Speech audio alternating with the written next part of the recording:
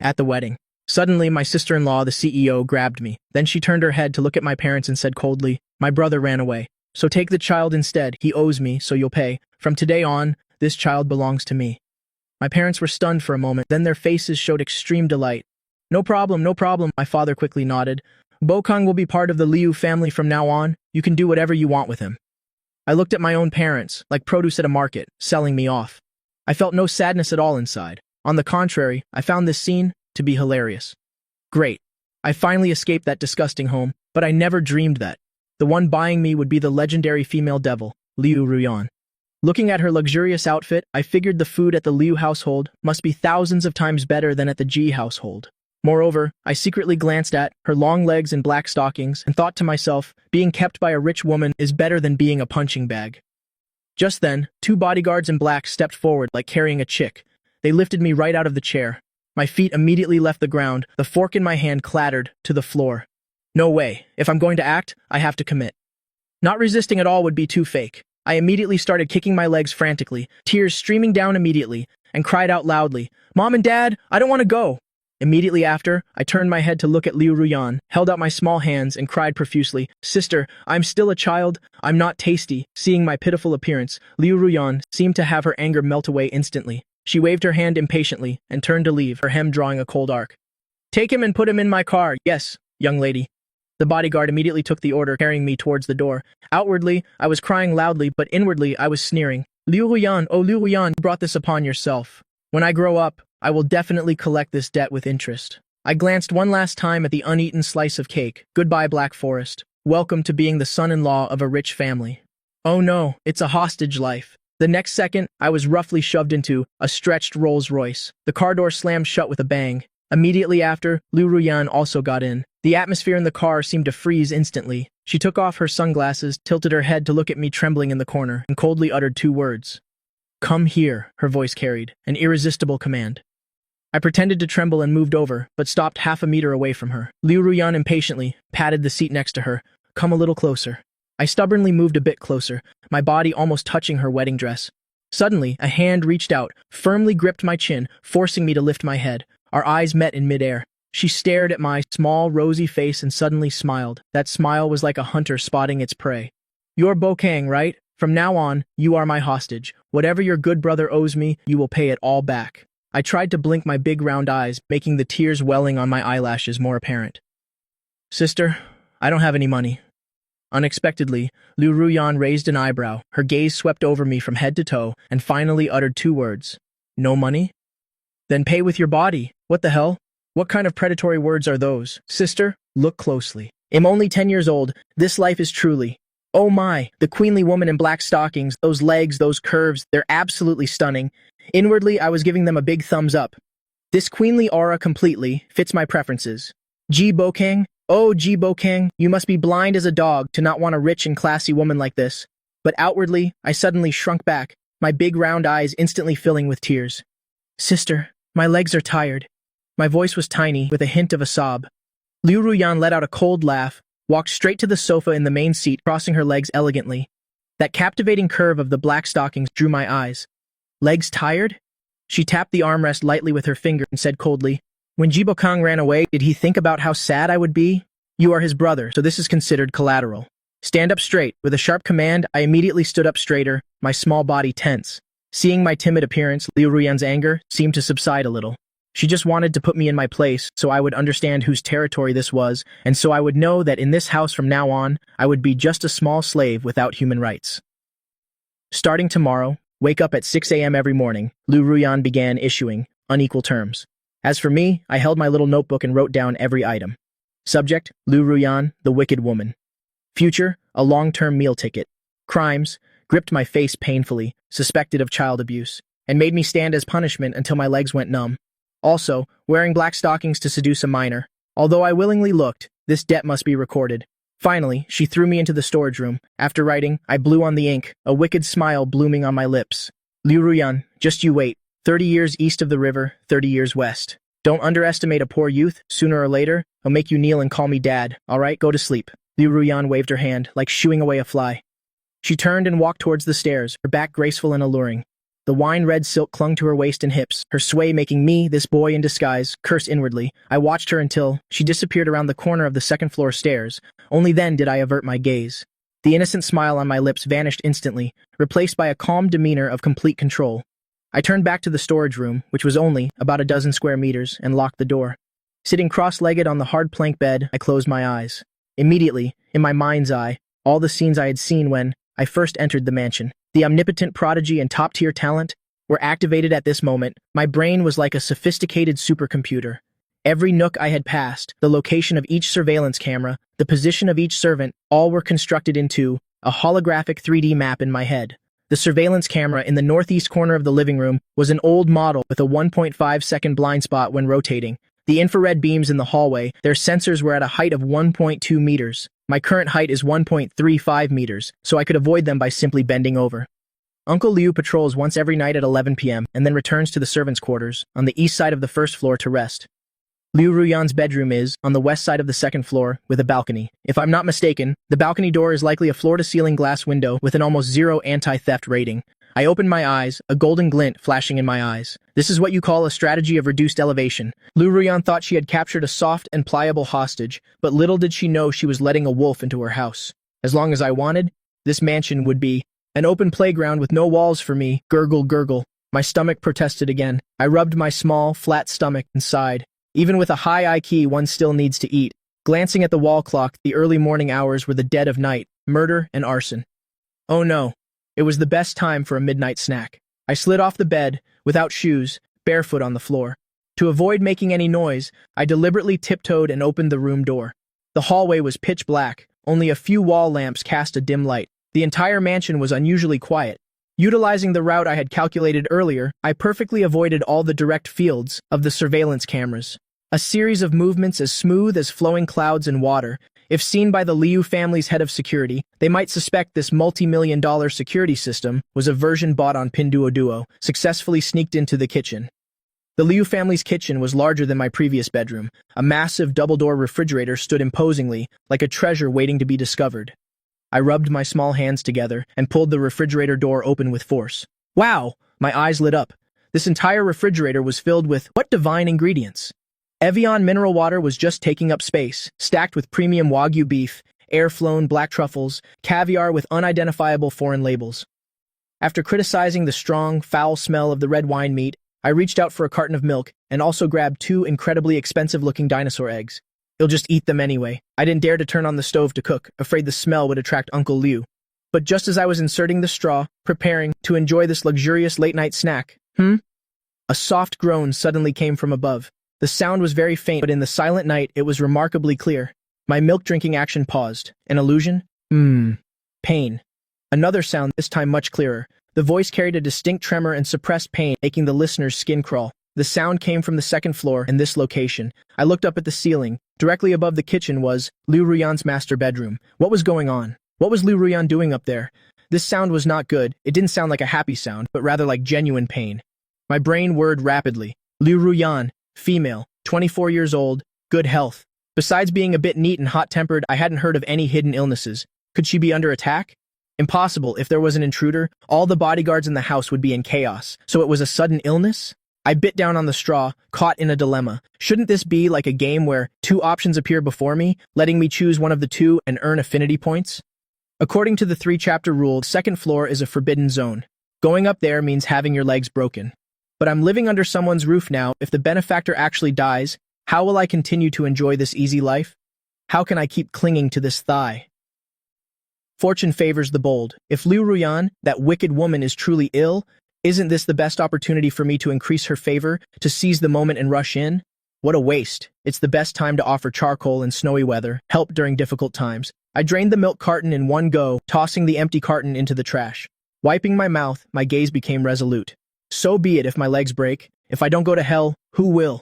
Sister Liu, your little brother is here to save you. I gently stepped out of the kitchen, towards the stairs. Looking up at the spiral staircase leading to the second floor, I took a deep breath and took the first step that violated the household rules. The second floor was carpeted thickly, so walking up was completely silent. Following the sounds, I crept to the master bedroom door. The door was slightly ajar, letting out a faint warm light. The groans of pain grew louder. It was clear from the sound Liu Ruyan was enduring with all her might. "Here. Where is the medicine?" Accompanying this weak whisper was the sound of something being swept onto the floor. Clatter. I didn't hesitate any longer, extending my small, fair hands and pushed the heavy, solid wooden door open forcefully. "Sister, the door is open." The scene in the room made my pupils contract slightly. In the dim room, with only the bedside lamp on, Liu Ruyan was curled up on the large bed, her silk nightgown drenched in sweat, clinging to her body, outlining her captivating curves. She clutched her lower abdomen with both hands, her face as pale as paper, her forehead covered in cold sweat, her lips bitten until they bled. This was no longer the queenly CEO, but a porcelain doll on the verge of shattering. Hearing the movement at the door, Liu Ruyan slowly lifted her head. Seeing it was me, a flicker of surprise flashed in her eyes, then turned into indignation at the intrusion. "Who? Who let you come up here?" she tried to yell, but her voice was as weak as a mosquito's buzz. "Get out." I stood at the door, unmoving. I looked at her posture, clutching her stomach, and then at the scattered painkiller bottles on the floor. Menstrual cramps? No, menstrual cramps wouldn't hurt this badly. This looked more like enduring a trial. Wait. I sniffed the air. Besides the faint fragrance and the smell of sweat from the woman, there was a faint chill in the air. Not the cold from air conditioning, but a bone-chilling cold. This woman had physical issues. I looked at the woman writhing in pain on the bed and suddenly closed the little notebook of grievances in my heart. I took my short legs and ran, patter-patter, towards her. "Sister, don't be fierce anymore. Save your strength." I ran to the edge of the bed. Not only did I not leave, but I wanted to climb onto the bed. Liu Ruyan tried to push me away, but her arms were limp, lacking any strength. Instead, I firmly grasped her wrist with one hand. I placed a finger on my lips, and in those innocent, clear, big eyes emanated a calmness that was irresistible. "Don't move, I'll massage you," saying this. That small, warm hand directly pressed, without hesitation, onto Liu Ruyan's cold, flat lower abdomen. The next second, Liu Ruyan's entire body suddenly trembled as if electrocuted. Her instinct to resist made her want to kick me off the bed, but immediately after, a stream of warmth flowed along my palm, unhindered, penetrating into the cold, aching region below her stomach. So warm, just like on cold winter days, being given a freshly heated, hot water bottle. The cold current and intense pain that had been wildly churning inside were miraculously suppressed. Liu Ruyan's tense body instantly relaxed by half. From get out to the edge of her mouth, the stiff, turned into a half sound. This sound was so seductive that Liu Ruyan wanted to hide somewhere. I knelt on the bed, and on my small rosy face, like carved jade, was an expression of seriousness. But I knew clearly in my heart how stimulating the current scene was. This waist is so slim, my hands could completely wrap around it. And this skin, is this the quality nurtured by wealth? While inwardly I was crazily criticizing and praising, I was also operating my top-tier gifted brain. Just in the last moment, a program flashed in my mind. About traditional Chinese medicine wellness that I had previously watched on the old, worn-out TV at the Ji family's house. That traditional Chinese medicine wellness program that I had previously watched on the old, worn-out TV at the Ji family's house. I had only glanced at it then, but now, those acupoint diagrams and techniques in my mind instantly transformed into high-definition 3D projections. Guanyuan point, Qi high point, Zhongji point. Cold Qi stagnation, severe uterine cold. Combined with endocrine disorders from long-term late nights, the body looked radiant, but inside it was truly a broken sieve. I pouted, but the movements of my hands didn't stop. With a little pressure from my thumb, pressing at a point 3 inches below the navel, I began to massage clockwise. This wasn't just random rubbing. This was the world-saving rejuvenation technique I invented myself, based on a combination of ergonomics, heat transfer principles, and my half-baked knowledge of traditional Chinese medicine. Liu Ruyan gasped, her toes curling instantly, clenching the bedsheets. Pain.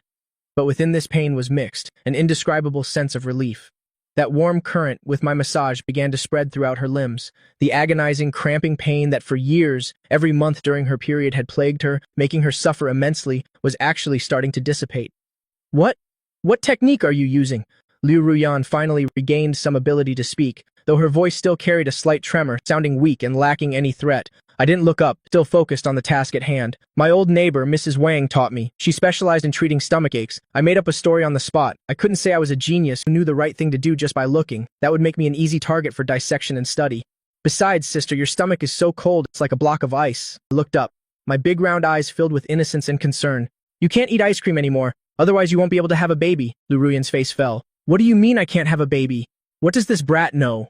She was about to scold me, but then noticed a fine layer of sweat on my forehead. To keep my palms warm, I had been silently rubbing my hands together to generate heat. For a small 10-year-old body, this was no small feat of physical exertion. Seeing the child she had thrown into the storage room earlier, now drenched in sweat helping relieve her pain, Liu Ruyan's hardened heart unconsciously softened. That feeling of being carefully protected by someone had been so long ago. It was even more so than what Jibo Kang, who only told her to drink more hot water, could offer by 1,000 times. Seeing the child she had thrown into the storage room earlier, now drenched in sweat helping her relieve the pain, Liu Ruyan's hardened heart unconsciously softened. That feeling of being carefully protected by someone had been so long ago.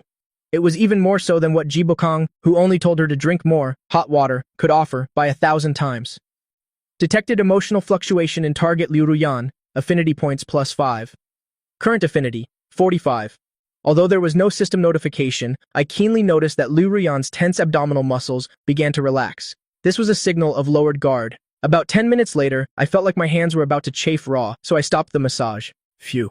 I exaggeratedly let out a long sigh, plopped down on the bed, shaking my sore wrists. Sister, does it still hurt? I asked. Liu Ruyan felt for a moment. The sharp, stabbing pain was gone, leaving only a vague discomfort. She sat up, awkwardly tugging at the hem of her nightgown. Thinking about the intimate contact just now, she truly wanted to disappear from embarrassment. She actually let me, the younger brother of, an enemy she had only just met less than half a day ago, rub her stomach, and even made noises like that. Liu Ruyan's cheeks felt a little hot. To hide her embarrassment, she quickly put on a stern face, returning to her cold and arrogant demeanor. It was just so-so. The technique was crude, barely alleviating the pain. Seeing that you were somewhat sensible, we'll allow you to sleep on the floor outside my room tonight. My eyes widened internally. You stubborn tsundere. You were clearly so pleased that your toes were curling into the floor. Your mouth remained so stubborn. From head to toe, your mouth is the most stubborn part, isn't it? Just then, a loud gurgle broke the silence of the room, shattering the cold atmosphere that had just been established. That sound came from Liu Ruyan's stomach, incredibly loud, a protest against extreme hunger. The bedroom instantly froze. Liu Ruyan's delicate, cold face, visibly, from the base of her neck, flushed all the way to behind her ears. A deathly silence, truly a death scene, descended upon the room.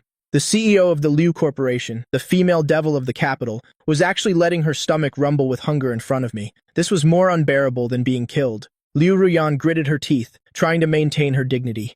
I'm not hungry. This is just normal intestinal activity. Rumble, rumble, rumble. This time the sound was even louder, and it was accompanied by a glissando. I almost couldn't help but burst out laughing. But I'm a professional actor. I immediately shifted to an expression as if I heard nothing. I jumped off the bed, sister. When I came up here earlier, I saw there was rice in the kitchen. I'm so hungry. I want to go cook some porridge to eat. Would you like to have some too? Consider it helping me test the seasoning. This was the act of offering a ladder. As long as the ladder is offered at the right time, no arrogant young lady can resist descending. Liu Ruyan breathed a sigh of relief, her gaze drifting out the window. If you insist on doing it, then I will reluctantly help you test for poison, but my taste is very discerning. If it's not delicious, you'll surely die. All right, wait for me. I scampered out, closing the door. Liu Ruyan's entire body went limp, and she collapsed onto the bed. She buried her face in the pillow, letting out a groan of frustration. Oh, Liu Ruyan, your image today has completely collapsed. Down in the kitchen on the first floor, I stood on a small stool by the marble counter, looking at the top-tier ingredients before me, a cunning smile playing on my lips. You want porridge, don't you? Fine. This young master will show you my skills today. To win a woman's heart, you must first capture her stomach. This saying might sound cliché, but it's the absolute truth. My brain once again started operating at lightning speed. The ultimate cooking logic is loading. I took a bag of imported organic millet from the refrigerator, found some prime red apples, and a piece that looked like. When to stir, when to switch to low heat, every step was within my calculations. Even the ratio of water to millet was calculated to 2 decimal places. This wasn't cooking porridge. It was more like conducting a chemistry experiment. Half an hour later, a rich aroma of millet blended with the sweet scent of red apples wafted up the stairs, filling the entire mansion. The taste was beyond description. It was the most primal allure of carbohydrates, capable of awakening the primal desire for food deep within human genes. I scooped a small bowlful and sprinkled some dried osmanthus flowers on top for decoration. The presentation was absolutely stunning. The taste was exquisite. Except for the slight effort involved, there was nothing wrong with it. Carrying the tray, I carefully ascended the stairs to the second floor, pushing open the door to the master bedroom. Liu Ruyan was already leaning against the headboard, waiting. She held a book in her hand, seemingly reading. However, not a single page had been turned in a long while. Her eyes occasionally glanced towards the door. The moment she saw me enter, her eyes, which had a hint of gloom, instantly brightened a little, then quickly composed herself. So slow? Liu Ruyan frowned disdainfully. Did you go plant rice? I wasn't angry either. I placed the tray on the bedside table, because I had to cook it to get that nourishing rice congee oil. I picked up the bowl and stirred it a few times with the spoon. I scooped up a spoonful, brought it to my lips, and blew on it. Sister, open your mouth. Ah! Liu Ruyan was stunned. Looking at the spoon offered to her mouth, her brows furrowed into a Xuan shape. I have hands. I can eat myself. She reached out to take the bowl. I pulled my hand back, dodging. I presented my small hands to Liu Ruyan. In those pale, tender palms, there was a distinct red, swollen area. This was because when I was applying hot compress to her stomach earlier, I had rubbed it too hard, causing this. Sister, my hands hurt. I can't hold the bowl anymore. I blinked pitifully and even added, if I accidentally spill it on your expensive bed sheets, it wouldn't be good. Just let me feed you, okay? This combination of the suffering ploy and emotional blackmail completely cornered Liu Ruyan. She looked at my small, reddened hands and guilt stirred within her. This kid went through all this just to help her relieve pain.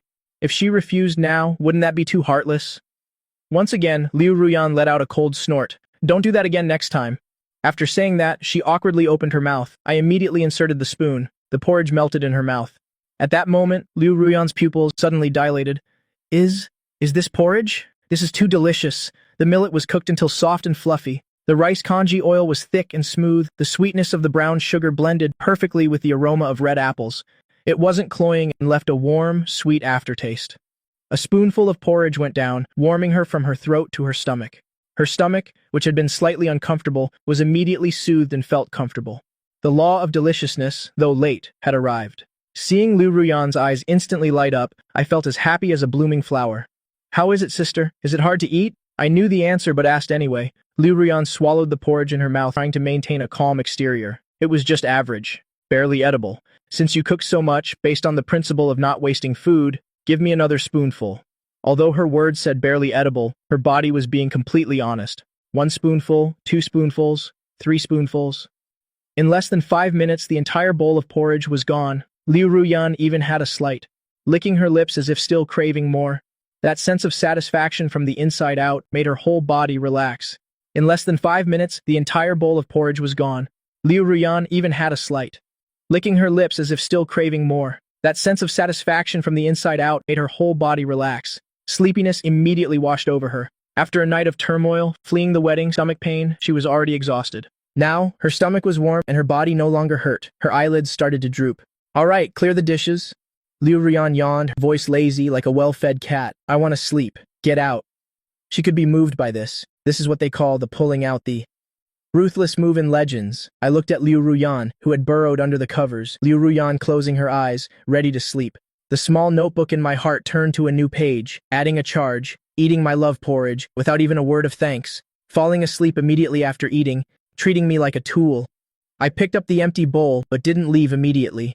I stood by the bedside, looking at Liu Ruyan's unguarded, sleeping face. She had shed her cold disguise, looking much softer at this moment. Her long eyelashes cast a small shadow under her eyes. Her red lips were slightly pursed. She looked surprisingly cute. I extended my finger, tracing in the air, sketching the contours of her face. Sister, this bowl of porridge wasn't cheap. Things that are free now will later be, requiring double the repayment. I lowered my voice, whispering a sentence audible only to myself. Then, I meticulously helped Liu Ruyan pull up the covers carefully. I even tucked in a foot that was exposed from under the blanket. After doing all this, I picked up the tray and tiptoed out of the room. The moment the door closed, the innocent expression on my face disappeared once more. Standing in the dim hallway light, I glanced at the study at the end of the second-floor hallway. That was the true center of the Liu household, and the fortress I was about to conquer. But no rush. Tonight's battle achievements have exceeded expectations. Rubbing my stomach, I was so focused on feeding that troublesome woman. I hadn't eaten myself yet.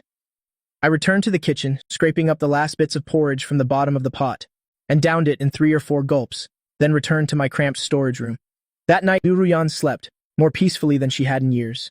As for me, in the musty room, the hard wooden bed, I had a dream. In the dream, Liu Ruyan, wearing a maid's uniform, was kneeling and massaging my legs. She even called out, "Master, is the pressure okay?" The next morning, sunlight streamed through the palm-sized window, shining on my face. I groggily opened my eyes. Before I could even stretch, a rapid series of knocks echoed from outside the door. Bang, bang, bang, even through the wooden door, I could feel the anger of the person knocking. "Bokang, get out here!" It was Liu Ruyan's voice, and she sounded furious. I sat up with a start. What? is going on? Didn't I succeed last night? Why is she so angry right after waking up? Could it be that I drooled in my sleep and accidentally called out master? I quickly got dressed and opened the door. Outside, Liu Ruyan was, wearing a pristine white tracksuit. Her hair was tied up in a high ponytail, exuding vitality. However, on that beautiful face, there was now a frosty demeanor. She held something in her hand. In that moment, a piece of paper was thrust directly in front of me. What is this? I looked closely. It was a piece of paper. It was a page torn out from my little revenge notebook last night. From the notebook, it clearly read, Charge 3, wearing alluring black stockings. Minor. Note, Liu Ruyan, we have a future together. Waiting. I'm grown up, this warehouse is part of our play. Boom, I felt like I'd been struck by lightning. How did this get into her hands? I was too sleepy last night. Did it fall out of my backpack? It's over? I'm really going to jail this time? Liu Ruyan gritted her teeth. Her beautiful eyes seemed to spew fire. She read the words one by one, sentence by sentence. That sentence, part of our play. Bokong, can you explain what this play means to me? Is it proper? The air froze for a solid 3 seconds. The paper with the words about black stockings and play, the evidence of my crime, dangled right under my nose. Liu Ruyan looked down from above, her gaze colder than a shark's. Her gaze, as if she wanted to dissect me, sent chills down my spine. It's over, I thought to myself. I'm doomed. I can't escape this. How did this tattered notebook fall out? This is too embarrassing. My entire wise life, my image as an innocent little boy, my cerebral cortex was firing wildly. The CPU was running at maximum capacity, hitting 80 degrees. If I admit I'm an LSP pervert now, you'll definitely get to experience the feeling of failure before even starting. I must endure. I took a deep breath. My surprised expression instantly shifted, turning into the gaze of someone looking at an idiot. I tilted my head, my big round eyes blinking, an innocent and clueless expression. Sister, why are you blushing? Liu Ruyan was taken aback by this direct attack from me and couldn't react in time. She unconsciously touched her cheeks. Who's blushing? Stop talking nonsense. Explain clearly what warehouse play means. Play means playing games, sister, I said righteously, with a hint of contempt as if looking at an illiterate person. Your English teacher taught you that play game means to play games. Looking at your expression, you must have imagined some adult scenario, right? Tisk, your thoughts are truly complicated. I looked at Liu Ruyan's face, flushing red and white. The little me inside my heart was doing the samba. Shut up. Liu Ruyan was angry from embarrassment. She crumpled the paper into a ball and threw it precisely into the trash can. She felt cornered by this kid. To be discussing such suggestive topics with an elementary school student. Watch less of that nonsense on TV from now on. If I see this again, I'll burn that notebook of yours.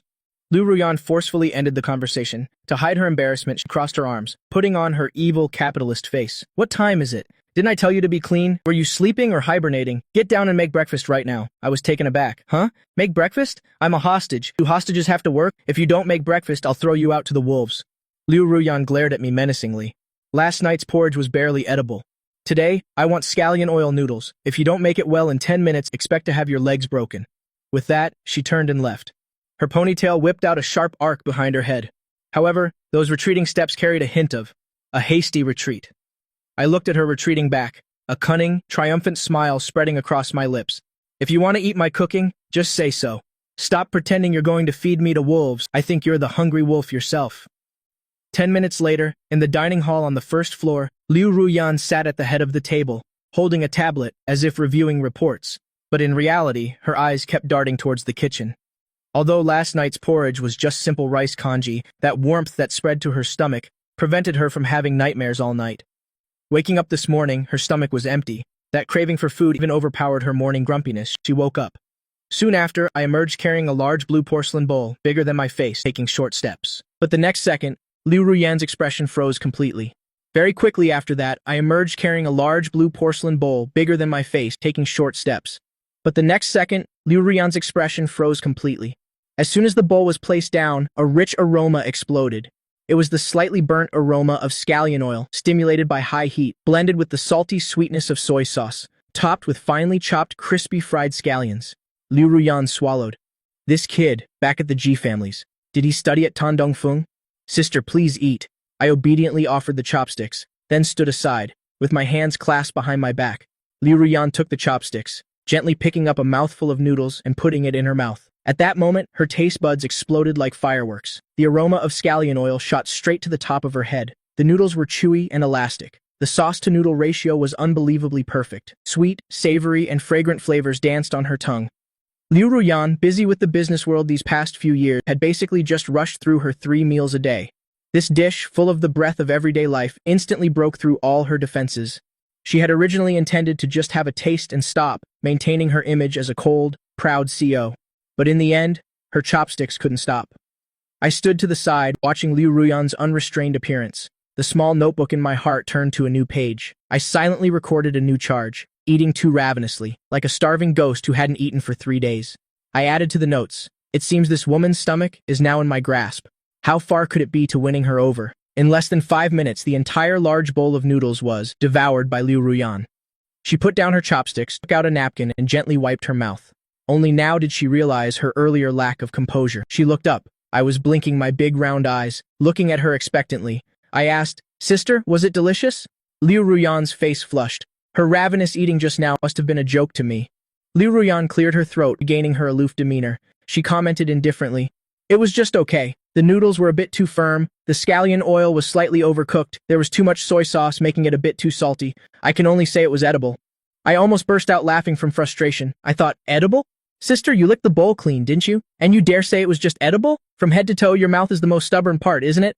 Fine, let's see how long you can keep up this pretense. I decided not to expose her. Instead, I lowered my head with a wronged expression. I said, "I'm sorry, sister. It'll definitely improve next time. There's a little left in the pot. Should I discard it?" "Discard it?" Liu Ruyan's voice suddenly rose. She immediately realized her overreaction. She quickly found an excuse. "Wasting food is shameful. Even though it's hard to eat, who else but your elder sister can bear this hardship? Only I can endure this suffering." She pushed the empty bowl forward, issuing an order with all the authority she could muster. "Go get another bowl. I'm still not full."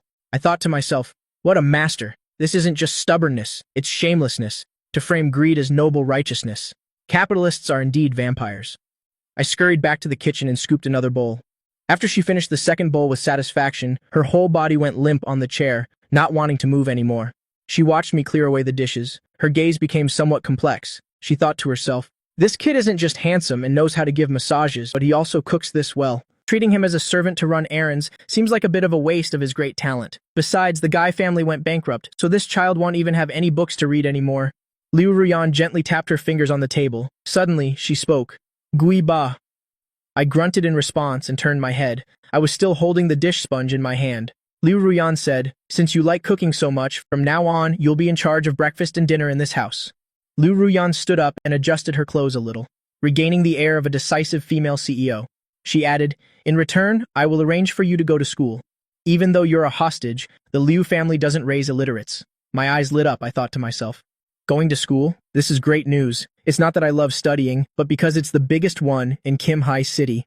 St. Alistair's Noble Academy, a notorious playground for the wealthy. That's the best stage for me to stir up trouble soon. I said loudly, "Thank you, sister. You're the best." I threw the dish sponge down and ran to hug her thigh. Liu Ruyan disdainfully took a step back. She put a finger on my forehead to stop me. She said, "Don't get grease on me, and don't celebrate too soon."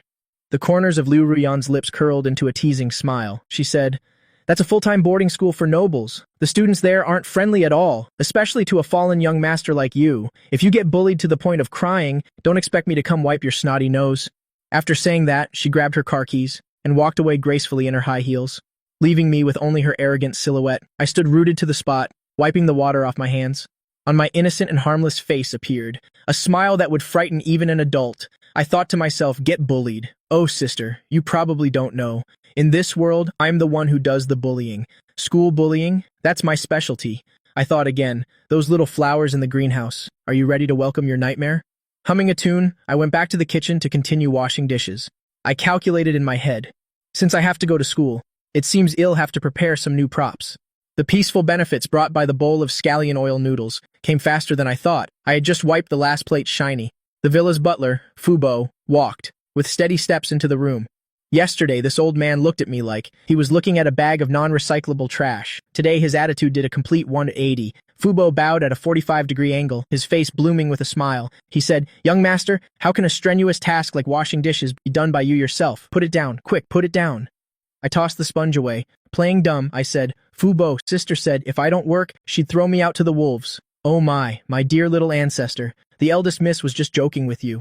Fubo quickly handed me a warm towel to wipe my hands. He said, "The eldest miss has given instructions. The storage room has a heavy, gloomy aura. What if you catch a cold? Then no one will cook for her." "Ah no, no one will massage her." My heart was blooming with joy.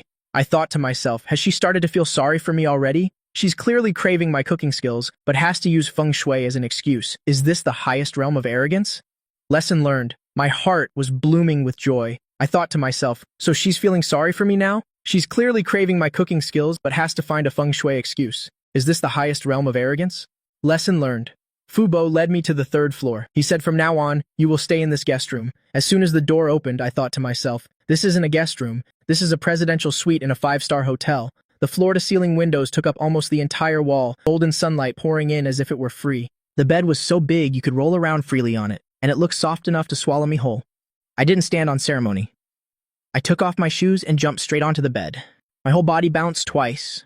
Fubo stood at the door, smiling gently. He said, young master, there are new pajamas in the closet. Although they're not custom made for you, they are all from major brands. Please rest first. If you need anything, just press the bell by the bed. I rolled over twice on the bed, wrapping the blanket into a ball with only my head sticking out. I pulled out from my pocket the crumpled little notebook that recorded my grudges and found a golden pen on the nightstand. I turned to a new page, the pen tip gliding quickly across the paper, and wrote down a line of scrawled text. Conquest target. Liu Ruyan. Says one thing, but means another. Event. Used a luxurious room with an ocean view, though there's no ocean, to win me over. Assessment. Although she has a sharp tongue, she is reliable in her actions. This sugar-coated bullet, this young master shall accept. Result, yesterday's hatred value. 1. Note, considering how soft the mattress is, tonight I won't silently curse her as a damn arrogant woman.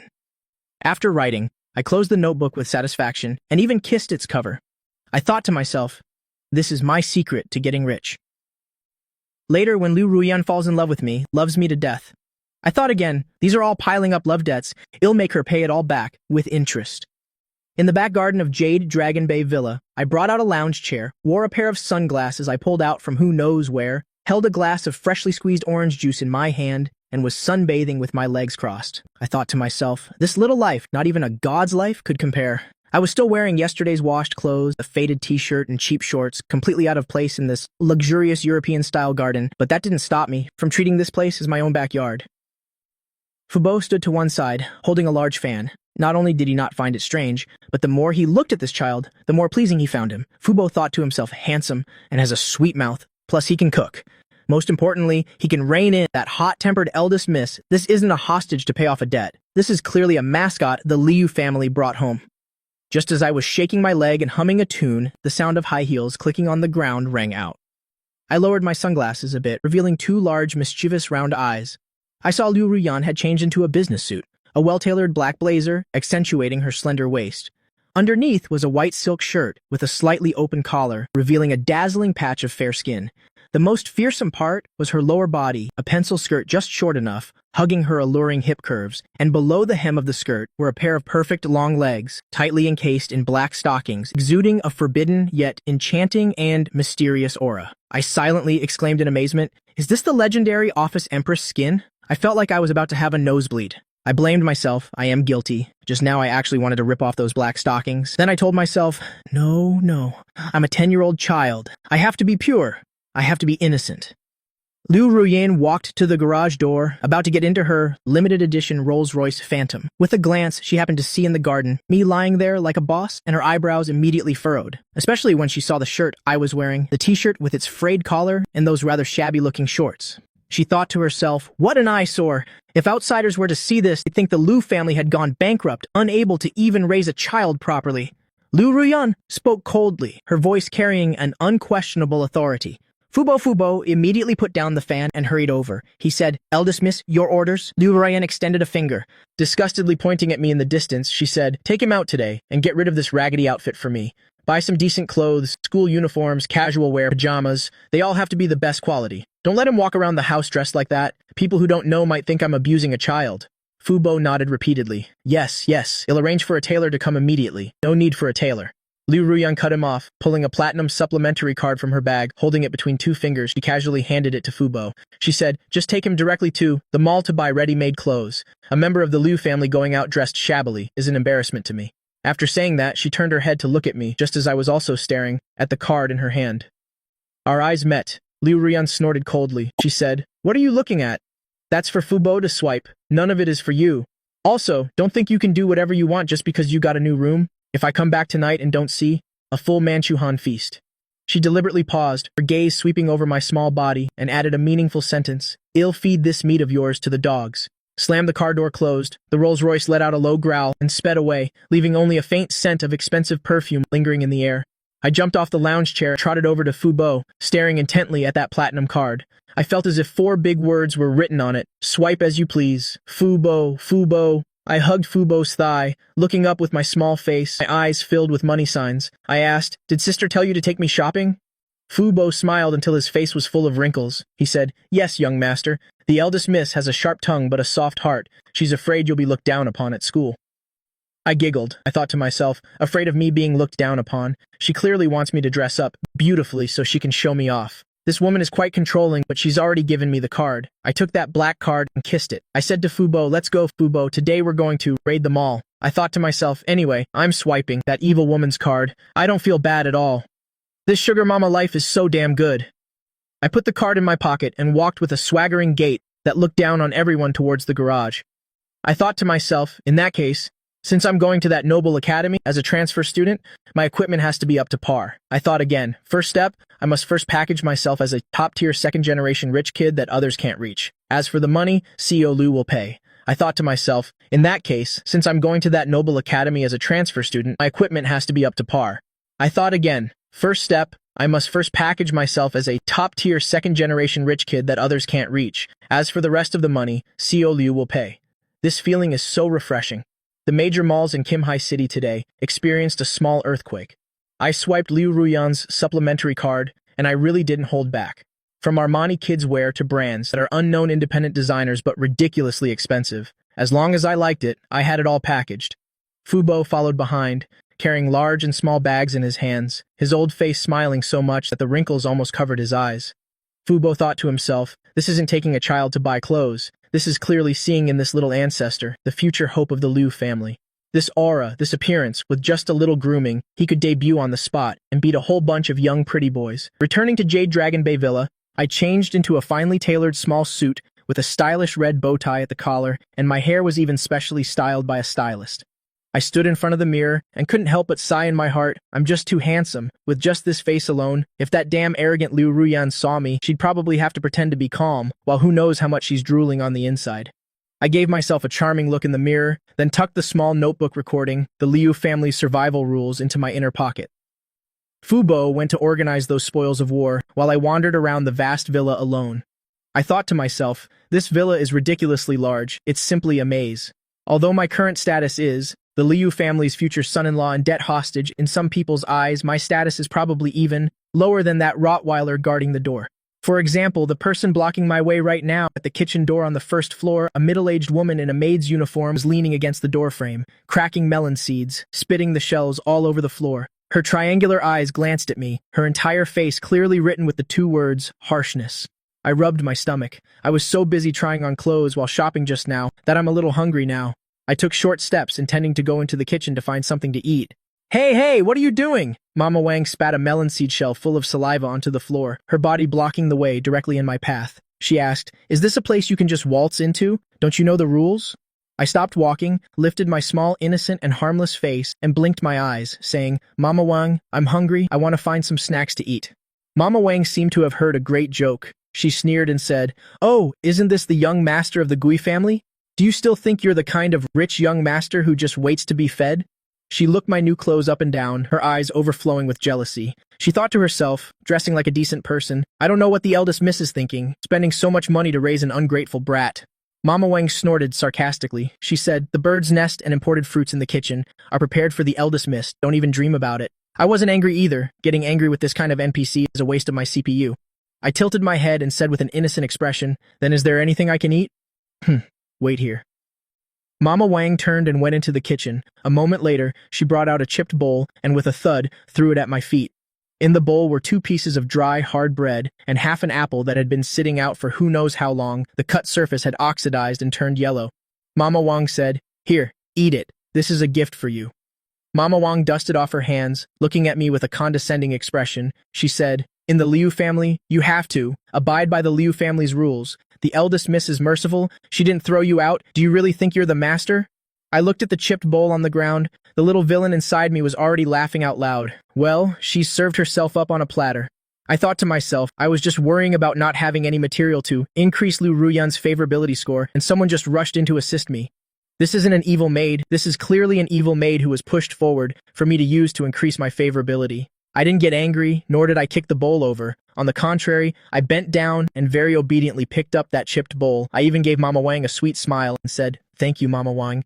Mama Wang was stunned. She thought, is this kid an idiot? He's eating garbage and still saying thank you. Mama Wang snorted smugly and said, "At least you know your place." Mama Wang turned back to cracking her melon seeds, completely oblivious to the cunning glint that flashed in my eyes.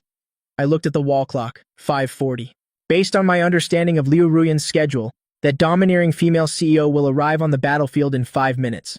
I thought to myself, I must set the stage well. I didn't go back to my room but carried that chipped bowl to the staircase connecting the living room and the entrance hall. This position was chosen perfectly, I thought. Coming in from the main entrance, you'd see this spot right away, but it's not too deliberate. Moreover, there's no carpet here. I sat on the cold marble steps. The feeling of misery was immediately pushed to the extreme. I sat on the steps, holding that dry, hard piece of bread in my hand, not eating it, but lowering my head, picking at the breadcrumbs with my fingers, my small back hunched over, a heartbreaking sight to behold. 5 minutes later, from the main door of the villa came the beeping sound of the fingerprint lock, immediately followed by the sound of high heels stepping on the marble floor, making a clear sound. Liu Ruyan pushed the door open and walked in. She thought to herself, these meetings across countries are giving her a headache. Those old fogies kept finding excuses to cause trouble during the board meeting. It made her so angry she wanted to flip the table. As soon as she entered the door, she threw the Hermes bag in her hand, the Birkin bag, onto the sofa. As she walked, she reached up to unbutton the collar of her shirt. Suddenly, her movement stopped. Her gaze fell on the small figure on the stairs. The child she had spent so much money on to turn me into a little prince was now huddled on the steps. I was holding a chipped bowl in my hands, staring at a piece of moldy bread. Hearing the door open, I suddenly looked up. Seeing it was Liu Ruyan, I frantically hid the piece of bread in my hand behind my back. My small hands nervously wiped themselves on my clothes. "Sister, you're back." My voice was as soft as a mosquito's buzz, with a slight tremble. Liu Ruyan's eyebrows furrowed tightly, into a deep line instantly. She strode forward quickly, her long legs and black stockings moving swiftly. She asked, "What are you holding in your hand?" Her voice was as cold as the Siberian air. I shook my head like a rattle, saying, "No, it's nothing. I'm not hungry. I'm not hungry at all." Liu Ruyan didn't even bother to listen to my nonsense. She grabbed my wrist tightly and forcefully pulled my hidden hand out from behind my back. The piece of bread so hard it could kill someone, and that chipped bowl were thus exposed to Liu Ruyan's sight. At that moment, Liu Ruyan felt her blood pressure skyrocket. She thought to herself, this is a slap in her face. Everyone in Jinhai knows that Guiba is now her, Liu Ruyan's person. She thought again, although he's a debt, he is also her, Liu Ruyan's, private property. To let her fiancé eat this thing, something that even dogs wouldn't eat. If word of this got out, then how could she, Liu Ruyan, survive in her social circle anymore? Who did this? Liu Ruyan's voice wasn't loud, but each word seemed to be squeezed from between her teeth, exuding a murderous aura that made one's hair stand on end. I shrank my neck. My eyes unintentionally glanced towards the kitchen, then quickly looked away, lowering my head without daring to speak. I said, "Sister, don't be angry. Mama Wang said this is all there is. The bird's nest is for you to eat. I'm not worthy. I'm not worthy." These 3 words were simply the final spark that lit the powder keg.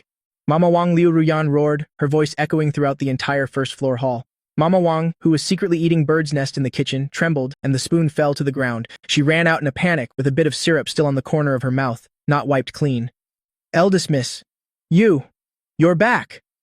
Mama Wang smiled fawningly. Liu Ruyan didn't even look at her. She directly kicked the chipped bowl at my feet. Crash! The porcelain shards shattered all over the floor. Half a rotten apple rolled to Mama Wang's feet. "Explain yourself." Liu Ruyan pointed at the mess on the floor, her gaze sharper than a knife. She asked, "What is this?" Ma Wang was so scared her legs went weak, almost falling to her knees. She trembled and said, Eldest miss. This is just some leftovers.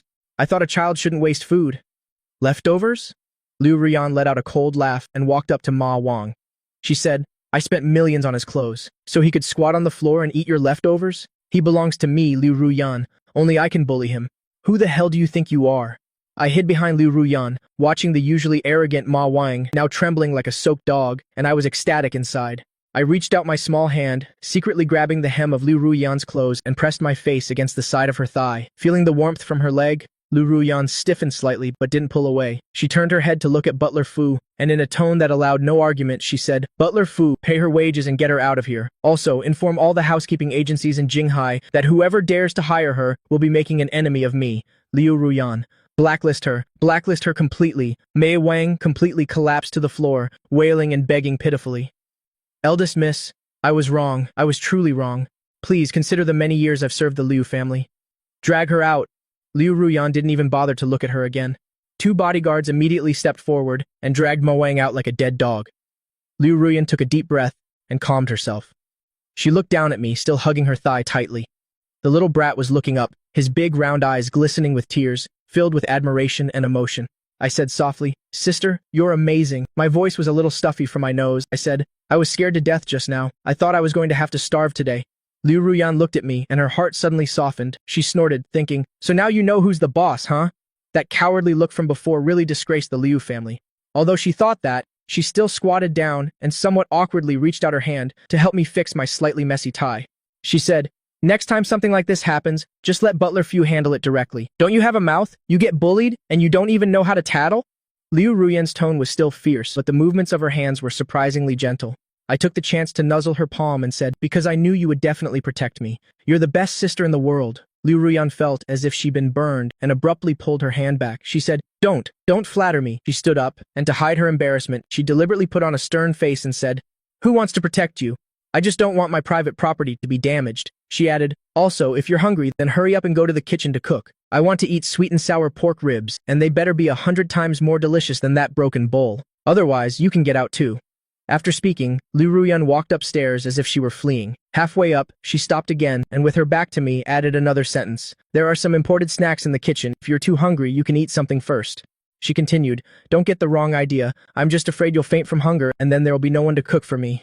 With a slam, the second-floor bedroom door closed. I stood on the spot, looking at the tightly shut door. The innocent smile at the corners of my mouth gradually disappeared, replaced by a sly, triumphant smirk. I leisurely took out that little notebook from my pocket and recited silently in my heart. Arrogant Empress Liu Ruyan, furious for the sake of a pretty boy. Cleaning up the household. Protectiveness index, 5 stars. A typical case of someone who is hard on the outside but soft on the inside.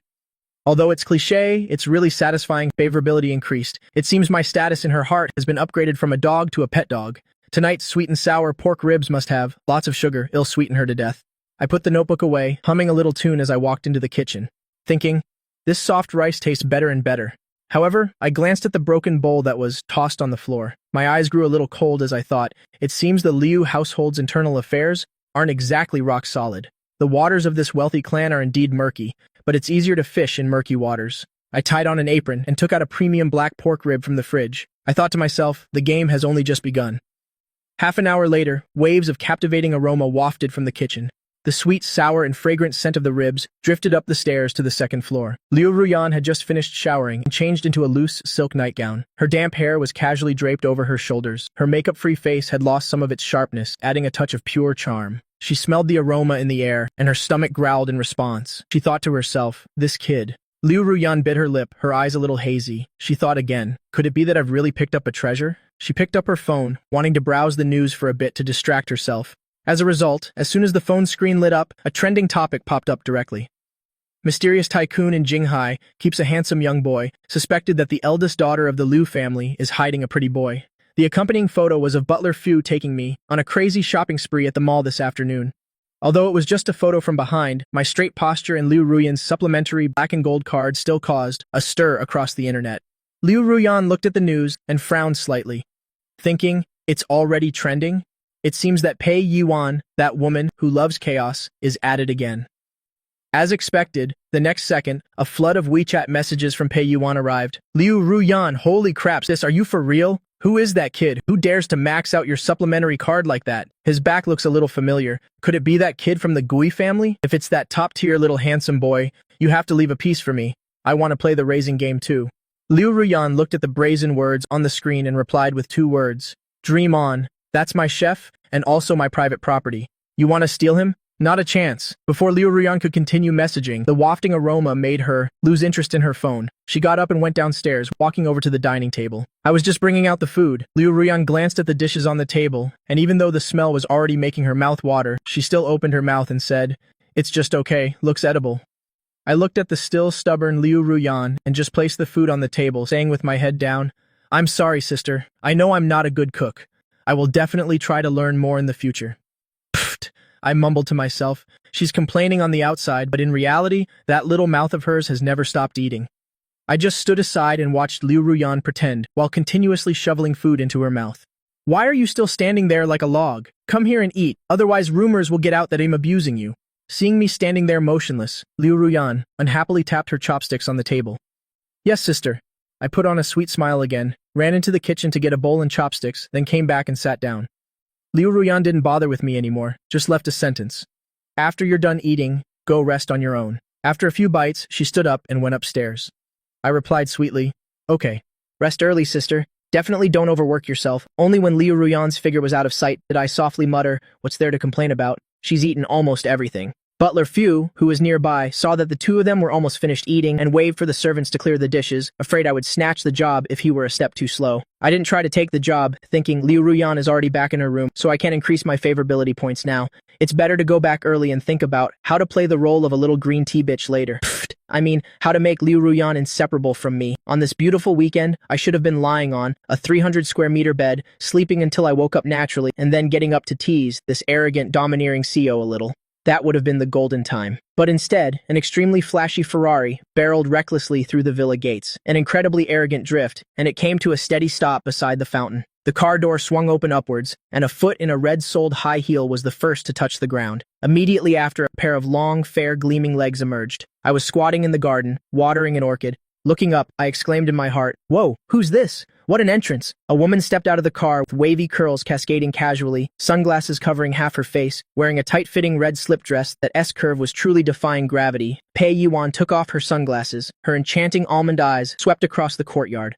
Finally, they locked onto me. Her eyes immediately lit up, and she said excitedly, "Oh my, so this is the legendary, adorable baby." Pei Yuan tossed her sunglasses onto the hood of the car and charged over in her towering high heels. That momentum, that fierce bouncing figure, I instinctively shrank back. I screamed internally, "Holy crap, who is this woman? Why does she look like the big bad wolf about to eat a child?" Before I could even react, I felt my feet leave the ground. Pei Yuan had picked me up directly. She exclaimed, "Ooh la la, let me have a look!" Pei Yuan lifted me high, pulling me very close, and clicked her tongue in praise. These little dumpling cheeks, they're so soft, even more top tier than those little fresh meats on my film set. After saying that, Pei Yuan got handsy. Her hands were pinching and rubbing my face. I struggled to get the words out.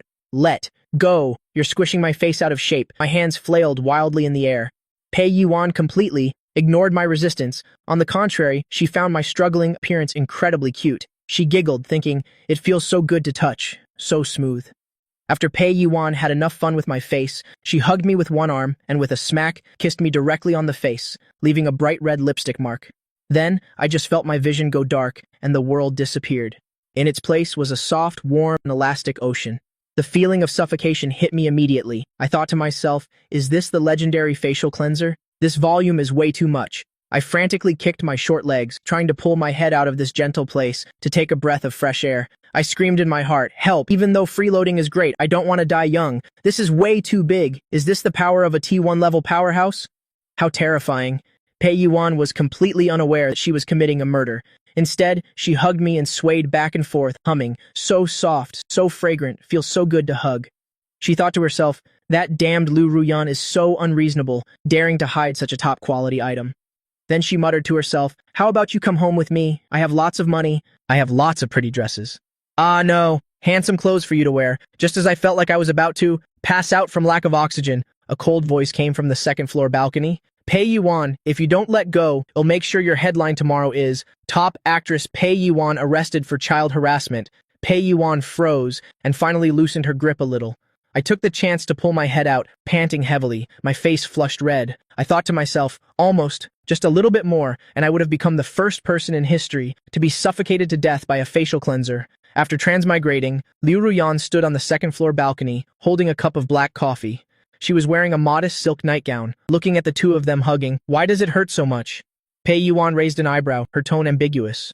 "Ruyan, we're close sisters. A good seedling like this, let me borrow him for 2 days. My next movie happens to be missing a young male lead." "No," Liu Ruyan refused decisively. "He is my chef. He still needs to cook for me." "Chef?" Pei Yuan's eyes widened, her expression one of disbelief. You're actually making a cute little brother, like this cook for you? Liu Ruyan, are you even human? What a waste of heaven's gift. She turned to look at me, her expression instantly shifting from a cool older sister to a child predator. Little brother, don't follow this cold-blooded woman anymore. Come with me. I won't make you work. I'll take you out for good food and drinks every day and let you sleep on the softest bed.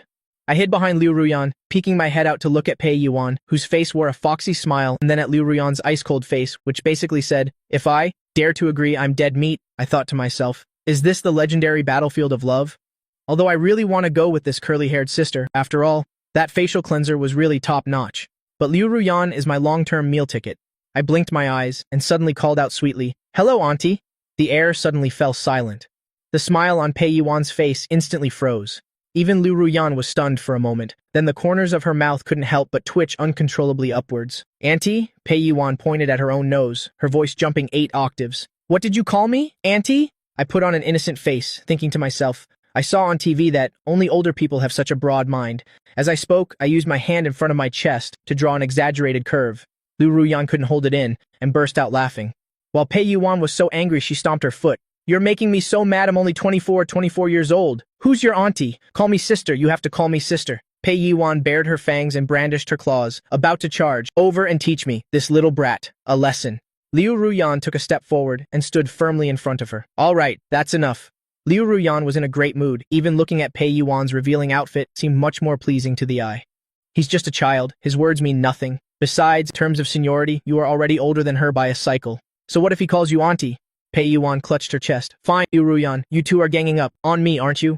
Fine, we'll just wait and see. Pei Yuan glared at me angrily. You little brat, you just wait sooner or later. I'll let you know what an auntie's methods are. I shrank my neck, feeling a chill run down my spine. I sneakily put my hand in my pocket and felt that familiar little notebook. I took it out, and in front of the two women, I began to write seriously. I wrote, Subject, Entertainment World Demoness Pei Yuan. Event, used facial cleanser for a biochemical attack upon meeting, also attempted to seduce an innocent young man. Figure, full marks, personality, too wild. This woman has an level danger index, calling her auntie, received hatred points, plus 108.6. Next time we meet, remember to bring an oxygen tank, otherwise, it's really easy to suffocate to death. After writing, I closed the notebook and smirked at Pei Yuan. That smile was both obedient and pure, which made Pei Yuan's teeth itch, but her heart itched even more. Ruyan, this kid is so interesting. Pei Yuan licked her plump red lips. I've decided from today on, I'm staying here. If I can't conquer this little thing, my surname isn't Pei. Liu Ruyan's expression changed. Get out! No! Pei Yuan pushed Liu Ruyan aside with one hand and swaggered into the villa. Butler Fu, prepare a guest room for me. I want to stay next to my little baby. I looked at Pei Yuan's charming back and then at Liu Ruyan next to me, whose face was as black as the bottom of a pot. I thought to myself, I'm screwed. One arrogant empress was already hard enough to please. Now there's a demoness from the Silk Cave too. I'm afraid my kidneys will fail in the days to come. However, I touched my cheek that had just been pressed by the facial cleanser, and there was still a lingering, faint scent of roses. I couldn't help but giggle again. Actually, challenges like these, it wouldn't be a problem to have more of them. But not long after, I started to feel like maybe I had done something bad to deserve this kind of retribution. The living room of Jade Dragon Bay Villa before me was truly a disaster scene. No, don't. Absolutely not. I covered my chest with both hands, my whole body huddled in the corner of the sofa, looking just like a virtuous woman about to be violated by a powerful bully. Opposite me, Pei Yuan held a set of black and white lace maid clothes. On her face was the perverted smile of a human trafficker who had found top-quality goods. Oh, sweetie, just try it on for a bit, Pei Yuan said as she pressed towards me. Pei Yuan held a set of black and white lace maid clothes. On her face was the perverted smile of a human trafficker. This is a limited edition children's outfit that I had air freighted over. Look at this lace and stitching. It would definitely look amazing on you. As she spoke, Pei Yuan took the maid outfit and held it up against me. She also waved the cat ear headband in her hand. Look, there are cat ears too. If you put this on and call me master, even my life will be yours. I rolled my eyes, speechless, almost fainting from anger, thinking, is this gangster woman crazy? I'm a real man, I've got the proper equipment, and you want me to wear a maid outfit? Is this the kind of weird thing a normal person could think of? Also, big sis, could you stand a little further away? Your button is about to pop. I may be young, but I'm not blind. I shook my head frantically, my short legs kicking wildly, trying to kick this crazy woman away. Auntie, I'm a boy. These are clothes for girls, so what if you're a boy? The androgynous style is trendy right now, don't you get it? Pei Yuan completely ignored me and grabbed my ankle with one hand, intending to drag me off to change clothes. I realized this woman had terrifying strength. Is this the power of a T1 level gym powerhouse? Just as I was about to defend my dignity to the death, a soft chuckle came from the sofa. I saw Liu Ruyan holding a tablet, originally looking at a financial report. But she had ended up being attracted by the chaotic scene over here. She didn't go to the company today either. She was wearing gray pajamas. Her long hair was casually tied up. She even wore gold-rimmed glasses, lessening the CEO's usual domineering aura, instead adding a touch of a debonair, repressed man. Liu Ruyan, you manage me? Quickly go ask for help from the only normal person in this house. If news of this embarrassing matter gets out, what face will the Liu family have left? Liu Ruyan pushed her glasses up, her gaze falling on the maid outfit in Pei Yuan's hands. A hint of anticipation flickered in her eyes. I think it's quite good, Liu Ruyan said calmly, but with a mocking tone, as if unfazed by the escalating situation. It's at home anyway, no one will see. And honestly, this outfit suits you quite well. No way. Indeed, as expected, that woman is not a good person either. Those two are definitely in cahoots. They're colluding to do bad things. Liu Ruyan, you with your thick eyebrows and big eyes have betrayed me too? The sweet and sour ribs from last night were such a waste. With Liu Ruyan's permission, Pei Yuan immediately became even more brazen. Do you hear me? Your sister has spoken, she shrieked bizarrely while pinning me onto the sofa. Her weight almost suffocated me. Come here, darling, it'll lead you to explore a new world. Just as I was about to lose my composure, and even considered using martial arts to throw this demon out, ring, ring, ring, I saw Pei Yuan's phone ringing on the carpet. The urgent ring sounded like a death knell. Her movements froze, and with extreme annoyance she clicked her tongue. She let go of me, lingeringly pinched my butt, before going to pick up the phone. Hello, what is it? This old lady is busy being a child therapist here. I don't know what was said on the other end, but Pei Yuan's face immediately darkened. What? Rewrite the script? Rewrite again? Is that idiot screenwriter insane? I've been practicing this crying scene for 3 days and he wants to rewrite it just like that? I'm not acting anymore. Whoever wants to act can do it. Pei Yuan angrily hung up the phone, casually throwing the maid outfit aside. Without missing a beat, it landed perfectly on the head of Butler Fu, who had just entered. I looked at Butler Fu wearing a cat ear headband, his face bewildered as he stood frozen with a plate of fruit in his hands. That bald old Chen, damn it. I'm so mad. Pei Yuan slumped onto the carpet, grabbing the script, wanting to tear it but unable to, so she furiously punched a cushion instead. Liu Ruyan put down her tablet, raising an eyebrow. What's wrong? Is there trouble with your award-winning lead role in the competition? Don't even mention it, Pei Yuan frantically ran her hands through her hair, transforming from a vixen to a madwoman in an instant. The most crucial breakup scene, the screenwriter insists on changing the female lead into a crying White Lotus character, and she has to cry like a torrential downpour, making people pity her. Seriously, who am I? I'm Pei Yuan. Besides acting, this lady has never cried. How am I supposed to act this out? I just can't cry, Pei Yuan cursed as she flipped through the script, pointing to a section for me to see. Look at these lines. How could you treat me like this? My heart aches so much. Are these lines someone would actually say? Seeing these lines made me want to laugh, and they expect me to cry too. Liu Ruyan took the script and glanced at it, a mocking smile forming on her lips. It truly is brainless. It suits you quite well. Liu Ruyan, are you looking for death? Pei Yuan grabbed an apple and threw it. Liu Ruyan didn't even look up, catching the apple with one hand and taking a bite. If you don't know how to act, then don't. You've earned enough money anyway. Hiring to raise pigs wouldn't be so bad. The two women resumed their usual verbal sparring. I took the opportunity to slip away from the sofa corner, straightening my rumpled clothes. I didn't rush to leave, but slowly walked over to Pei Yuan, crouching down to pick up scattered script pages.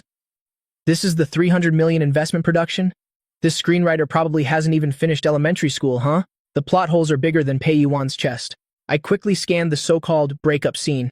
The plot was very simple. The female lead discovers her lover is the son of her father's killer and has been using her all along.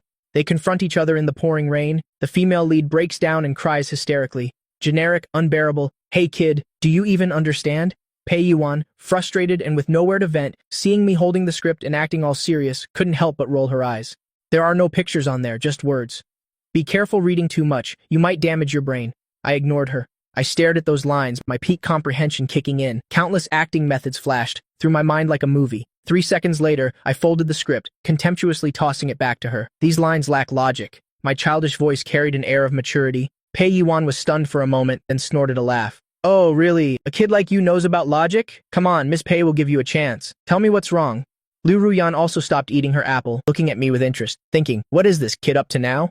I brushed the dust off my hands, stood up straight, pointed at the script and said, this female lead is a princess who commands the court, who grew up in a treacherous court from childhood. Someone like that would have a heart harder than stone. Upon discovering betrayal by the one she loves most, her first reaction would absolutely not be to cry, nor would she ask, "How could you treat me like this?" Such meaningless words. Pei Yuan was stunned upon hearing this, feeling that what I said made sense. Then how should she react? She instinctively pressed me for an answer. My lips curved slightly, revealing a precocious, mischievous smile. "Want to know? Call me Appa Snap." Pei Yuan flicked my forehead. "Are you rebelling? Speak up, and if you speak well, you won't have to wear the maid outfit tonight. If you don't speak well, I'll strip you naked and throw you out." Ouch. I clutched my forehead, wincing in pain. I thought to myself, this violent maniac will bring misfortune to whoever marries her. My little revenge notebook should make a note of this. However, to avoid the fate of running around naked, I decided to showcase some talent. Watch closely. I'll only teach you this once. I took a deep breath. At that very moment, my aura shifted. The cute, soft boy disappeared, replaced by a suffocating sense of oppression. I tilted my chin slightly, my large, clear eyes devoid of warmth. I quietly gazed at Pei Yuan, with no anger in my eyes, no sadness, not even hatred, only a haughty indifference. As if in my eyes, Pei Yuan was merely an ant. The temperature in the living room seemed to drop by 10 degrees Celsius instantly. Liu Ruyan, who was eating an apple, froze, her pupils constricting slightly. Pei Yuan felt goosebumps from that gaze, instinctively shrinking back. Her heart skipped a beat. What kind of gaze is this? Is this still the kid who just knows how to act cute and demand hugs? I slowly spoke, not using the cheesy lines from the script. "How could you treat me like this?" I let out a soft laugh, a very quiet one, but filled with sarcasm and absurdity. "So, you are also just a mediocre person." A few simple words, without hysteria nor extreme sorrow, but perfectly conveying the arrogance of a superior, the contempt after betrayal, and the suppressed deep pain in the soul, exquisitely performed. After saying this, my imposing aura immediately receded, and I turned back into a well-behaved child. I rubbed my just-flicked forehead, innocently asking, if she were a princess, wouldn't she feel that the male lead is unworthy of her ambitions? Why would she cry? Crying is a sign of weakness. The strong only make others cry. The living room fell into a deathly silence. She looked at me as if I were an alien. In that moment, she was genuinely terrified. That performance, that gaze, even veteran actors who have won Lifetime Achievement Awards in the industry couldn't do better. Is this really a 10-year-old child? Oh my god. Pei Yuan swallowed and blurted out a curse. Is this kid blessed by the gods of acting? It's more like the gods of acting are chasing after him to feed him. She lunged forward, hugging my legs tightly, her eyes burning like a fanatic's. You are my treasure. That feeling just now was so right, so amazing. That's it, I want that feeling. How are you so knowledgeable? Are you also a transmigration soul, or perhaps the reincarnation of an actor-emperor? I pushed her face away in disgust. Let go. Your snot got all over my pants. Nonsense. In my previous life in the business world, fighting against those old foxes, if my acting wasn't good enough, I would have been devoured to the bone. This kind of childish romantic scene, anyone with hands could act it out. Liu Ruyan had also recovered by now, watching me being clung to by Pei Yuan, her gaze deepening. Her fingers unconsciously rubbed the half-eaten apple. This kid is indeed not simple. That gaze is absolutely not from the experience of a 10-year-old child. It seems the investigation report written about him is nothing special and is just waste paper. Pei Yuan, pull yourself together, Liu Ruyan coldly interjected, cutting through Pei Yuan's frenzy. Since the issue has been resolved, put away your ragged clothes and don't stain my living room. Pei Yuan got up from the floor, brushing off dust excitedly and holding her phone to send a voice message to the director. Mr. Wang, rewrite the script. Rewrite it as I say. What? No, this old lady's withdrawing her investment. After sending the voice message, Pei Yuan turned around, looking at me with adoring eyes. Little G, you are my lucky star. Tell me, what reward do you want?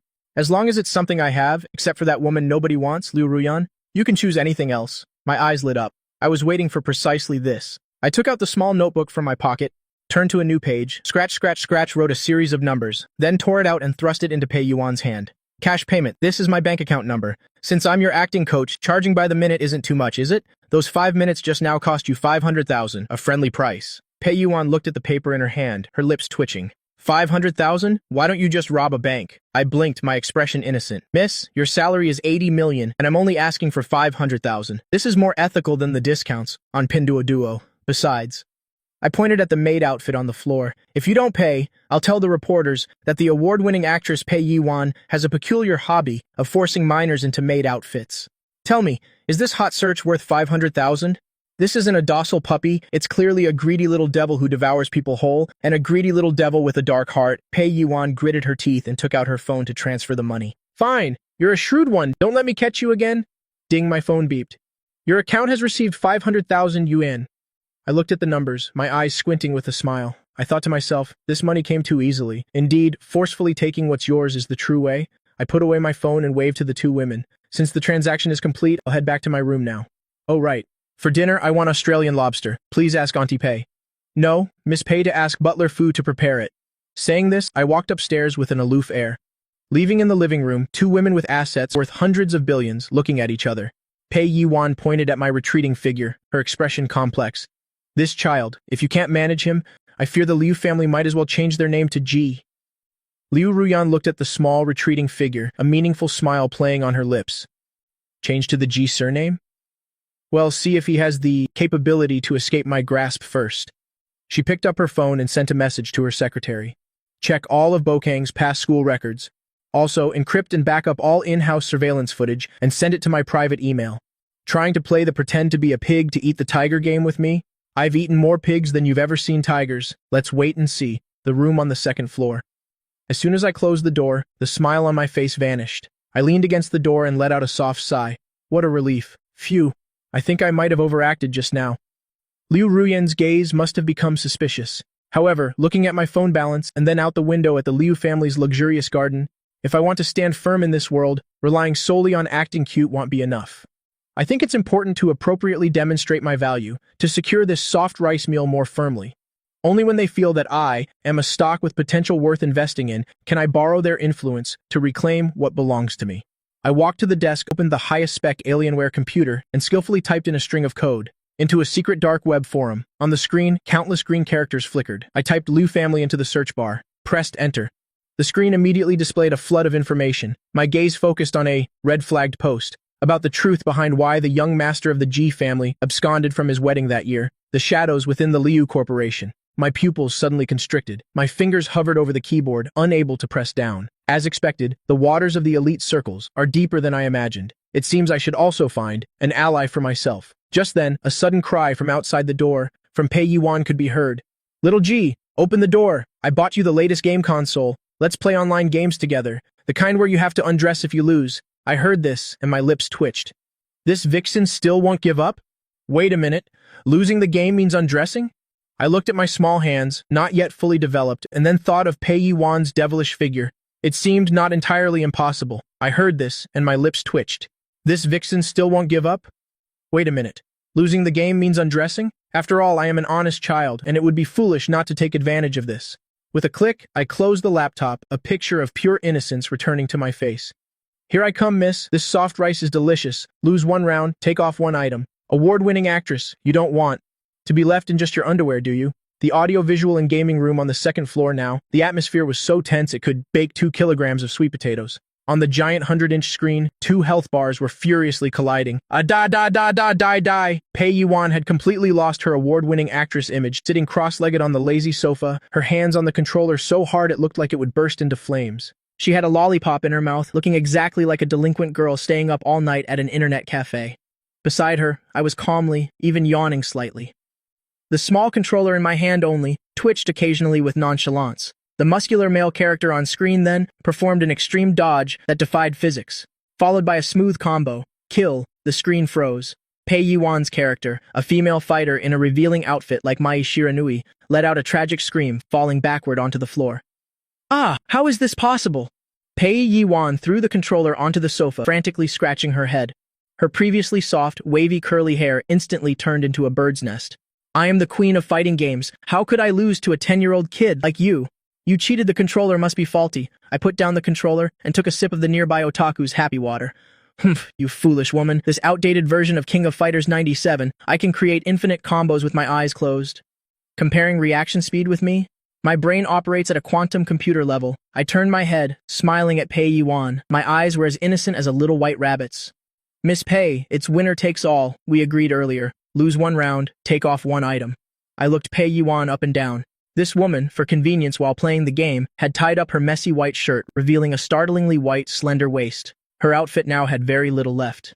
Pei Yiwan's face stiffened. She looked down at herself. If she took off any more, there would only be her, black lace lingerie underneath. Although she was used to being uninhibited at home, in front of Liu Ruyan, she still felt a bit embarrassed. Liu Ruyan was sitting on the single sofa beside them, holding a freshly brewed cup of artisan coffee. Watching the scene unfold with the amusement of someone watching a play, her gaze seemed to say, "Please begin your performance." Heh, Pei Yiwan rolled her eyes and immediately resorted to a ploy. This game doesn't count, it's too old. It can't prove my true skill. Let's change the game. I raised an eyebrow. Are you trying to welch on the deal? Who's welching? Do I look like that kind of person? Pei Yuan puffed out her chest, arguing forcefully. I am an actress. Let's compete in our professional field. Didn't you just talk a lot about acting? You were pointing at my script. All right, let's have an acting competition. Pei Yuan got up from the carpet, her bare feet stepping on the floor, and picked up the script that had been thrown aside.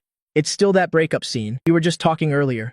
Now let's have a real showdown. I'll play the female lead, you play the male lead. If you can match my acting, let alone taking off one item, I'll let you manage all my personal funds from now on. Pei Yuan was calculating rapidly in her mind. Hey, you brat. Your analysis of the lines earlier had some substance, but theory and practice are vastly different. Acting is all about emotional explosion. Upon hearing this, I slowly stood up, casually brushing dust off my pants. An acting competition? You brought this upon yourself. I originally only wanted to win a couple of items from you for fun, but if you want to give me money, then don't blame me for unleashing a less destructive attack. Fine. I took the script without even glancing at it and casually tossed it aside. No need to read the lines. I've memorized them all. This act was absolutely perfect. Pei Yuan was speechless and rolled her eyes. Fine, when you can't cry, don't call me mom. Liu Ruyan adjusted herself into a more comfortable position, taking a sip of her coffee. A flicker of amusement crossed her cold eyes. What other surprises could this kid possibly bring her? Action Pei Yuan immediately got into character. I have to say, although this woman is a rogue in her daily life, her professional skills are truly T1. In just a second, the laziness in her completely vanished, replaced by a despair, broken yet still trying to hold on to its pride. She stared at me, her eye sockets suddenly turning red, tears welling up in the corners of her eyes, but they stubbornly refused to fall. Why? This questioning inquiry trembled, carrying endless grievance and disbelief. The atmosphere in the room immediately became extremely suffocating. This is the pressure of a movie queen. A normal new actor facing a scene partner of this level would have long been scared into forgetting their lines or trembling. But I made my move. Peak comprehension ability has been loaded. Character template. A cold-blooded, silent, and passionate assassin, carrying a blood feud, but forced to push away the one he loves. I said nothing, just put my hands in my pockets, my body leaning slightly forward. My small, previously straight body suddenly exuded a world-weary exhaustion. I looked up, those eyes. Liu Ruyan's hand holding her coffee suddenly trembled. Those were not at all the eyes of a 10-year-old child. There was no light in them, only a bottomless blackness, like a dry well, that had buried all love and hope. I just stared at Pei Yuan like that, the corner of my mouth twitching slightly, as if I wanted to say something but then swallowed it back. In the end, it turned into a cold smile, uglier than tears. There aren't that many whys. The voice was very light, yet it was like a dull, rusty knife, slowly sawing at one's heart.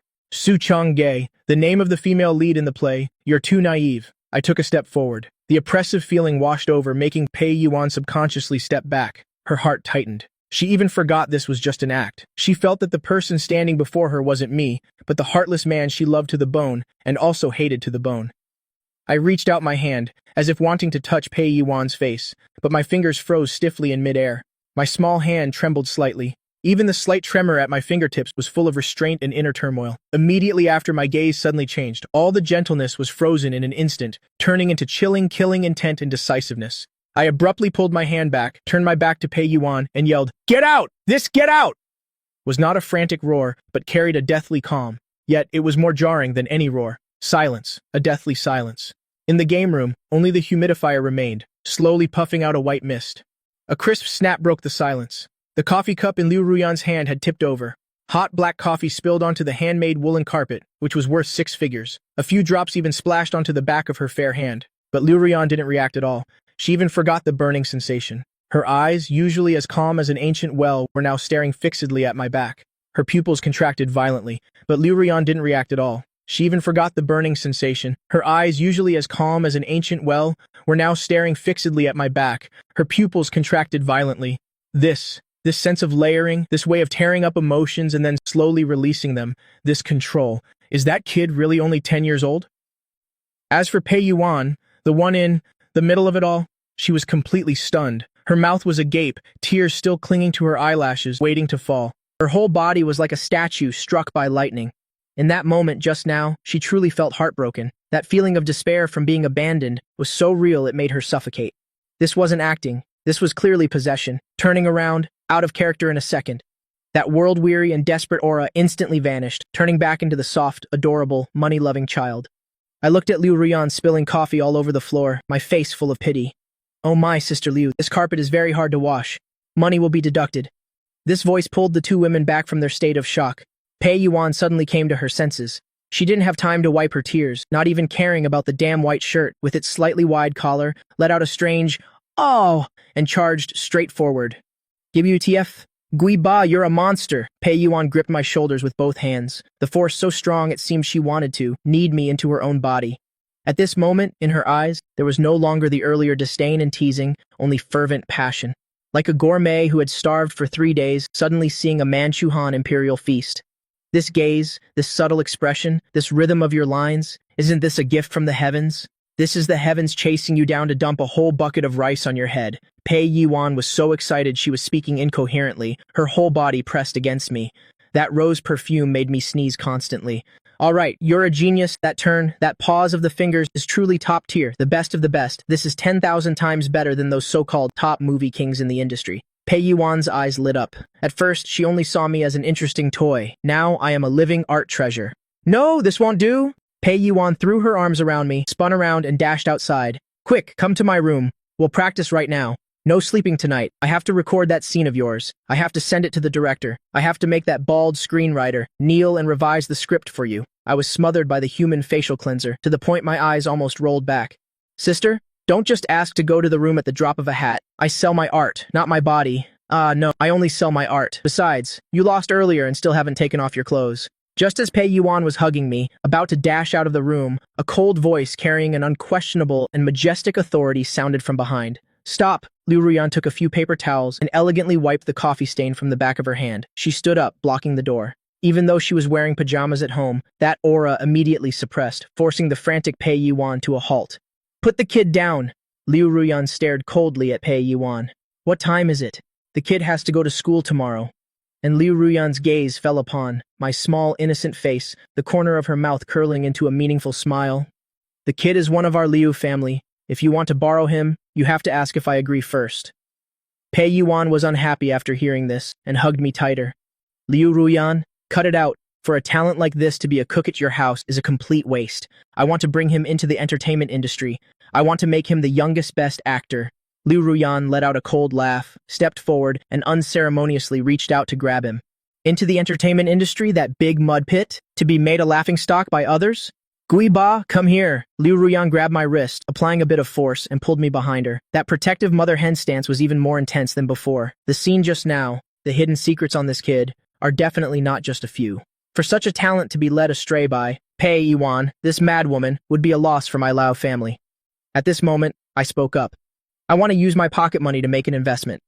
The money isn't much, just enough to replace the screenwriter who wants to write, that sweet and naive female lead. Liu Ruyan's hand, cutting a steak, paused. Pei Yuan's eyes widened like saucers.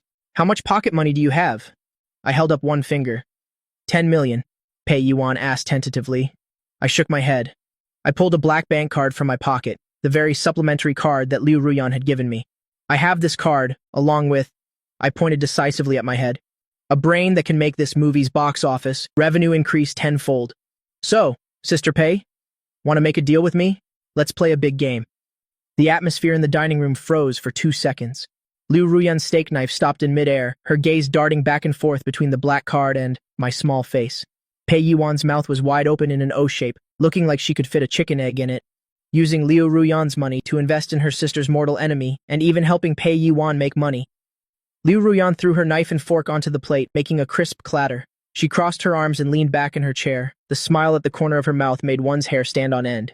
Gui Ba, this talent of yours for catching bandits empty-handed, were you born with it? I blinked my big, round eyes, fully utilizing that innocent expression. Sister Liu, this is called resource integration. Your money just sits idle in the bank. It's better to invest it. Besides, think about it. If Sister Pei makes money, won't she no longer need to ask you for pocket money? This is called expanding income sources, saving expenses. It's a win-win. I'm truly a business genius, using magic to defeat magic, using the capitalist's money to make the capitalist's money. In the end, the real money still flows into my pocket. Liu Ruyan snorted coldly. Fine. However, she extended her long, slender finger and lightly tapped twice on the table. I want 70% of the profits. Consider this 10 million alone from me. Interest will be calculated at the bank's highest rate. Pei Yuan wouldn't have it after hearing that, and slammed the table, jumping up. Liu Ruyan, you cheapskate. Do you have any humanity left? You'd even scam a 10-year-old's money? 70%? Why don't you just go rob a bank? So what if I rob one? Is there a problem? Liu Ruyan raised an eyebrow. If you don't like it, fine, give me back the card. Pei Yuan was immediately silenced. She could only turn and hug me, wailing. Look at this evil woman. When we make money in the future, we won't give her a single cent for her retirement. I calmly tucked the black card into Pei Yuan's hand. Deal. 70%. Heh. When the movie becomes a hit, I'll transfer this money into my overseas account and then just say it was a loss. After all, I'm still a child. What can you do to me? Could you use my pile of dolls to repay my debt to you? Just as everyone was outwardly happy, but in reality were secretly scheming, with a click, the electronic lock of the villa gate sounded, and immediately after, a very peculiar scent wafted in from the entrance hall. Not the smell of perfume, not the smell of food, but the pungent, nose-assaulting smell of disinfectant mixed with an indescribable cold medicinal scent. Pei Yuan, who was struggling with an Australian lobster claw, smelled this scent, and her expression immediately changed. This feeling made my heart suddenly tighten. I thought to myself, oh no! I saw Pei Yuan suddenly throw down the lobster, grab a napkin and wipe her mouth frantically, trembling and muttering, the female devil is back, I immediately wondered. Female devil? In this house, besides Liu Ruyan, who else could scare Pei Yuan? This madwoman into such a cowardly state? I immediately wondered. At this moment, a woman appeared at the door wearing a white lab coat and carrying a medical box in her hand. Looks like everyone's here? I heard the woman speak. Since everyone is having dinner, that's great, saves me the trouble of looking for each of you. As soon as she finished speaking, she placed the box on the dining table. Hearing a click, the sound wasn't loud, but it made my eyelids twitch non-stop. My intuition was blaring alarms. Ah, second sister, you're back? Pei Yuan forced a smile, her body subconsciously shrinking behind me. Finished work so early today? No need to work overtime at the lab? That second sister pushed up her glasses, staring at Pei Yuan with a radiant smile. Originally, I did need to work overtime, but I heard there's an interesting little guest at home, so I came back early. As soon as she finished speaking, her gaze swept past Pei Yuan and locked precisely onto me. In that gaze, there was no kindness, nor was there malice, only the excitement of a scientist. So this is the young master of the Gui family? Anki said, while putting on medical rubber gloves. I heard your physique isn't bad. You were even able to play games with Yuan just now. Anki walked straight up to me and slowly bent down. Little brother, this is our first time meeting. I'm Anki, a doctor. You can call me Sister Anne or Dr. Anne. I swallowed nervously. I decided to use my undefeated cute act to get by. I immediately lifted my small face, revealing 2 small canine teeth, my voice sickeningly sweet. Hello, sister, and you're so beautiful. Have you eaten, Sister Anne? This lobster is delicious. Should I peel one for you? This sugar-coated bullet of mine, which had always been unfailingly effective against Pei Yuan, was unfortunately completely ineffective against Anki. The gentle smile on Anki's face didn't change at all. She used a finger to lift my chin, turning my head left and right. Bone structure is well developed. Pupils react quickly. Skin has a high luster. Truly an excellent material. I screamed internally. Sister, do you have any humanity left? I'm a living person. Your gaze isn't that of someone looking at a person. It's clearly looking at a prime cut of pork belly, and Key let go, turned and opened the silver case. I saw that inside was a dense array of test tubes and syringes of all colors, and even a few cold, sharp scalpels. Since you've come to our home, we're family now. As your sister, I don't have a proper welcome gift. Anki took out a blue syringe from the box, flicked the syringe lightly, and squeezed out a drop of clear liquid. This is the latest product I've researched, a health-enhancing brain tonic, version 8. Although some insignificant side effects appeared in the white mice, like hair loss, excitement, or temporary amnesia, you look much stronger than a white mouse. Come on, be good and roll up your sleeve. Just one shot, and I guarantee you'll be absolutely brilliant in the future. I stared at the needle as thick as my little finger, my whole body pressed against the back of the chair, both hands clutching my arms tightly. I thought to myself, do you want me to be absolutely bald? I strained my neck and shouted, no! I decisively chose to concede. I'm very healthy, I don't need a shot. I'm also exceptionally smart, really. Sister Liu, save me. I slid down on my knees, scrambled right under the table, and hugged Liu Ruyan's thigh tightly. Liu Ruyan looked down at me, hugging her thigh, and the corner of her mouth imperceptibly curled into a curve. So this kid gets scared too. Where did that arrogant, bossy attitude from just now go? Anki, put your junk away. Liu Ruyan picked up her napkin to wipe her mouth, her voice calm but full of unquestionable authority. The kid is here to pay off a debt, not to be your lab rat. If you break him or even make him stupid, who will be responsible for this debt? Anki sighed regretfully. She put away the syringe, but her eyes still lingered on me. What a pity. Such a perfect specimen, if I could just slice. Take a little blood for testing. Who knows, it might be able to solve some of the world's major medical problems. Hiding under the table, I broke out in a cold sweat, listening to her. Slice? I'm 100% sure She just said slice. I can't stay in this hellhole anymore. It's too dangerous. One wants me to wear a maid outfit. One wants to slice me up for research, and another just wants to squeeze out my remaining value. I've decided. I'm running away from home. Right now, immediately, this instant, and Key took off her gloves, gracefully sat down at the dining table, instantly returning to her gentle, intellectual appearance. It was as if the person holding that perverted syringe just now wasn't her. She poured herself a full glass of red wine and gently swirled the glass. Since eldest sister has spoken, so be it. However, and Key took a sip of wine, her gloomy gaze shooting straight at me, under the table. Little Guai, I see your face is a little flushed, and you have faint dark circles under your eyes. These are classic symptoms of insufficient kidney Key. You must learn to take care of yourself at a young age. Remember to visit my room tonight. You'll give you a comprehensive health check. I promise no needles, just a simple bone feeling. This technique of mine is a family heirloom, very professional, you know. Pei Yuan at the side was winking frantically at me. Don't you go, you'll lose your life if you go. Last time I just had a stiff neck and went to her, and she almost disassembled and reassembled me. I stuck half my head out from under the table, my face full of vigilance. I'm not going. My kidneys are very healthy. Their function is very powerful. Besides, men and women should keep their distance. The smile on Key's face deepened. It's fine in a doctor's eyes. There are only organs, not gender. Besides, don't you want to live more comfortably in this family? Offend eldest sister, and you'll lose your fortune. Offend third sister, and don't even think about acting. What if you offend me? And Key stuck out her tongue and lightly licked the wine stain on her lips. Her voice was low and enchanting. In the future, if you get sick, no one will treat you.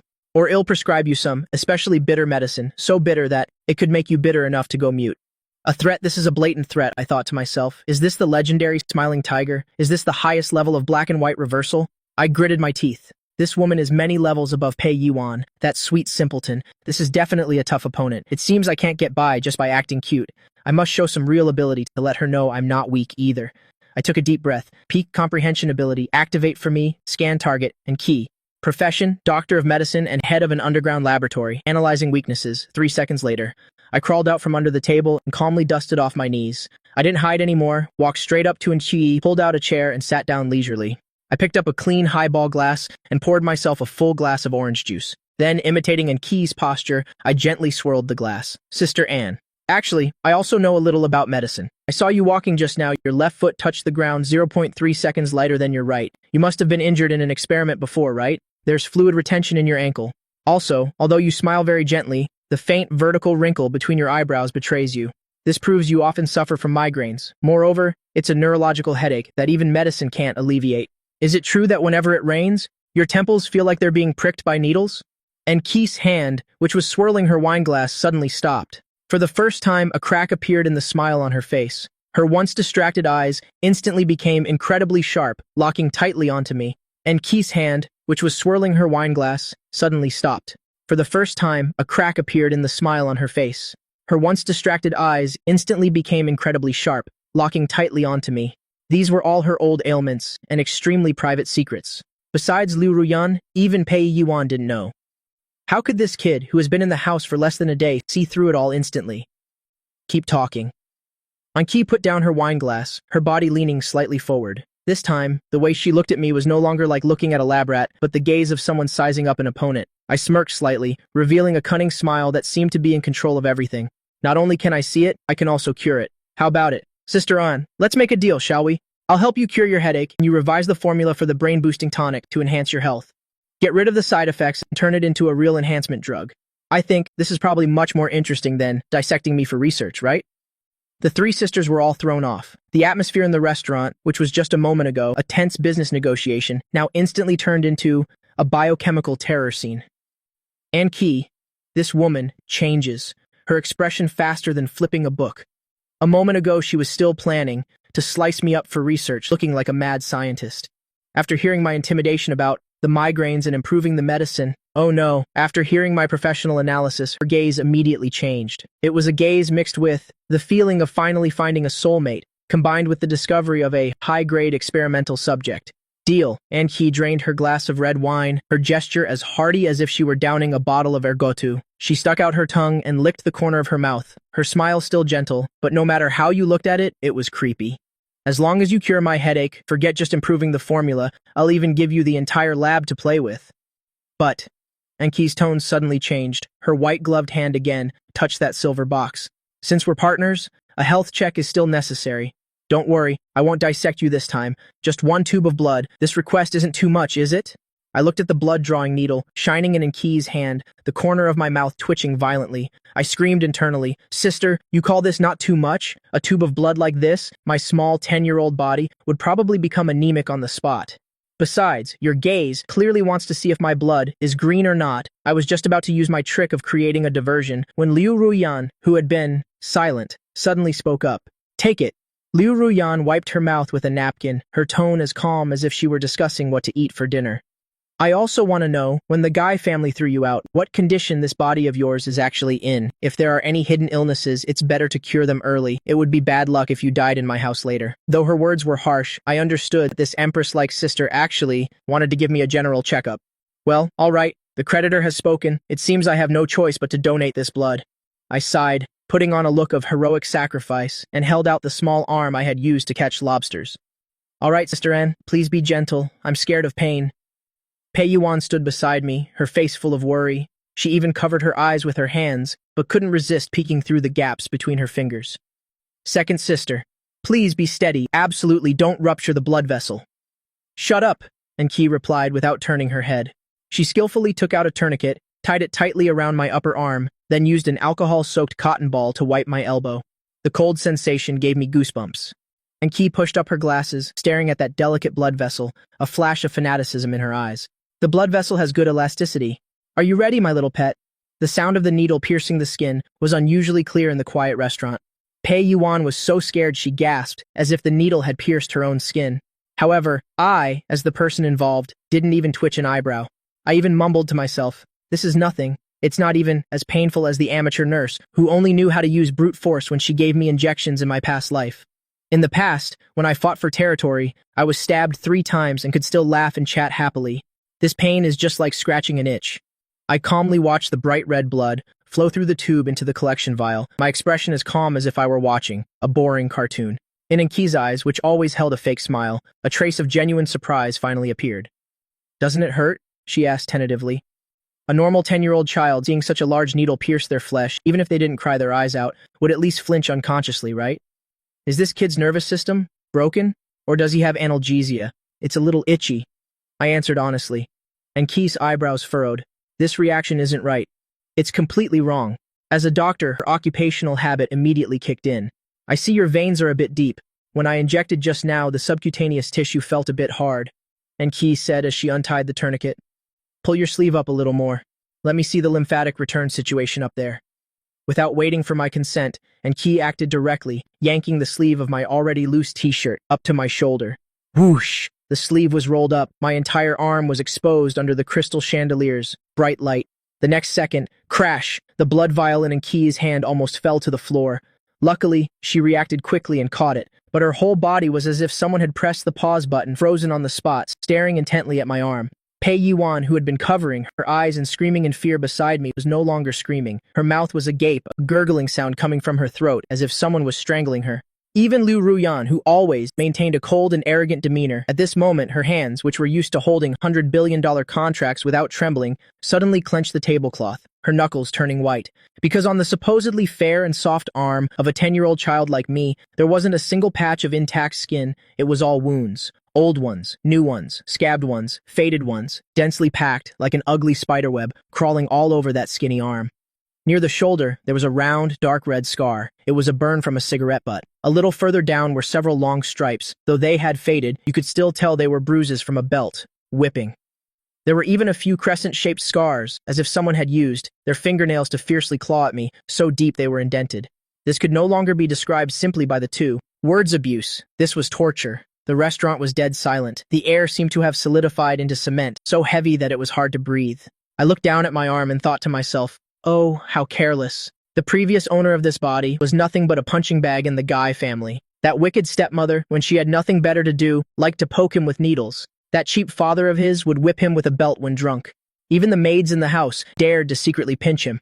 I almost forgot about this myself. My heart was completely calm. I even felt this was an excellent opportunity to play the victim. But before I could even start acting, did the Guy family do this? Pei Yuan's voice trembled, not the kind of trembling from acting, but trembling from genuine anger. Her beautiful peach blossom eyes were now full of red veins, tears streaming down. Those animals, how could they be so cruel? Is this even their own son? This is clearly an enemy! Pei Yuan rushed over, wanting to hug me, but was afraid of touching my wounds. Her hands trembled in midair, not daring to touch me at all. Darling, does it hurt? Oh, it must hurt like hell. I'll kill them. I'm going to burn down the Guy family's dilapidated mansion right now, crying. Pei Yuan took out her phone. From the looks of it, she really wanted to call people for a fight. And Qi said nothing. Her fake, gentle mask had shattered completely. In its place was a gloomy coldness that made one's hair stand on end. She reached out her finger and gently touched the scar from the cigarette butt. Her fingertip was ice cold. This is a third-degree burn. It definitely wasn't treated at the time and was even infected. This is a soft tissue contusion from being hit by a blunt object. It healed poorly. There's a keloid inside. This is... And Qi's voice grew quieter, and with every sentence she spoke, the surrounding air pressure dropped by a degree. Finally, she looked up at me. Her eyes no longer held the previous teasing and scrutiny, but only a world-destroying madness. Kid, you were wrong just now. You said you know medicine, but some illnesses, medicine can't cure, you have to use a knife. And Qi picked up the scalpel from the table and spun it on her fingertip. The cold light glittered. Tell me, who burned you? I'll go skin him and make you a genuine leather sofa, okay? I gulped and thought, damn it, is this woman for real? Although it's very satisfying, but sister, in this lawful society, can you not, at the drop of a hat, threaten to skin people? It's okay, Sister Anne. I pulled my sleeve down, covering those wounds.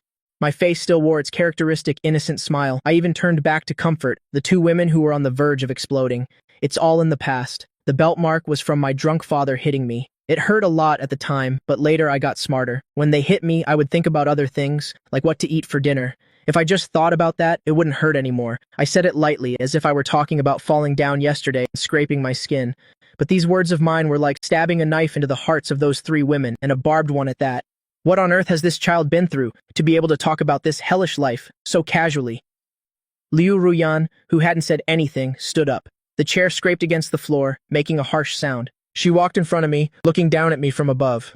I thought this empress-like sister would offer some grand opinion, or perhaps complain that the scars all over me were too ugly.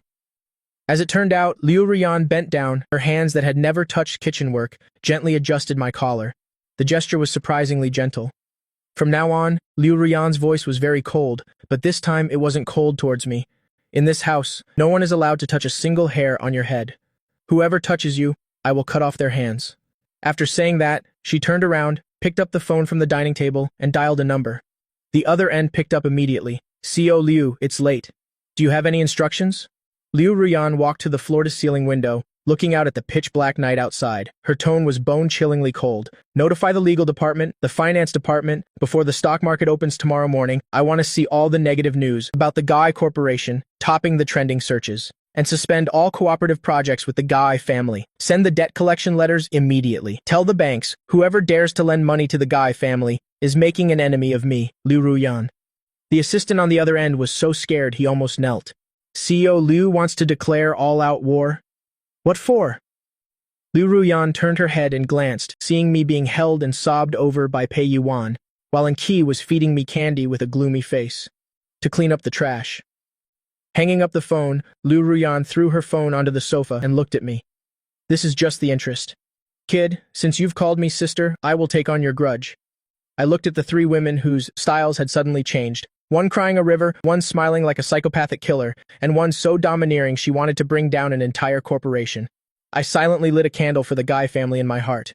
You fools of the Guy family, you probably don't know that you threw away a max-level account like trash is one thing. The important thing is you also threw in the 3 strongest power levelers on the server. This high-level game, how are you going to win? Just then, from my old, tattered school bag tossed in the corner, a buzzing vibration suddenly sounded.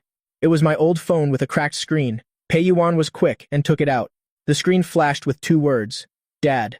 When Pei Yuan saw these 2 words, the fire of rage in her eyes immediately flared up 30 feet high. Excellent. I was just worried I couldn't find a punching bag. This old bastard served himself up on a platter. Pei Yuan let out a cold laugh and directly pressed the speakerphone button. From the other end of the line came the angry roar of a middle-aged man.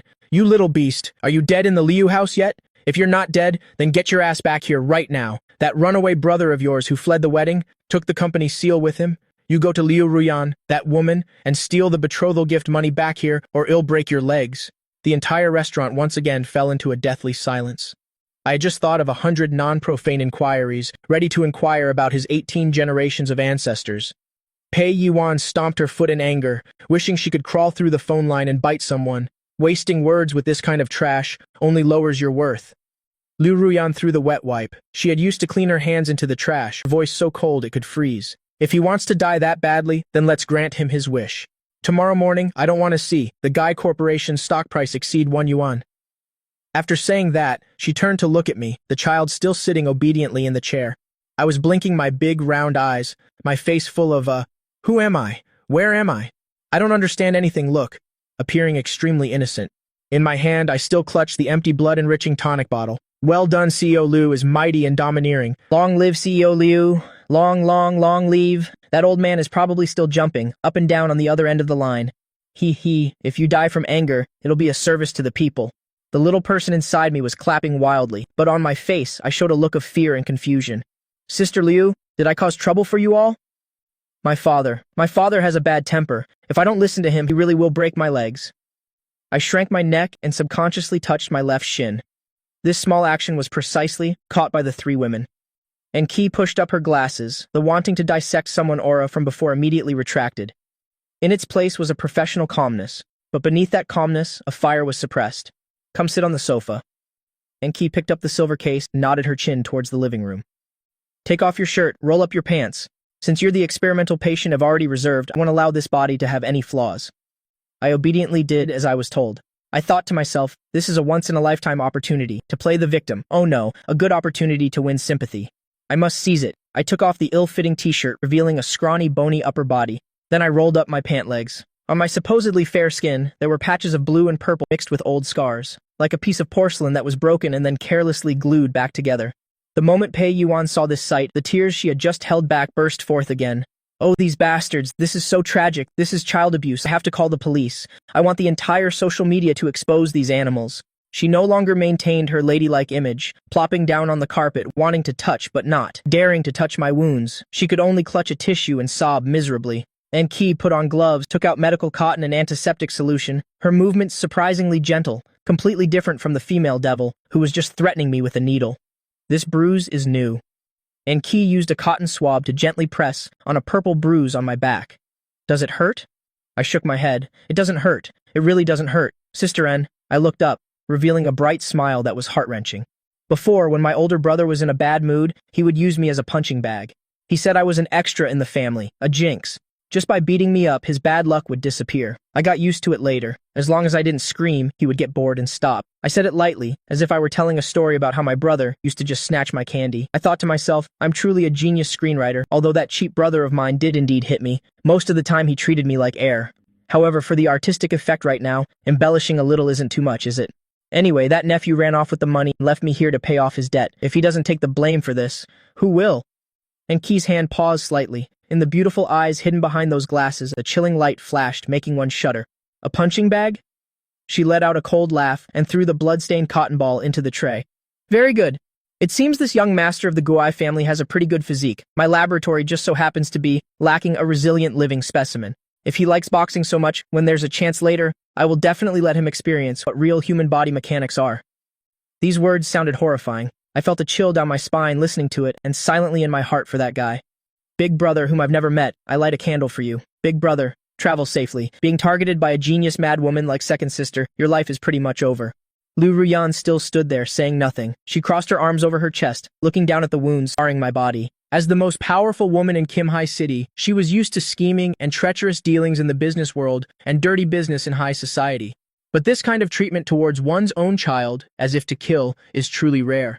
Furthermore, I am now, in name, her man. Even a dog knows to look at its owner before biting. The Ji family is slapping her in the face. Liu Ruyan suddenly spoke up, her voice not loud, carrying an undeniable aura of power. From today onwards, forget about that so-called home of yours. Once you step through this door, as long as you don't seek your own demise, Liu family will protect you for life. As for what the Ji family owes you, Liu Ruyan's lips curled into a cruel smile. I will make them repay it 100-fold, 1,000-fold. My heart bloomed.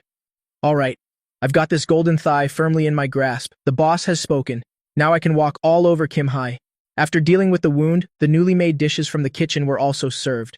Knowing what I had endured, the look of wanting to tear me apart, or dissect me for research that the three sisters had earlier disappeared. Instead, there was an almost frantic desire to feed me. Baby, eat this abalone to nourish your body. Pei Yuan directly scooped a piece of abalone as big as a fist and put it into my bowl. This Wagyu beef is not bad either. It melts in your mouth. Eat more to get plump. And this caviar, though a bit fishy, it's very expensive, so you must finish it. I looked at the mountain-high bowl of rice in front of me, my mouth twitching. Sisters, isn't this too much? I came here to repay a debt, not to be fattened like a pig. If I keep eating like this, it'll turn into that detestable 200-pound fatty. Will you still love me then? Enki didn't add much meat or fish to my bowl. She took out a delicate porcelain jar and poured out a jet-black pill. Eat this. This is my specially made Guben Pei Yuan Dan. Although the taste is a bit strange, it's very good for a weakened body, as serious as yours. Enki smiled as she looked at me, a teasing glint in her eyes. It's especially good for the kidneys. I see signs of kidney deficiency in you, even at your young age. This won't do. She leaned close to my ear, her breath as gentle as orchids, her voice so low that only we could hear. When you grow up, we will be counting on your help. If you're already crippled now, it would be such a pity. Pfft, I almost spat out the piece of abalone in my mouth. Sister 2, what are you saying? I'm only 10 years old. 10, I thought to myself. She's driving, right? She must be driving. I felt like those wheels had run over my face. My face flushed red, and I quickly swallowed the pill. Damn, it's so bitter. It was so bitter that my face contorted. I thought to myself, so bitter. And Kia's smile grew brighter, and she reached out to pat my head. Bitter medicine cures illness. Be good. Taking medicine will make your body strong. This way, no matter what we do later, cough, no matter how we examine you, you'll be able to endure it. This meal, I ate it with both suffering and joy. On one hand, I enjoyed the service of 3 stunning beauties. On the other, I had to endure the teasing and malicious nurturing from them. After dinner, a short family meeting was held in the living room. There was only one topic, the matter of ownership of this child. I think he should sleep with me. Pei Yuan was the first to raise her hand, her reasoning forceful. I'm still missing a cuddle pillow. Besides, I can take him to play games, take him to the movies, and teach him how to navigate this world. Most importantly, I'm gentle, unlike some people who want to grab a knife at the slightest provocation. And Qi, who was cleaning her scalpel, heard this and looked up, giving Pei Yuan a half smile. Gentle? Who was it last time who smashed their controller because they lost a game and almost dismantled the entire TV? This kind of violence will terrify children. And Qi turned to look at me, her gaze so tender it could bring tears. How about staying with me? I'm a doctor so I can monitor your health at any time. Besides, I have many interesting things at my place. Little G will surely like it. I shook my head vigorously. No, absolutely not, I thought. Not even the ice-cold CEO would do. Liu Ruyan looked down at the small hand, clutching her clothes, silent for 3 seconds. The rug is not an option. That's where my Persian cat sleeps. My vision darkened. Just as I was about to let go and go take a bath, Liu Ruyan stood up and walked towards the stairs. After 2 steps, she stopped and tilted her head slightly. Wash up properly. I have an obsession with cleanliness on my bed. You'll sleep in my room tonight. The entire room fell silent. Pei Yuan's jaw dropped. And Qi, who was wiping her scalpel, stopped. Good heaven, I thought. I just wanted to crash on the sofa or lay a mat on the floor. And yet she's directly putting me in her bed. I thought, boss, what move are you making that's completely off script? Pei Yuan was the first to react, letting out a piercing scream. Liu Ruyan, you beast! He's only 10 years old. Can't you spare even a 10-year-old child? I'll fight you to the death. Liu Ruyan stood on the stairs, looking down at the bristling Pei Yuan, a faint, mocking smile on her lips. What? Do you have a problem with that? Liu Ruyan stood on the stairs, looking down at the bristling Pei Yuan, a faint, mocking smile on her lips. After speaking, Liu Ruyan looked at me, who was still stunned. Why aren't you following? Do you want me to carry you? I shivered and scurried after her, repeatedly saying, coming, coming. As I passed Pei Yuan, I didn't forget to give her a sympathetic glance. Sister Pei, I'm truly sorry. Although I would love for you to be my cuddle pillow, that's the Empress bed, Liu Ruyan's. That was the pinnacle of power, a symbol of wealth, just by sleeping on this bed in this house. From now on, I would be second only to one person. Above thousands, I walked in slippers, shuffling close behind Liu Ruyan. Suddenly I felt that this soft meal didn't seem so hard to swallow after all. In fact, it was quite delicious. Early in the morning, I was awakened by a strong scent. Not the smell of food, but the smell of money. I groggily opened my eyes, only to find myself sprawled on the bed in a starfish position. The space beside me had long been empty. A faint, cool scent still lingered in the blanket. Sigh, another day of being forced to work. Last night, although I successfully sneaked into the boss bed, I paid a heavy price. This woman slept so soundly she didn't move all night, which made me afraid to move recklessly. I rubbed my sleepy eyes and sat up in bed. After my morning routine, I went downstairs. In the dining room, the 3 sisters were already seated, their postures dignified. When Pei Yuan saw me come downstairs, she immediately let out a meaningful scoff. Oh, our little young master is finally awake. Did you sleep well last night? Was CEO Lias' bed soft and fragrant? Unlike me, who can only sleep alone with difficulty, hugging a doll and crying pitifully, I immediately switched to actor mode and toddled over with my short legs, hugging Pei Yuan's thigh tightly. I rubbed against it vigorously. Good morning, Sister Pei. Last night, I missed you so much that I couldn't sleep. My dreams were full of you, buying me candy. Pei Yuan immediately softened, pinching my little face. At least you have some conscience. I'll take you shopping for Lego this afternoon. Cough. A light cough immediately interrupted this tender, sisterly affection. Liu Ruyan put down her tablet and tapped lightly with her knuckles on the marble tabletop. Let's eat. After eating, there's something important. My heart skipped a beat. Something important? What could it be? Are they going to lead me to divide the family fortune? Or have those people from the G family beg for mercy at the door? 10 minutes later, I looked at the man, middle-aged man, with a receding Mediterranean hairline and a stern expression on the living room sofa, feeling completely numb. This is Professor Wang. Liu Ruyan elegantly crossed her legs and slowly sipped her coffee. The top golden private tutor in Kim High City. Once you enter the Liu household, you absolutely cannot be illiterate. From today on, you will have academic tutoring every morning and physical training in the afternoon. The milk in my mouth nearly spurted out on the spot. Sister Liu, I tried to struggle one last time. Weakly, I raised my small hand and asked, I think I might be able to study on my own. My objection was invalid. Liu Ruyan was too lazy to even lift an eyelid. Professor Wang, you may begin. First, test his level so I can see what level this child is at. Professor Wang took from his briefcase a thick stack of exam papers. His demeanor was not like a teacher's, but more like someone coming to seal assets. You are young Master Boking, aren't you? I heard you never received formal education at the G family. That's fine. I'm not afraid of slow students, as long as they are willing to learn. Now do this test first. This is the entrance exam I specially designed for the Kim High Aristocratic Primary School. It includes 3 main subjects: language, math, and foreign language. You have 1 hour. I looked at the densely printed exam paper before me, speechless. Isn't this an insult to my IQ? This kind of question, Da Huang, the dog who guards the door, could figure out. But I can't appear too intelligent. If I get a perfect score immediately, finishing this paper in seconds, these 3 sharp-as-monkey sisters would surely become suspicious. I might even be taken by Enki for brain dissection research. I must act, and act well. I must act as if I have a poor foundation, but unusual thinking and innate talent. I need to make Liu Ruyan feel that her money is well spent, without letting them see me as a monster. Professor Wang was initially leisurely drinking tea beside me, a hint of indifference in his eyes. He had seen many of these neglected rich kids before. They were basically all idiots. Some even struggled with reading. However, as his gaze swept over my scratch paper, Professor Wang blinked, then blinked hard again. Then he suddenly leaned forward, his face almost touching my pen tip. This is... Professor Wang's voice began to tremble. I saw that I had written a string of scrawled characters below the simple problem 3 plus 2, which was actually a variation of using set theory and Giano axioms to prove why 1 plus 1 to 2. Variation. Pei Yuan, standing nearby, looked on in confusion, leaning in to ask softly, "What's wrong? Professor Wang, what is this child writing? Did he write it wrong? It looks like random scribbles to me." I stopped writing, biting the pen tip. With an innocent face, I looked at Professor Wang. "Teacher, this problem is too difficult." I thought, and it seems to be. 4,999,999. Did I calculate it wrong? Pfft. Liu Ruyan almost choked on her coffee. Professor Wang's reaction was even more dramatic. He directly took off his glasses and frantically wiped them with his sleeve. Then he put them back on and stared at the number 4,999,999.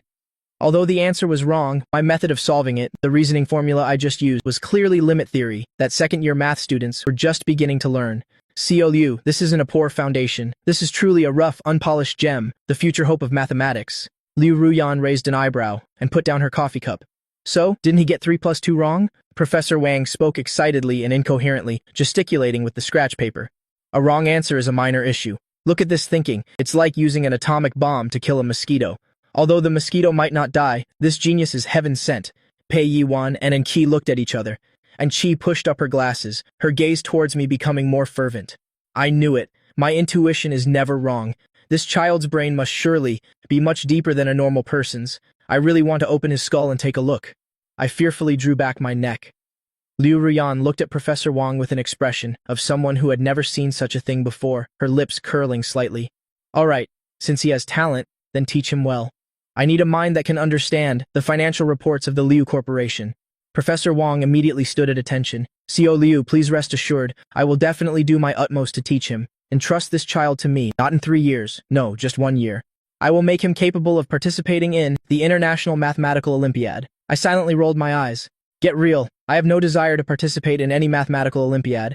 I just want to quietly live the life of a pampered young master enjoying a life of leisure every day. Wouldn't that be nice? Professor Wang, please don't arbitrarily add drama to my life. At this moment, my little revenge notebook opened another page in my mind. Professor Wang, right? Giving me so much homework? Fine. Next time I'll use the Riemann hypothesis to solve your caged chicken and rabbit problem. Let's see how you'll grade my work then. At this moment, my little revenge notebook opened another page in my mind. Professor Wang, right? Giving me so much homework? Fine. Next time I'll use the Riemann hypothesis to solve your caged chicken and rabbit problem. Let's see how you'll grade my work then. All right? Continue studying. Liu Ruyan stood up, adjusting her perfectly unwrinkled vest. I'm going to the company to deal with some trash. Kid, I'll check your homework tonight. Do well, and you'll be rewarded. And if I don't do well? Liu Ruyan didn't reply, but cast a meaningful glance at the scalpel and key was fiddling with. I immediately sat up straight and replied loudly, Don't worry, I guarantee I'll complete the task. Liu Ruyan nodded with satisfaction, her heels clicking as she elegantly departed. Only when the main door closed did Pei Yuan lean close to me and poke my forehead with her finger. Well done, kid. Still hiding your skills? Seeing how agitated that old man was earlier, I thought you were about to ascend to godhood right there. How exactly did your brain develop? I blinked my big eyes and answered with an innocent expression, I don't know either. I just felt so sorry for those apples. Why did they have to be divided and redistributed? I wanted to help them calculate a price. Pei Yuan hugged me tightly and started rubbing against me frantically. Oh, so adorable. How can there be a little brother who is both cute and intelligent? No, this won't do. You have to sleep with me tonight. I'll read you a bedtime story. Professor Wang, who was tidying up his teaching materials nearby, heard these suggestive words and quietly wiped away a bead of sweat. This high society world is truly chaotic, however, Professor Wang suddenly felt, an indescribable sense of anticipation. Teaching such a prodigious student, this old bone, might just be able to raise a Nobel laureate. It's just that Professor Wang didn't know that. At this moment, I was racking my brain to figure out how to get through this dry math lesson so that Pei Yuan would take me to play the latest VR game. I yawned, trying to open my eyes, putting on a facade of eagerness to learn. This acting performance, the Oscars still owe me an award. Just then, on the tablet where Liu Ruyan had just sat, it suddenly lit up. A new notification popped up. Pei Yuan glanced at it and exclaimed joyfully, Oh my, Sister Wan is so fast! She grabbed the tablet and tapped on the news. She laughed so hard she shook. Look, the G Corporation is under investigation for suspected serious financial report fraud. The eldest young master of the G family fled with money and is suspected to have been arrested at the airport. Ha ha ha, serves them right. That's good. We don't have to wait until tomorrow. The G family will be ruined today. Hearing these words, though I had to feign fear on my face, my heart was already blooming. Well done, Liu Ruyan works, with efficiency like a mobile cheat. These scumbags from the G family this time have truly met their match. I tugged on Pei Yuan's sleeve. Sister Pei, do I need to return the betrothal gift to my father?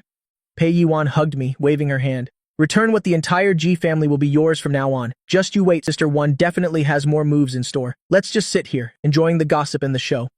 After reading the unfortunate news about the G family, the top star of the entertainment industry could barely contain her joy. She hummed an off-key tune and insisted on taking me to see my new room.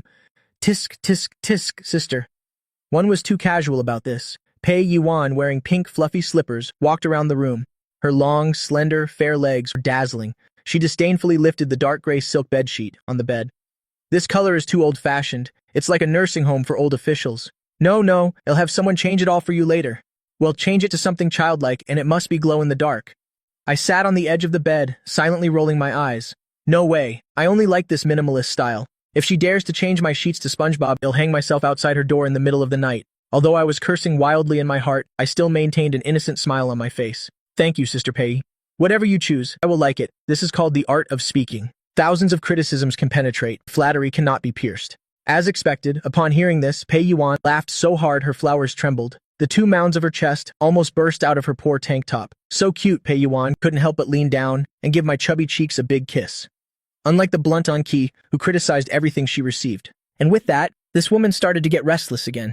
She was rummaging around the room, one moment complaining about the lack of clothes in the closet, the next complaining about the lack of snacks in the drawers.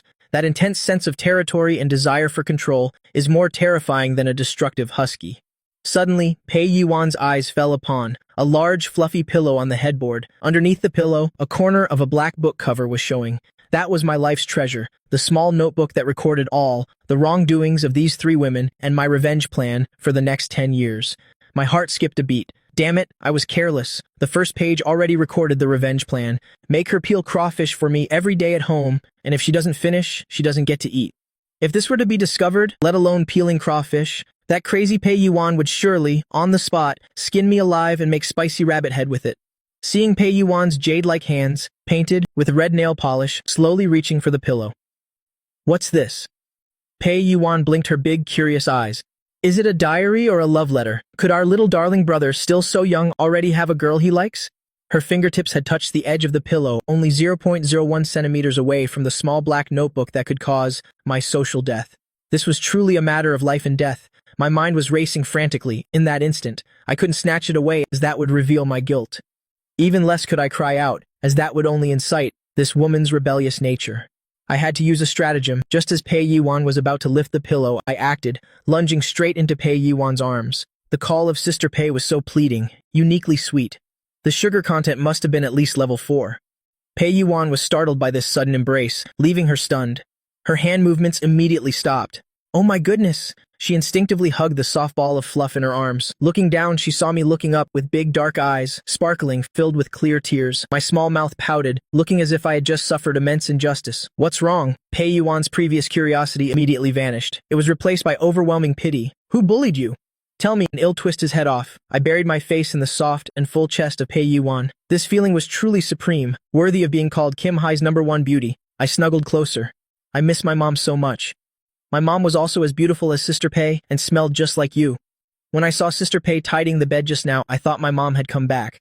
The killer move, feigning, pity combined with flattery, a 2-in-1. This move, against a woman like Pei Yuan, with her maternal instincts and extreme narcissism, was a devastating blow. Oh, my little darling. Pei Yuan scooped me up with one arm, hugging me tightly. The force was so strong it nearly suffocated me. There, don't cry, don't cry. From now on, it'll be your real mother. Humph. We don't need that heartless mother anymore. From now on, I'll love you. Whatever you want to eat, whatever you want to play, just say the word, and I'll pluck the stars from the sky for you. I buried my head in Pei Yuan's shoulder, pretending to sob while secretly glancing at the pillow. Thank goodness, it was still in place, not discovered. Phew, that was a close call. This was more thrilling than defusing a bomb. To completely divert this woman's attention, I decided to add fuel to the fire.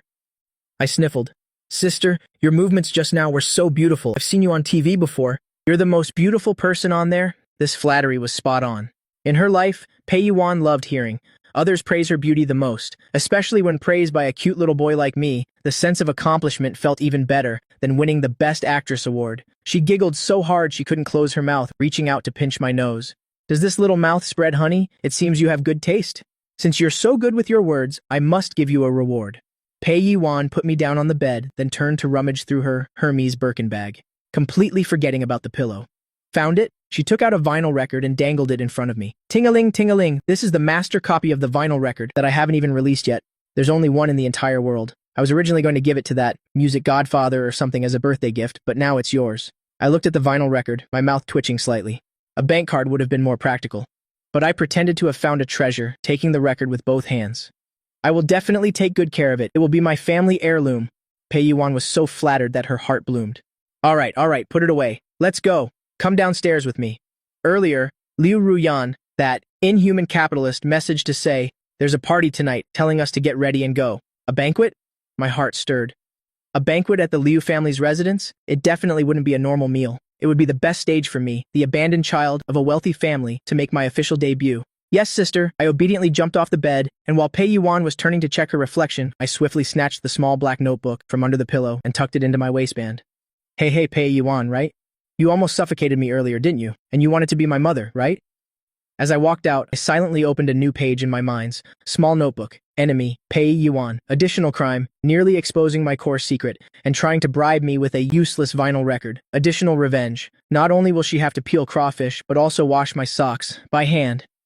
The next morning, I stood before the large mirror, looking at the child wearing a red and black checkered British-style uniform in the mirror, lost in deep thought. This darn capitalism, this isn't a uniform, it's clearly money on the move. What are you spacing out for? Do you want me to carry you to the car too? A cold voice echoed from the doorway. Liu Ruyan was wearing today a pure black business suit. Her Ice Queen aura, unapproachable, could freeze anything within a 10-meter radius. I immediately switched to a docile expression, scampering over, looking up and extending my tiny hand to grasp Liu Ruyan's fingertip. You look so beautiful today. This outfit perfectly accentuates your aura, like a celestial flower descending from the heavens. Liu Ruyan looked down at my flattering little mouth, her lips twitching imperceptibly. She didn't pull her hand away. Instead, she firmly grasped my chubby little hand. This feels nice. Stop the sweet talk. Liu Ruyan led me outside. The car is waiting outside. Remember, don't cause trouble at school, but also don't let anyone bully you. If I hear you've been crying at school, I'll send you back to that bankrupt Jai family. I immediately shook my head like a rattle drum. No, are you kidding? It's a miracle if I don't bully others. Who would dare bully me? This young master is bringing his max-level intelligence to the beginner village to wreak havoc, okay? Parked outside was a long-wheelbase Rolls-Royce Phantom. Driver Chen had respectfully opened the car door in advance. I climbed into the back seat, finding a comfortable position to curl up in the spacious area where I could practically roll around. Liu Ruyan sat opposite me, holding a freshly brewed cup of Americano, her eyes glued to the documents on her lap. She didn't even glance at me. My eyes darted around, deciding to break the oppressive silence. Sister, I heard that at St. Alistair's school, there are only extremely wealthy children. What if I can't get along with them? Liu Ruyan turned a page of her document without looking up. Then let them play with you. In Qinghai, there isn't a realm that the Liu family can't handle. Dominant. This is the confidence of a top conglomerate. I'm in love, head over heels. However, in the next second, Liu Ruyan's words suddenly took a turn. However, she finally looked up, her cold eyes locking directly onto mine. To prevent you from becoming someone who only relies on parents and siblings and becomes useless, I've already spoken with the headmaster. In your records, the Guardian section will state distant relative of the Liu Corporation. Meaning, at school, no one will know you came from the Liu mansion and no one will know I'm your sister. You're just a transfer student. I knew it. How could this woman be so kind? Shouldn't the male protagonist in a power fantasy story reveal their identity from the start and then show off their dominance? Why did she directly disable half of my cheat like this? The smile on my face froze, my mouth twitching uncontrollably. Sister, isn't this a bit too humble? What if those rich young masters look down on me and ostracize me? Liu Ruyan put down her coffee cup, leaning slightly forward. She extended her slender index finger, gently lifting my chin. If that happens, it just proves you're useless. The Liu family doesn't raise trash. If you can't even handle a bunch of toddlers who are still breastfeeding, how will you survive in the dangerous Qinghai? Remember, true strength doesn't need to rely on the 3 words Liu Ruyan to make others kneel, she said, retracting her hand. She leaned back against the seat. Outside the car window, a majestic European palace-like complex gradually appeared before my eyes. The giant gilded nameplate, St. Alistair's, glittered under the sun. Parked at the gate were all kinds of limited edition luxury cars. Compared to this place, the so-called aristocratic schools I had seen in my previous life were no different from slums. Outside the car window, a majestic European palace-like complex gradually appeared before my eyes. The giant gilded nameplate, St. Alistair's, glittered under the sun. Parked at the gate were all kinds of limited edition luxury cars. Compared to this place, the so-called aristocratic schools I had seen in my previous life were no different from slums. The Rolls-Royce slowly stopped at the school gate. The headmaster and a group of homeroom teachers had been waiting for a long time, bowing respectfully to welcome us. CEO Liu, welcome. It is truly our honor. The balding headmaster smiled so much that the wrinkles on his face gathered. The car window slowly rolled down. Liu Ruyan had no intention of getting out of the car. She just tilted her head and indifferently glanced at the headmaster. I have brought the person. Just do as I said earlier. No special treatment. Just treat them normally. The headmaster nodded repeatedly, his back bent at a 90-degree angle. Yes, CEO Liu, please rest assured, we will enforce strict discipline. That's good. Liu Ruyan turned to look at me, a barely perceptible hint of expectation in her eyes. Go on, don't embarrass me. I slung the heavy school bag over my shoulder, took a deep breath, pushed open the car door, and jumped out. Fine, a transfer student is a transfer student. If you want to play this game of disguise, then I'll play along.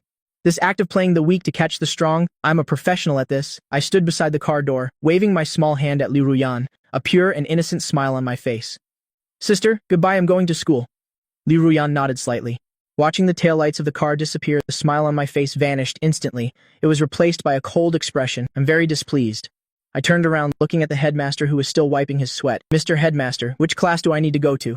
The headmaster paused for a moment, recalling CEO Lias' instructions. Distant relative, transfer student, no need for special courtesies. The smile on his face immediately faded, becoming serious and acting by the book. Oh, student G, is it? First grade, you can go in by yourself. With that, the headmaster clasped his hands behind his back, turned, and walked straight away without looking back. Not even offering to escort me. This change of attitude was faster than a Sichuan opera transformation. I pouted and slung my school bag over my shoulder. Very well, the first debt has been recorded. Mr. Headmaster, right? Just you wait. First grade. I stood at the door, not yet having entered, when I heard the clamor inside, like a marketplace. These kids, born with silver spoons, were engaged in their daily activity called socializing. But in reality, it was showing off. I glanced around from the doorway. Children, a bunch of toddlers, were already speaking in a Versailles-like manner. Look at them showing off, buying islands to catch crabs. Why don't they buy rockets to catch monkeys in space? I pushed the door open and entered. The previously noisy classroom fell silent all at once. Dozens of eyes stared intently at this unfamiliar intruder. On the podium, a young female teacher in a business dress, the hot figure, was preparing to restore order.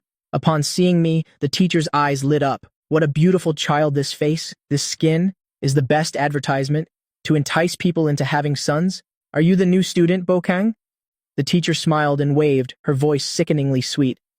Come up to the podium and introduce yourself to everyone. I obediently walked up to the podium, placing my school bag at my feet.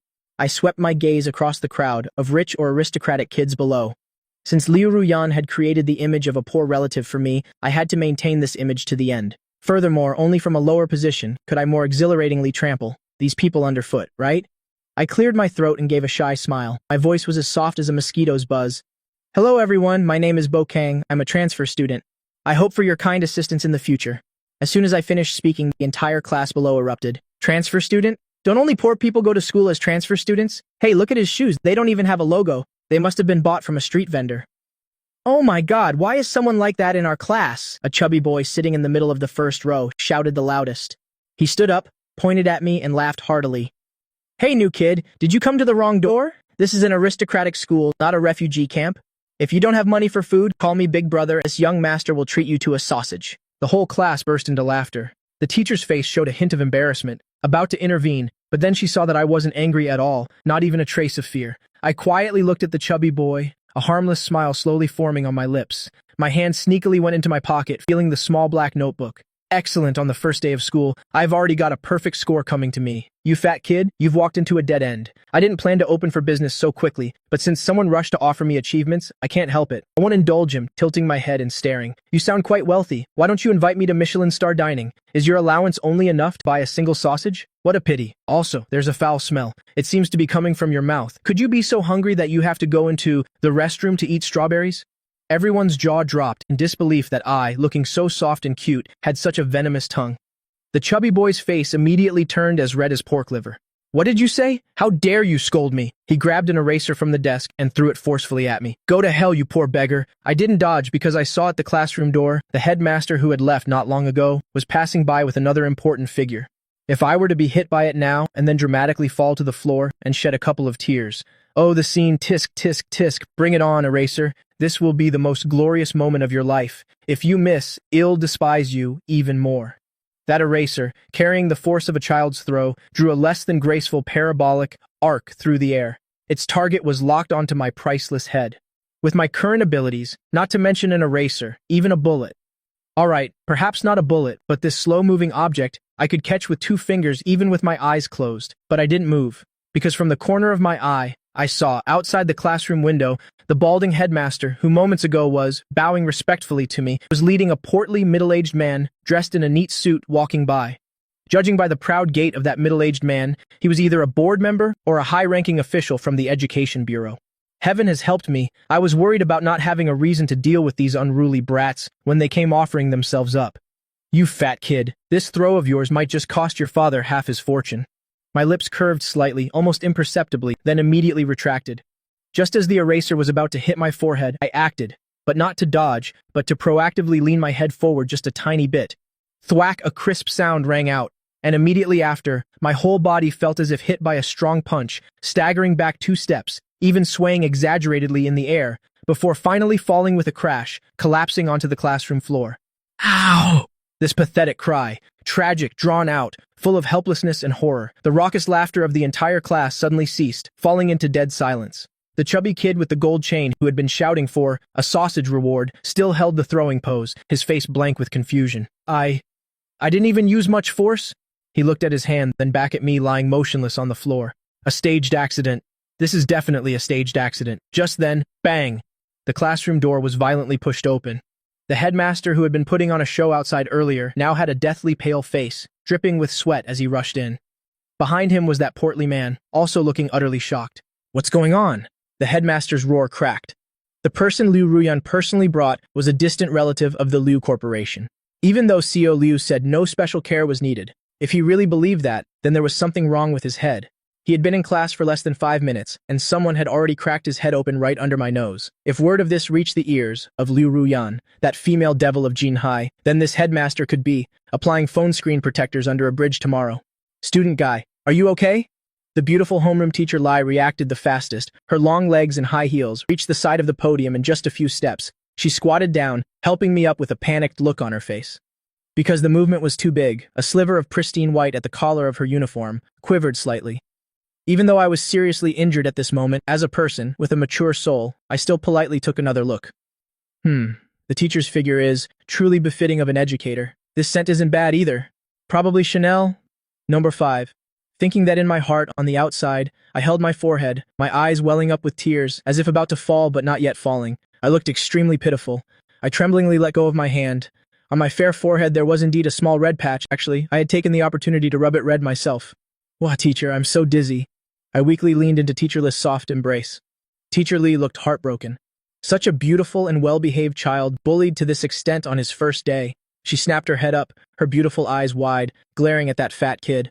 Wang Jinbao, what are you doing? This is intentionally harming a classmate.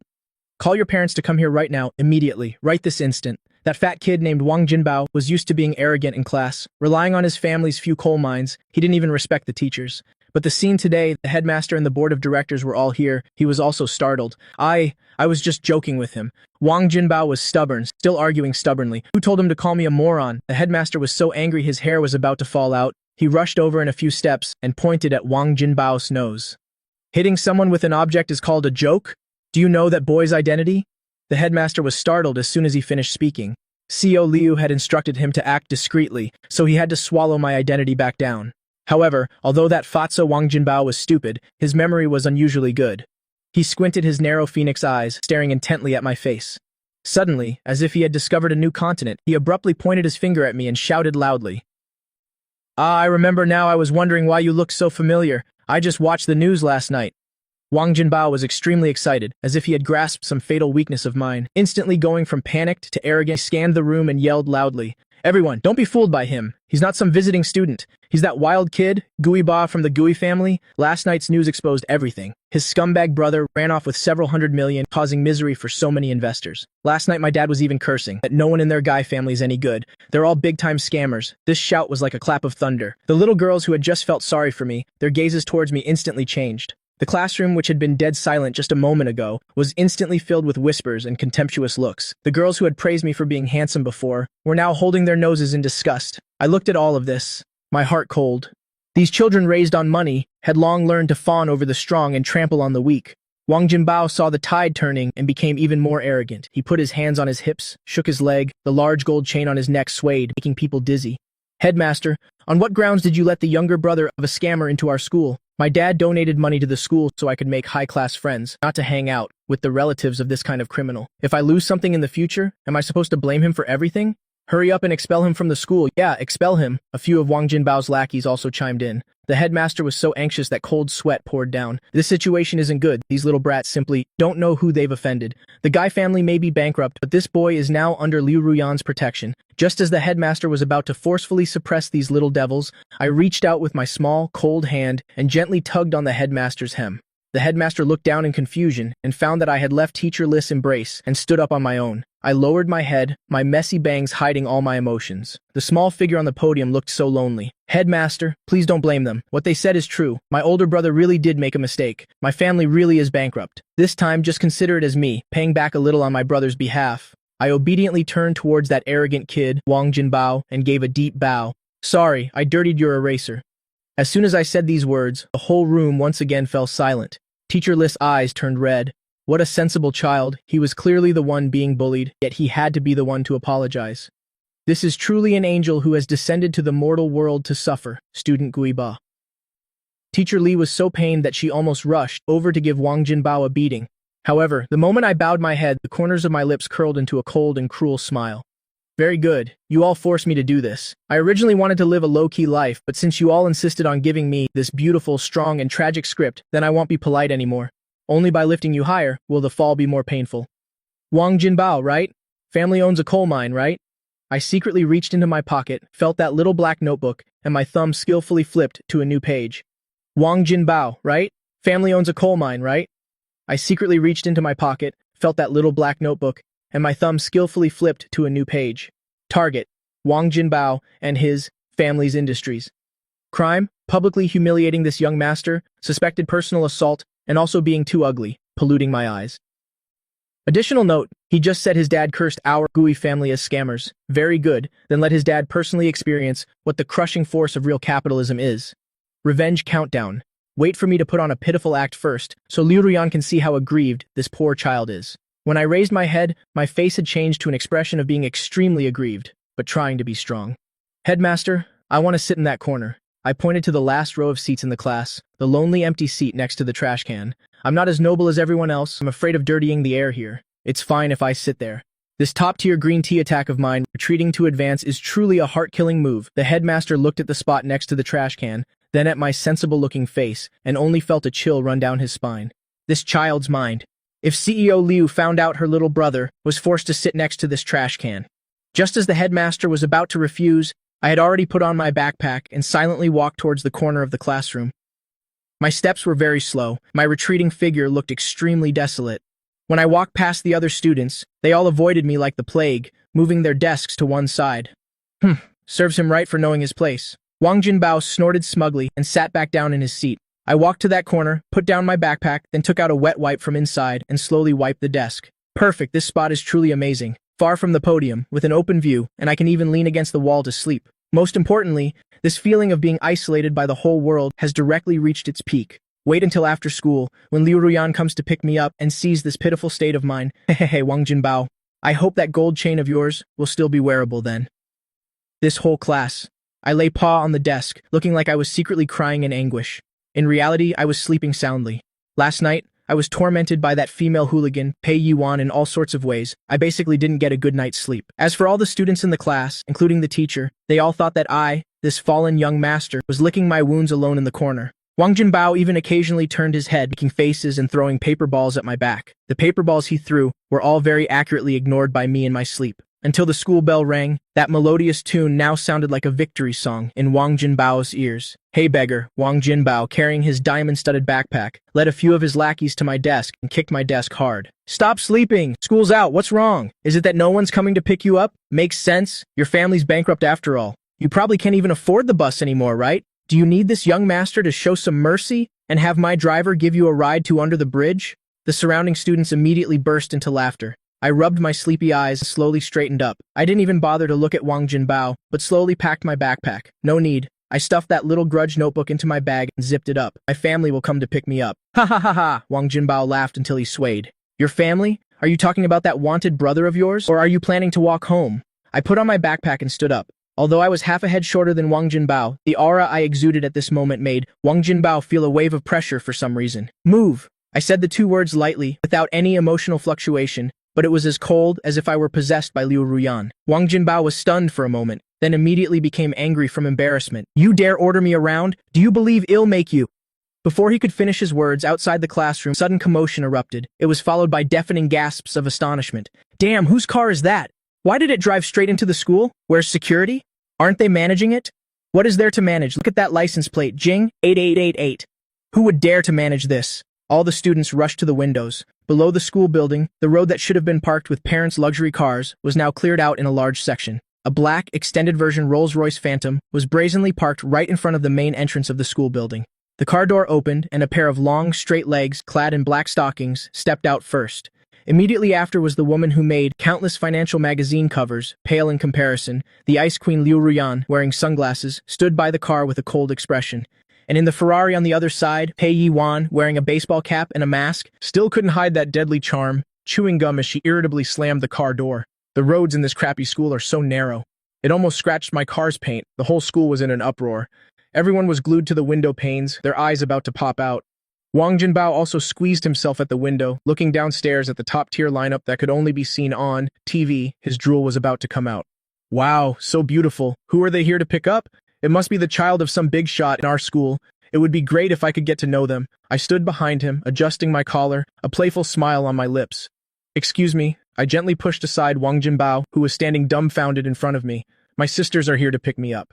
And also, student Wang. I turned my head to look at the fat kid who was still in a daze. Remember to tell your dad to eat lots of good food. After all, he might not be able to afford it later.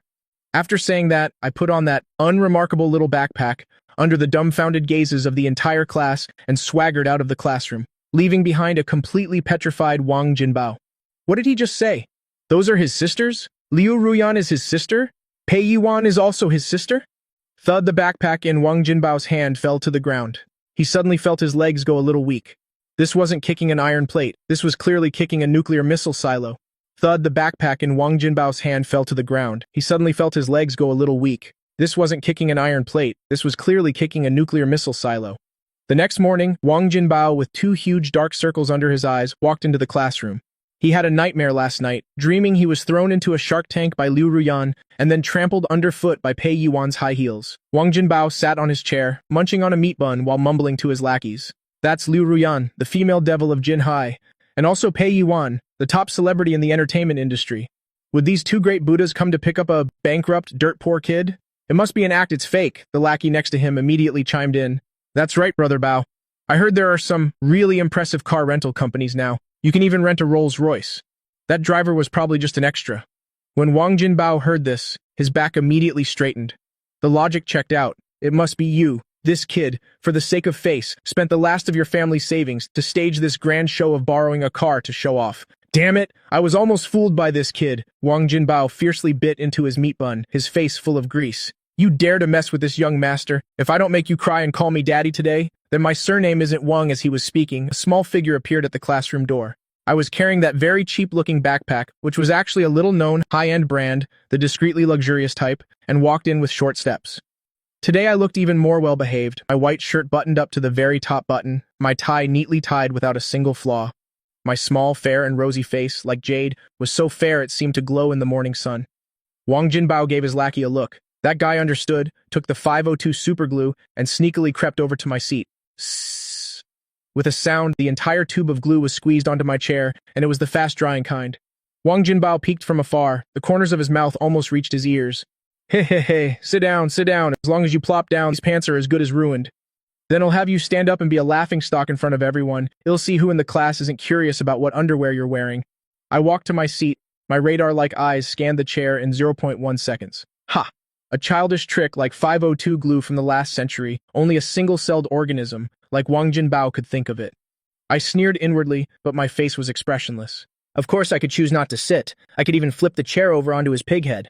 But what's the fun in that? What is the essence of the satisfying web novel genre? Isn't it suppressing first and then exploding later? First, I have to show enough of the victim's weakness. I looked down at the pants I was wearing today. These were the pants that Liu Ruyan specially sought out, a master Italian craftsman to hand-tailor, the fabric mixed with gold thread, a pair of pants that cost 88,000. If they were ruined, with Liu Ruyan's protective and grudge-holding personality, the small abacus in my heart immediately started clicking. The 88,000 pants, plus the Liu Corporation's pride fee, plus the fee for my fragile, emotional damage. Wang Jinbao, this tube of glue of yours won't be settled without a house in the school district. I didn't hesitate at all. I even deliberately adjusted my posture, to ensure my butt made maximum contact with the chair. Then with a plop, I sat down hard. Firm, precise, ruthless, I even shifted back and forth to let the glue and fabric blend completely, achieving a state of inseparable fusion. Wang Jinbao in the distance was so excited he almost jumped up. He covered his mouth, letting out a laugh, strange as a duck being strangled. All right, all morning, I appeared extremely calm. I didn't even move my butt once. Until the end of the second period, Wang Jinbao led a group of people to surround me. Hey beggar! Wang Jinbao kicked my desk. His limited edition sneakers left a dirty mark. The teacher is calling you to carry the workbooks. Why aren't you moving? Did a nail grow on your butt? The surrounding students immediately roared with laughter. Everyone knew there was something on the chair, just waiting to see me make a fool of myself. I slowly raised my head, those big round eyes immediately filled with innocence and fear, just like a scared little white rabbit. I'm not feeling well. I want to rest a bit. Rest my ass. Wang Jinbao reached out and pulled my arm. Stop pretending to be weak here. Get up for me. His pull was very strong. I followed the force and stood up. Rip! Everyone's eyes immediately focused on my backside. My 88,000 custom-tailored trousers, the fabric at the butt was torn, stuck fast to the chair. My little bear print cotton underwear inside was clearly exposed. Ha ha ha ha ha! The whole class immediately erupted in thunderous laughter. Wang Jinbao laughed so hard he slapped his thigh, tears streaming down his face. Oh man, damn it, little bear underwear. Have you been weaned yet? Still wearing such childish stuff? Hurry up and look. The little young master of the Gi family has ripped his pants. Flashes went off one after another. Several students took out their phones and frantically took photos and videos. I stood frozen on the spot, my small face flushed red. Of course, it was from me holding my breath. I panicked and used my hands to cover my back. Large teardrops like beans rolled down. You guys are too much. These are the new pants my sister bought for me, but right now I was laughing secretly in my heart. Very good. This effect is exactly what I wanted. Go ahead and laugh your hearts out. However arrogantly you laugh now is how miserably you'll cry later. Wang Jinbao. Oh, Wang Jinbao, congratulations, you have personally torn up a BMW 5 Series. Wang Jinbao clearly still hadn't realized the severity of the problem. He even felt that this wasn't exciting enough. That was my literature book. On it were notes I had taken very carefully, along with a portrait of my sister that I had drawn on the cover.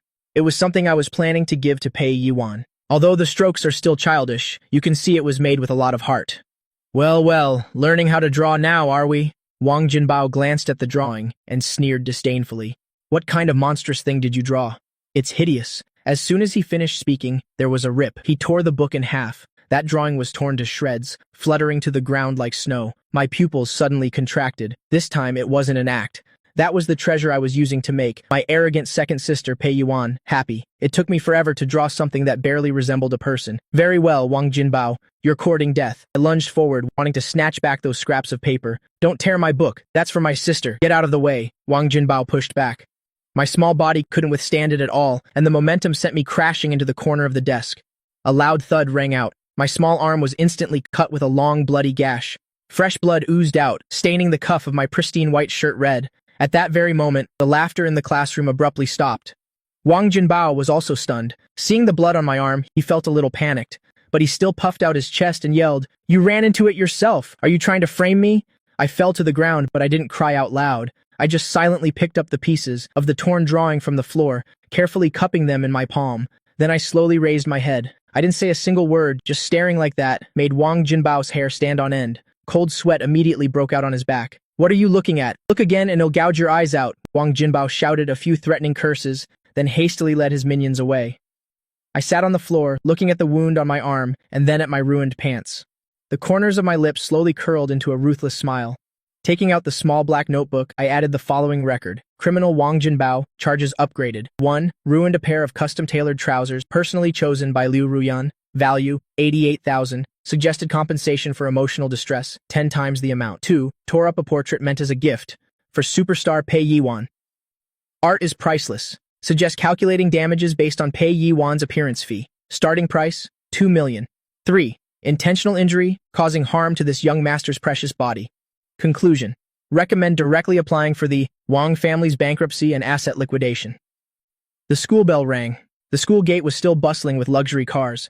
I didn't wear my school bag. The strap was broken. I hugged that pile of scraps, dragging my feet and pants with a huge hole torn in them, and limped outside. The blood on my arm had dried. A dark red streak on the shirt looked terrifying. I looked like a little refugee boy who had just escaped from a POW camp, in stark contrast to the rich kids, shining brightly around me. Hey, isn't that Gui Ba?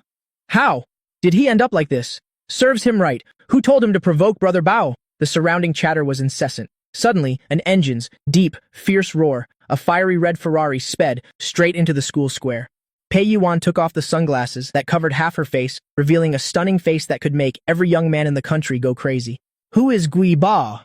Pei Yuan's voice was very loud, carrying a defiant air that bowed to no one. The surrounding students and parents were all stunned. Pei Yuan, oh my god! It's really her, even more beautiful than on TV? Pei Yuan completely ignored those screams. Her eyes scanned the crowd, and finally, saw the small figure huddled in a corner. She saw the tattered pants, saw the half-exposed underwear, and moreover, that blood-stained arm. The cute, soft little boy who, when leaving the house this morning, had hugged her leg calling her pretty sister, was me. Now he was being bullied so miserably. She took long strides, quickly walking up to me. Slowly, she knelt down, looking at me as I hung my head, not daring to look at her. "Who did this?" Her voice deepened considerably. Large tears fell right on cue. I held up the scraps of paper in my hand to her, my voice choked with sobs. "Sister, I'm sorry. I ruined the drawing for you. I couldn't protect it." Looking at this pile of scraps, and then at the wounds all over my body, and I was still apologizing. Pei Yuan's eyes instantly turned red. She pulled me into her arms, hugging me tightly. She didn't care at all if the filthy glue stain would dirty her 10,000 yuan leather jacket. Silly boy. Who cares about that torn drawing? Pei Yuan shot up, shielding me behind her. She scanned her surroundings, and finally, her gaze landed on Wang Jinbao, who was preparing to sneak into his Mercedes van. Pei Yuan raised her hand, her bright red fingernail pointing straight at Wang Jinbao. "You, the fatty dressed like a gas tank, get your ass over here for me." Wang Jinbao was so scared his fat trembled. He looked up in terror. Outside the car, Pei Yuan stood with one hand on her hip, a cold smile on her beautiful face that made one's hair stand on end. "Trying to run?" Pei Yuan chewed her gum, her tone deceptively light. "Weren't you so arrogant just now? Didn't you want to make someone eat dirt? Come on, show me how you're going to make my little brother eat dirt." Wang Jinbao was so scared that snot bubbled from his nose. That's Pei Yuan, the mudslide of the entertainment industry, the one who dares to catch snakes with her bare hands on variety shows, who dares to fight the heavens, the earth, and the air. The parents who were there to pick up their kids also stopped, taking out their phones to start filming. This was exclusive breaking news in Jinghai City.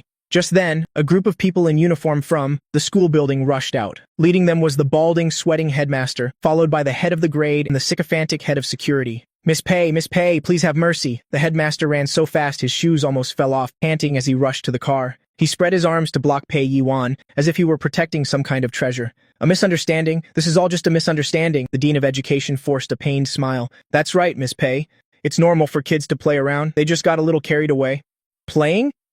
Pei Yuan, who had been twirling her sunglasses, suddenly stopped. She slowly turned her head, looking the Dean of Education up and down. "You call this playing?" Pei Yuan pointed her finger at me standing behind her. I stood pitifully 2 meters away. The blood on my white shirt had turned a dark red. The large hole in the back of my pants fluttered in the wind, vaguely revealing a tiny bottom wearing cartoon bear underwear. And the bruise on my arm was from hitting the corner of the desk just now. "Ah, let me play with you for a bit then." Pei Yuan suddenly took a step forward, scaring the Dean of Education 3 steps back.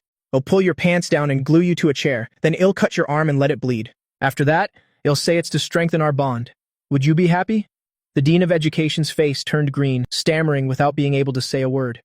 Miss Pei, this is not the same. How is it not the same?" Pei Yuan pressed relentlessly.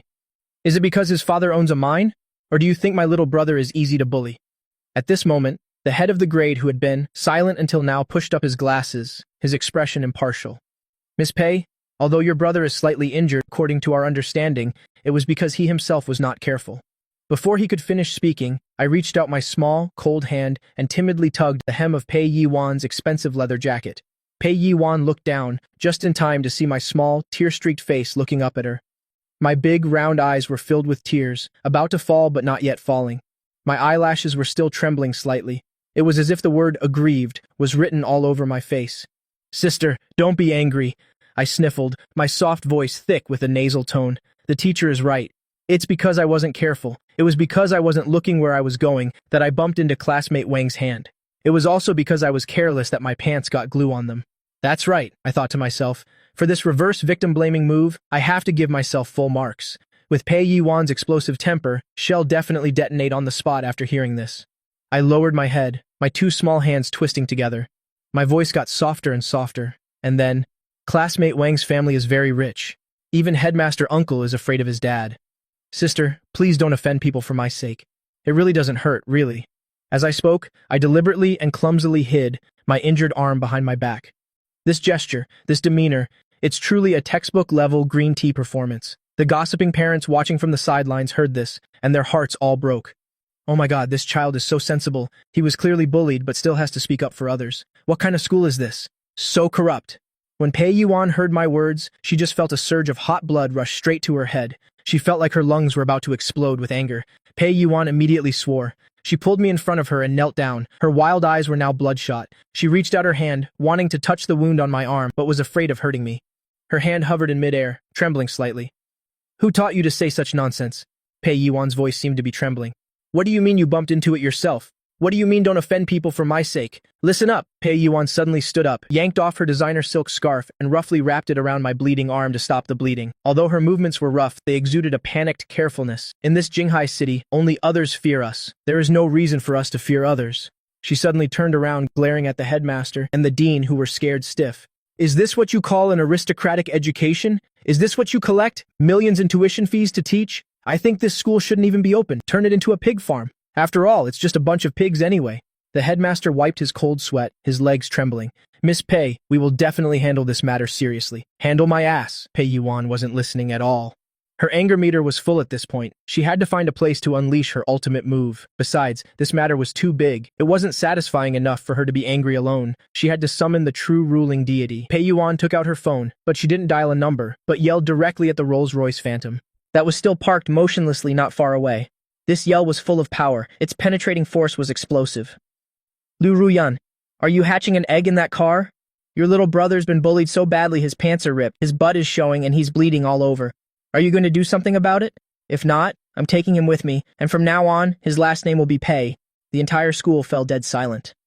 I stood behind Pei Yuan, the corners of my mouth twitching uncontrollably. "Big sister, your voice is truly a portable megaphone, but this move to summon the divine beast is absolutely brilliant. Liu Ruyan, that proud woman, probably wanted to continue acting cold, waiting until Pei Yuan was done, to come out and dominate the scene. But now, great. She was directly put on a frying pan by Pei Yuan. If she doesn't come out right now, this label of not caring about her brother's life or death will be impossible to remove." Sure enough, the next second, the back door of the black Rolls-Royce Phantom, which looked like a fortress, slowly opened. Liu Ruyan casually took off her sunglasses. Her cold gaze swept lightly over the crowd. The noisy school gate immediately fell silent. She took long, unhurried strides. The crowd unconsciously made way for her. Even Wang Jinbao, who was so arrogant moments ago, was now so scared he was curled up in the car, trembling. He didn't dare to breathe loudly. Liu Ruyan walked up to Pei Yuan and me. She first glanced at the headmaster slumped on the ground, her gaze as cold as a knife. Immediately after, her gaze fell upon me, from my torn school bag to the blood-soaked silk scarf on my arm, finally stopping on the 88,000 yuan custom-tailored trousers, with a large hole torn in the butt, revealing the cartoon bear underwear. Liu Ruyan's eyebrows furrowed almost imperceptibly. She had personally used a measuring tape to custom-tailor these trousers for me last night. That old Italian tailor even praised my beautiful leg shape. Now they were in such a tattered state. Who did this? Liu Ruyan's voice was deceptively light. Pei Yuan crossed her arms and jutted her chin towards the Mercedes. "They're that gas tank who locked himself in the car, along with this bunch of useless, sycophantic teachers." "Oh, right." Pei Yuan seemed to suddenly remember something and added another blow. "This brat also boasted that his father owns a mine, saying what's the big deal about the Liu family. Liu Ruyan, he is openly challenging your status in the industry." I lowered my head, my shoulders shaking uncontrollably, trying to hold back laughter. I thought to myself, the ability to instigate of Pei Yuan is truly top-notch. Wang Jinbao basically never said what's the big deal about the Liu family, but it doesn't matter anyway. After all, those mines of the Wang family will have to be named Liu from today onwards. After hearing this, Liu Ruyan just slightly raised an eyebrow. She didn't look at Wang Jinbao cowering in the car at all. She turned around, her gaze landing on the profusely sweating headmaster. Her tone was as calm as if she were discussing the weather. "Headmaster Zhang, I recall the Liu Group donated a library and 2 laboratories to your esteemed school last year, correct?" The headmaster nodded tremblingly. Yes, thank you, Xiao Liu. Then tear them down." Liu Ruyan's voice was as cold as water. "What?" The headmaster thought he misheard, his eyes widening in shock. "I said tear them down." Liu Ruyan elegantly adjusted her cuff and casually added, "Since this school cannot even guarantee the most basic safety for its students, then these facilities no longer need to exist." Also, she raised her wrist to look at her watch, notify the board of directors. An emergency meeting will be held in 10 minutes. There is only one item on the agenda, regarding the complete purge of the management of St. Alistairton School. And Liu Ruyan paused for a moment, her gaze finally turning towards the Mercedes. "Terminate all cooperation with the Wang's Mining Company and immediately conduct a compliance check on the Wang's Mining Company's capital chain." After speaking, Liu Ruyan turned around, ignoring everyone else. She walked straight up to me, looked at me still holding my bottom, and suddenly, she bent down under everyone's astonished gazes. She picked up the filthy me without any disgust. I was domineeringly picked up by her with one arm, my body instantly suspended. The unique cold cedar scent on her body wrapped around the tip of my nose. Let's go home. She only said these two words, then carried me in her high heels towards the Rolls-Royce. Behind, there was only a mess and a group of unlucky people about to go bankrupt. I lay on her shoulder, secretly opened my eyes to look at Wang Jinbao, who had fainted from fear, and the ashen-faced headmaster. My small hand hugged her neck tightly, the corners of my lips curling into a wicked, triumphant smile. I felt incredibly refreshed. This is the treatment of a cool story's main character, but I suddenly felt my butt getting cold. Her hand was perfectly positioned to support me through the small bare underwear, and I could still feel the warmth from her palm. I complained wildly in my heart. Big sister, your hand placement is a little off, and me, my butt is really cold right now. 30 minutes earlier, top floor of the Liu Group headquarters, Jinghai City CBD. On both sides of the conference table were industry elites, including a few blonde-haired, blue-eyed partners. On the table was a $3 billion cross-border merger. The only sound in the air was the rustling of flipping documents. Liu Ruyan sat at the head of the table, spinning a Mont Blanc fountain pen in one hand. CO Liu, regarding the profit distribution of the third clause. The foreign representative opposite had just opened his mouth when he fell silent. Liu Ruyan didn't even bother to raise her eyelids. There's a problem with the third clause. Rewrite it in 3 minutes. Just as everyone was holding their breath, afraid of angering this female devil, buzz, buzz. Her private phone, which had been silent for 10,000 years, vibrated. The entire meeting room fell dead silent. All the senior executives silently mourned for the person on the other end of the line. Liu Ruyan frowned slightly, glancing at the caller ID. That troublesome actress, Pei Yiwan. Her eyebrow twitched violently. Although the two of them lived under the same roof, it was always a case of two kings not meeting, unless something had happened to me at home. Liu Ruyan didn't hesitate. Under everyone's astonished gazes, she answered the call and put it on speaker. Liu Ruyan, where's that egg you're hatching? The piercing roar of Pei Yiwan echoed throughout the meeting room. Your little brother's been beaten until his pants ripped, his butt is showing, and he's bleeding all over. Are you going to do something? If not, I'm taking him with me. And from now on, his last name will be Pei. A snap. The Mont Blanc fountain pen in Liu Ruyan's hand broke in two. The meeting room was dead silent. The foreign representative was even more bewildered. Although he didn't understand Chinese, he knew the severity of the situation. He suddenly bent down. The hands that had signed billions in contracts reached out slightly. Amidst everyone's surprise, Liu Ruyan slowly stood up and coldly uttered 2 words. Meeting adjourned, Miss Liu. Kyo Liu, this is a $3 billion project. All it needs is a signature. Before the assistant could finish speaking, she cut him off. Do you not understand human language? Liu Ruyan glanced coldly, casually tossing the priceless contract straight into the paper shredder. Get the car. She strode out quickly in her high heels. At the door, she stopped. She thought, during rush hour, the traffic in Jinghai would be maddeningly congested. No. She turned back, a hint of madness in her eyes. Get the helicopter ready. Where are we going? Xiaju asked subconsciously. St. Alistairton Elementary School. 5 minutes later, a black private helicopter with the Liu Corporation logo roared as it took off from the top of the building under everyone's astonished gazes. The massive roar tore through the tranquility of Jinghai City. Liu Ruyan sat in the cabin, wearing noise-canceling headphones, her hand tightly gripping that phone. Pei Yiwan's words echoed in her mind. Torn pants, bleeding, Wang Jinbao. She looked out the window, the clouds rushing past. Very good, it seems the Liu family has been too low-key lately. All sorts of riffraff dare to climb on our heads and act presumptuously. Back to the present. In the spacious rear cabin, which was like a palace, the Rolls-Royce Phantom, the atmosphere was suffocatingly strange. I was in an extremely embarrassing position, lying face down on Liu Ruyan's lap. There was a large tear in the back of my pants. To avoid exposure and touching the wound, Liu Ruyan forced me to maintain this position, while her hand was still supporting my little butt. Help, is this workplace harassment? Although I volunteered to be a kept man, this is taking it too far. Also, Liu Ruyan, aren't you a germaphobe? My pants are covered in dust and glue. Don't you find it dirty? I buried my small, blushing face into the genuine leather seat, wriggling my body, trying to escape that devilish hand. Don't move. Liu Ruyan's cold voice came from above. If you move again, I'll throw you out. I immediately became obedient. Okay. My dear sponsor, whatever you say goes. Touch away. It's not like I'll lose a piece of flesh anyway. As long as the money's right, my whole body is yours. Just then, the car door was yanked open. Scoot over a bit. Without a word, Pei Yiwan squeezed right in. Her long, leather-clad legs almost kicked Liu Ruyan's expensive trousers. Who let you in the car?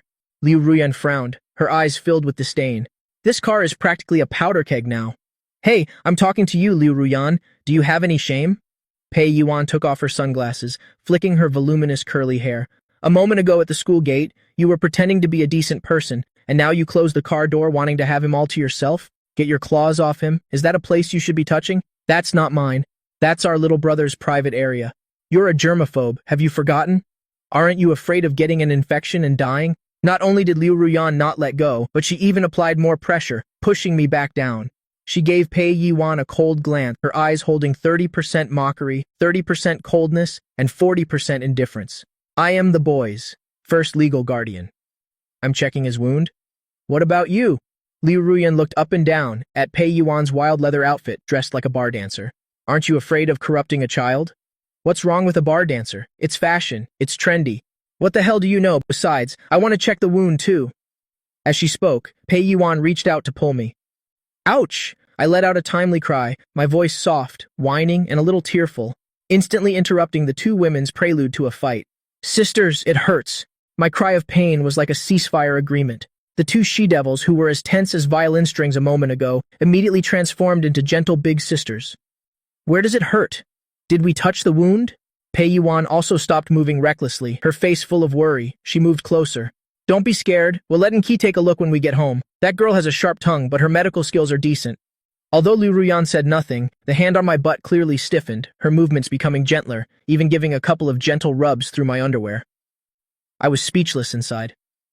Big sister, with this technique, are you treating me like the Persian cat you own? However, I must say this feeling is quite comfortable. Liu Ruyan from the car's refrigerator took out a bottle of Evian mineral water and also pulled out a wet wipe. She twisted the cap, poured a little water on the wet wipe, then pulled my dirty little hand over and wiped off the dirt and glue from it. Pei Yuan stood beside them watching, initially planning to make a few sarcastic remarks, but seeing my obedient appearance, she swallowed her words. Today's incident isn't over. Pei Yuan suddenly spoke up. That Wang family, I've had people investigate them. Just because they have a little dirty money, they don't even know their own surname anymore. I've asked my manager to inform all partners that for any project the Wang family invests in, I, Pei Yuan, would rather pay the penalty than take it. As for those kids who were taking pictures and watching the show, I've already had people record all their IDs. As she spoke, Pei Yuan took a lollipop out of her bag, unwrapped it, and stuck it in my mouth. Is it sweet? Sucking on the lollipop, I nodded vigorously. Thank you, Sister Pei. Although this artificial sugar flavor is a bit strong, I have to praise her this time. This protective nature of Pei Yuan's is worth befriending. Liu Ruyan finished wiping one of my hands and then used another wet wipe for the other. Hearing what Pei Yuan said, she didn't even bother to lift her eyelids. Childish. Pei Yuan immediately bristled. Who are you calling childish? Such a low-level blacklisting tactic only makes you look useless. Liu Ruyan threw the used wet wipe into the trash. The capital chain of Wang's mining subsidiary depends on loans from 3 banks. I've already instructed the finance department to suspend the Liu Corporation's major savings accounts at 2 of them, the 2 banks, to apply pressure. Furthermore, I've had someone send to the Bureau of Land and Resources a report about their illegal mining. Around tomorrow morning, the Wang family will receive from the court a summons and notice of asset seizure. After Liu Ruyan finished speaking, she pulled a document from her briefcase. It was the backup copy of the $3 billion merger that had been torn up. She casually placed the document under my knee so my skin wouldn't get scratched on the genuine leather seat. Pei Yuan was stunned upon hearing this. Although she was extremely unwilling to admit it, when it came to destroying someone's entire family, Liu Ruyan was indeed more professional than her. Pei Yuan pouted, muttering resentfully, "You're truly vicious. But that school must be demolished. It's an eyesore just looking at it. The engineering team has been arranged." Liu Ruyan replied coolly. "Tomorrow they will start. It will be converted into a racecourse." "A racecourse?" Pei Yuan's eyes lit up. "That's a great idea. I can take our little brother horseback riding in the future." Lying on her lap, listening to these 2 women casually decide the downfall of a wealthy clan and the fate of a century-old prestigious school.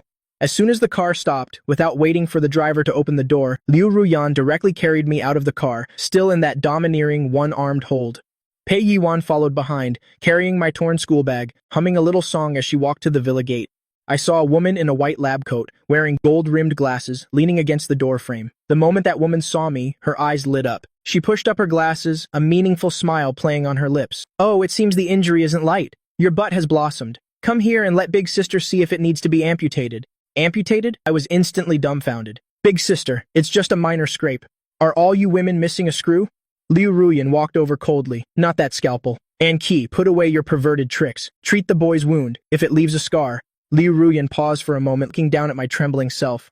I will cut off the second half of the year's funding for your research institute. The scalpel in Qi's hand spun beautifully. As you command, my dear sponsor. She came to stand in front of me and reached out a hand that reeked of disinfectant to pinch my cheek. Her eyes sparkled with the same excitement as when seeing a lab rat. Little brother, don't be scared. My injections hurt a lot. Right now, her gaze was not at all like she was looking at a patient, but more like she was looking at a piece of fresh, juicy, premium steak. Sister and Qi. I shrank my neck, trying my best to burrow into Liu Ruyan's embrace. I think I can still be saved. There's no need for amputation, right? Help, this woman is definitely a pervert. That look she just gave me made my kidneys ache. Liu Ruyan, stop playing dead, save me, as if she heard my inner plea. Liu Ruyan. She shifted slightly, subtly blocking Qi. That invasive stare. Don't scare the boy. Liu Ruyan's voice was still cold, but it carried a hint of warning. As if she heard my inner plea. Liu Ruyan. She shifted slightly, subtly blocking Qi. That invasive stare. Don't scare the boy. Liu Ruyan's voice was still cold, but it carried a hint of warning. Coward, coward. Qi chuckled softly and put away her scalpel. She walked closer, her high heels clicking as she reached out to lift my chin. Her fingers were cold and smelled of disinfectant. So timid, yet you dare to fight at school? So timid, yet you dare to make that 300-pound fatty faint from anger?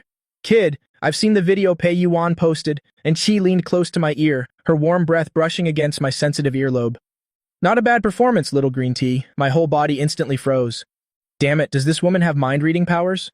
Or was my acting too over the top? Whatever, as long as I play dead, no one can wake me up. I decisively buried my face, hugging Liu Ruyan's neck tightly, and even threw in a couple of shivers for good measure.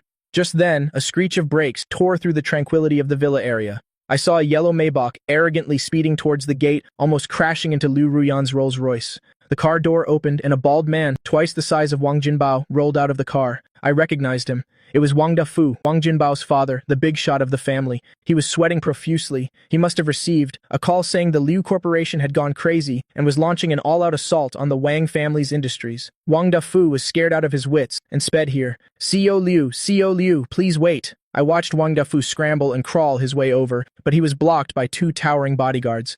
A misunderstanding. It's all a misunderstanding. Wang Dafu waved a checkbook in his hand, shouting loudly. It's just kids fighting. Is it really worth all this? I'll cover all of your esteemed young master guy's medical expenses. I'll reserve him a VIP room at the best private school in Jinghai, the best hospital in Jinghai, and compensation of 5 million? No, 10 million. Liu Ruyan stopped and turned around. She looked down from her superior height at the frantic nouveau riche man. 10 million? Liu Ruyan sneered mockingly. CEO Wang, do you think I, Liu Ruyan, am short of this 10 million? Wang Dafu was stunned. He wiped the greasy sweat from his face. CEO Liu, one should always leave a way out so we can meet again in the future. For a kid from a bankrupt family, is it really worth going against our Wang family? Wang Dafu pointed at me, his tone turning contemptuous. Everyone knows about this brat. He's the younger brother of that useless runaway fiancé from the Gui family.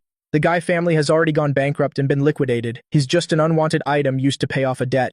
There's no need for you to do this over something like him. A sharp slap cut off Wang Dafu's babbling. I realized it wasn't Liu Ruyan who hit him, nor was it Pei Yuan.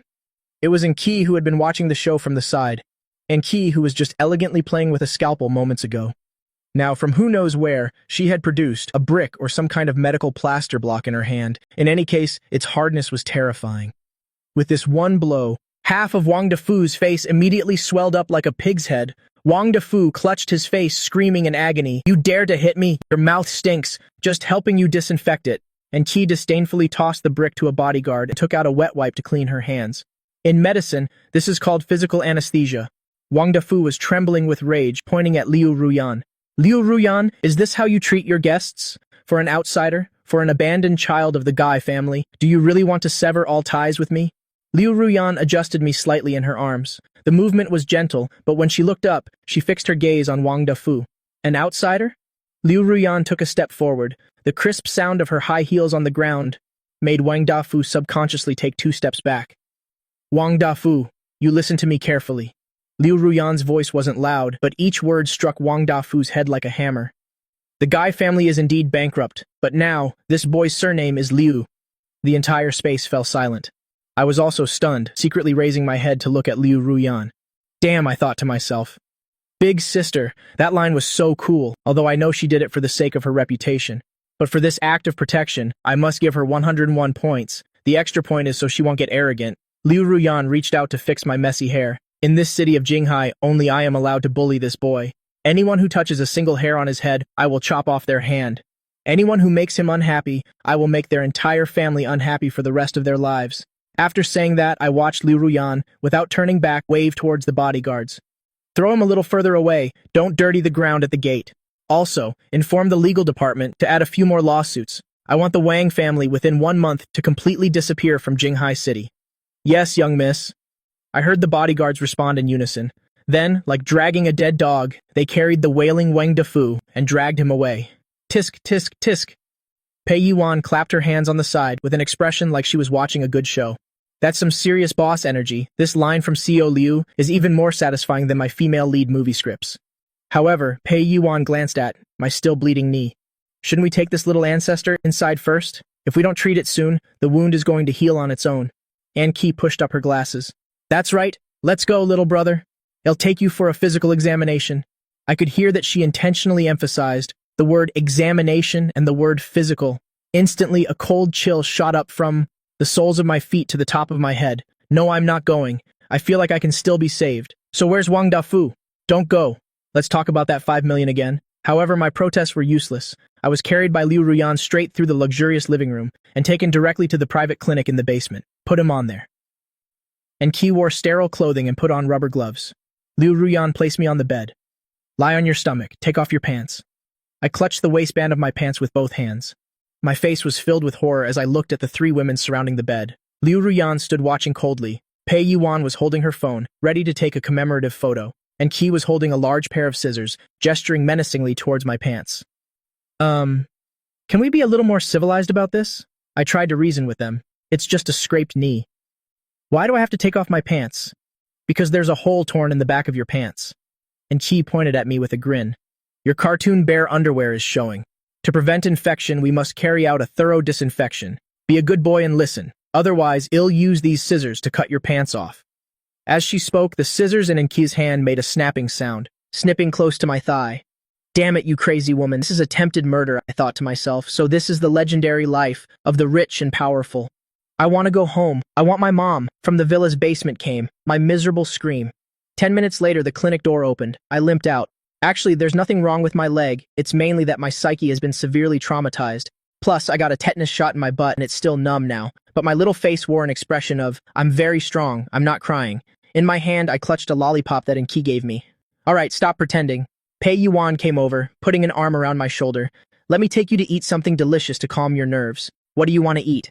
A Manchuhan imperial feast or a grand French banquet? As long as it exists on this earth, I can get it for you. I sniffled and looked up at the 3 big sisters who had just tormented me. Although these 3 women were each abnormal in their own way, but just now Liu Ruyan stood at the door, shielding me. She said the words, the boy's surname is Liu, in front of me. I felt a sense of security. I thought to myself, oh well, since they protect me like this, I guess I'll reluctantly continue to live this life of a freeloader. Anyway, I glanced at the text message that just popped up on the phone. Your account ending in 8888 has received a transfer of 1 million yuan. Note, pocket money. My eyes instantly lit up. All the previous grievances and horror vanished into thin air because of this string of zeros. I immediately switched to a deathly sweet smiling face, turned around and hugged Liu Ruyan's thigh tightly. Sister Ruyan is the best. I like Sister Ruyan the most. I want to eat braised pork belly tonight. Can you make it for me? Liu Ruyan looked down at me. The corner of her mouth twitched slightly. Cook? She could count the number of times she'd been in a kitchen in her life on one hand. The last time she made instant noodles, she almost blew up the kitchen. But looking at me, the word no circled around her lips and finally turned into one word. Wait. Pei Yuan was laughing her head off beside her. Ha ha ha, Liu Ruyan is cooking, little brother. Do you want to destroy our newly renovated kitchen? Come on, and Qi, quick, get the fire extinguisher. There's going to be a good show to watch tonight. In the kitchen, Liu Ruyan, the head of the Liu Corporation, with assets in the hundreds of billions, was wearing a pink bear cub apron. This was the one that I, in order to save my own life, pulled out of a cupboard and put on her. The cold female CEO transformed into a beautiful chef. This scene should have been very beautiful, if only she wasn't holding a spatula, dripping with oil, and if her eyes didn't look like she was about to commit murder. Sizzle! A piece of pork belly was thrown by Liu Ruyan, with the force of someone trying to destroy an enemy, violently into the pan of oil. Hot oil splattered everywhere. Terrified, I shrank back and hid in the cabinet under the kitchen counter. Help, is this cooking? This is more like bombing a bunker. Liu Ruyan, do you have some kind of misunderstanding about braised pork belly? Whose braised pork belly recipe involves pouring a whole bucket of oil before throwing the meat in? Also, that's dark soy sauce, not Coca-Cola. Who are you trying to poison by pouring in half a bottle? Pei Yuan sat on the bar counter a few meters away, holding her phone and recording a video, shaking with laughter. Sisters, does anyone get this? Co Liu is personally in the kitchen. On such a beautiful night, who are you trying to send off? I can smell something burning. Is this alchemy? Liu Ruyan, the fire's too high. You're about to burn your eyebrows off. Liu Ruyan completely ignored Pei Yuan's sarcastic comments. She pursed her lips tightly. The cookbook says to use high heat to reduce the sauce, so she turned the gas stove knob to the highest setting. Just then, the phone on the kitchen counter lit up. Liu Ruyan didn't even look at it and directly turned on the speakerphone. Casually, she poured a bowl of dark liquid into the pot and said, Co Liu, as per your orders, 10 minutes ago, we launched a full-scale attack on 3 core subsidiaries of the Wang Group to take them over. The banks have also stopped extending credit. Currently, Wang Group's stock has hit the floor, and its market value has evaporated by 60%. Wang Dafu is now kneeling under the group's building, continuously kowtowing. He says he is willing to transfer all mining rights and begs you to show mercy. Liu Ruyan held the spatula, tapping it twice on the marble countertop. The sound was sharp and icy. Kowtowing? She let out a cold laugh and precisely sprinkled a large handful of salt into the pot with her other hand. Earlier at the villa's entrance, wasn't he very arrogant? Tell him, it's too late. Since the weather has turned cold, let the Wang Group go bankrupt. Post a notice to Kim Hai's business community. Whoever dares to save the Wang family is picking a fight with me, Liu Ruyan. The secretary on the other end of the line took a cold breath. Yes, EO Liu, how should we handle the assets we've acquired?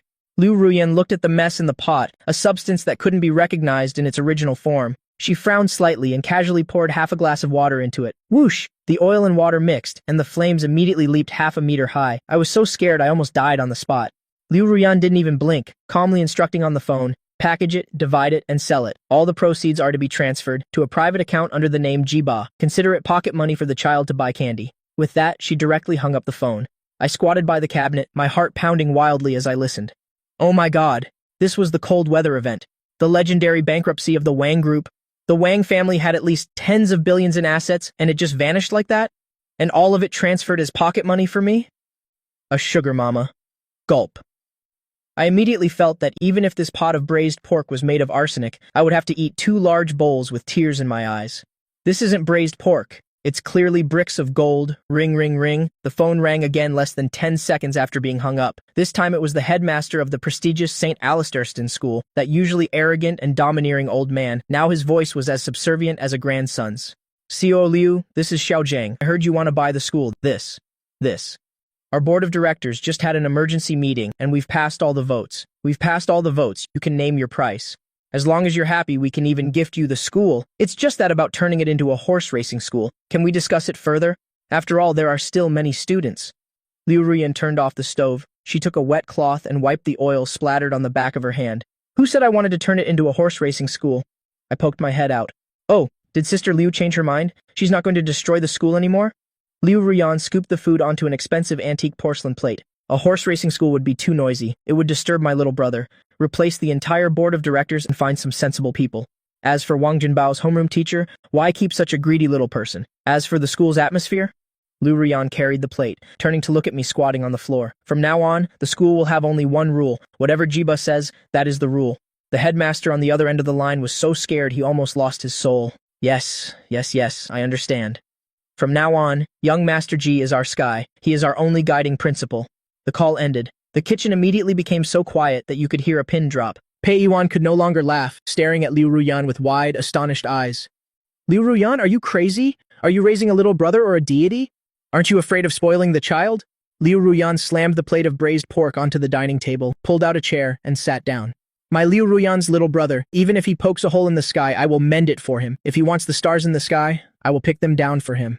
After speaking, she looked at me, still stunned, her finger lightly tapping on the table. Come and eat.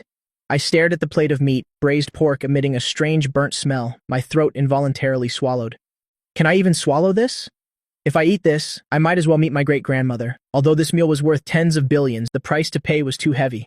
But seeing Liu Ruyan's slightly expectant eyes and thinking about the enormous sum of money about to arrive in my account, I gritted my teeth, determined to risk it. For the great cause of freeloading, what's a little poison? I walked heavily as if I were about to die, climbing onto the chair in front of the dining table. Picking up my chopsticks, I grabbed a piece of meat that didn't look too black. Wow, it smells delicious. Thank you, Sister Ruyan. Sister Ruyan is the best. I closed my eyes and stuffed the piece of meat into my mouth. At that exact moment, the 4 flavors of bitter, salty, sweet, and spicy exploded in my mouth. This isn't braised pork, it's clearly a biological weapon, but I still tried my best with my award-winning acting skills, holding back tears, forcing the brightest smile onto my face.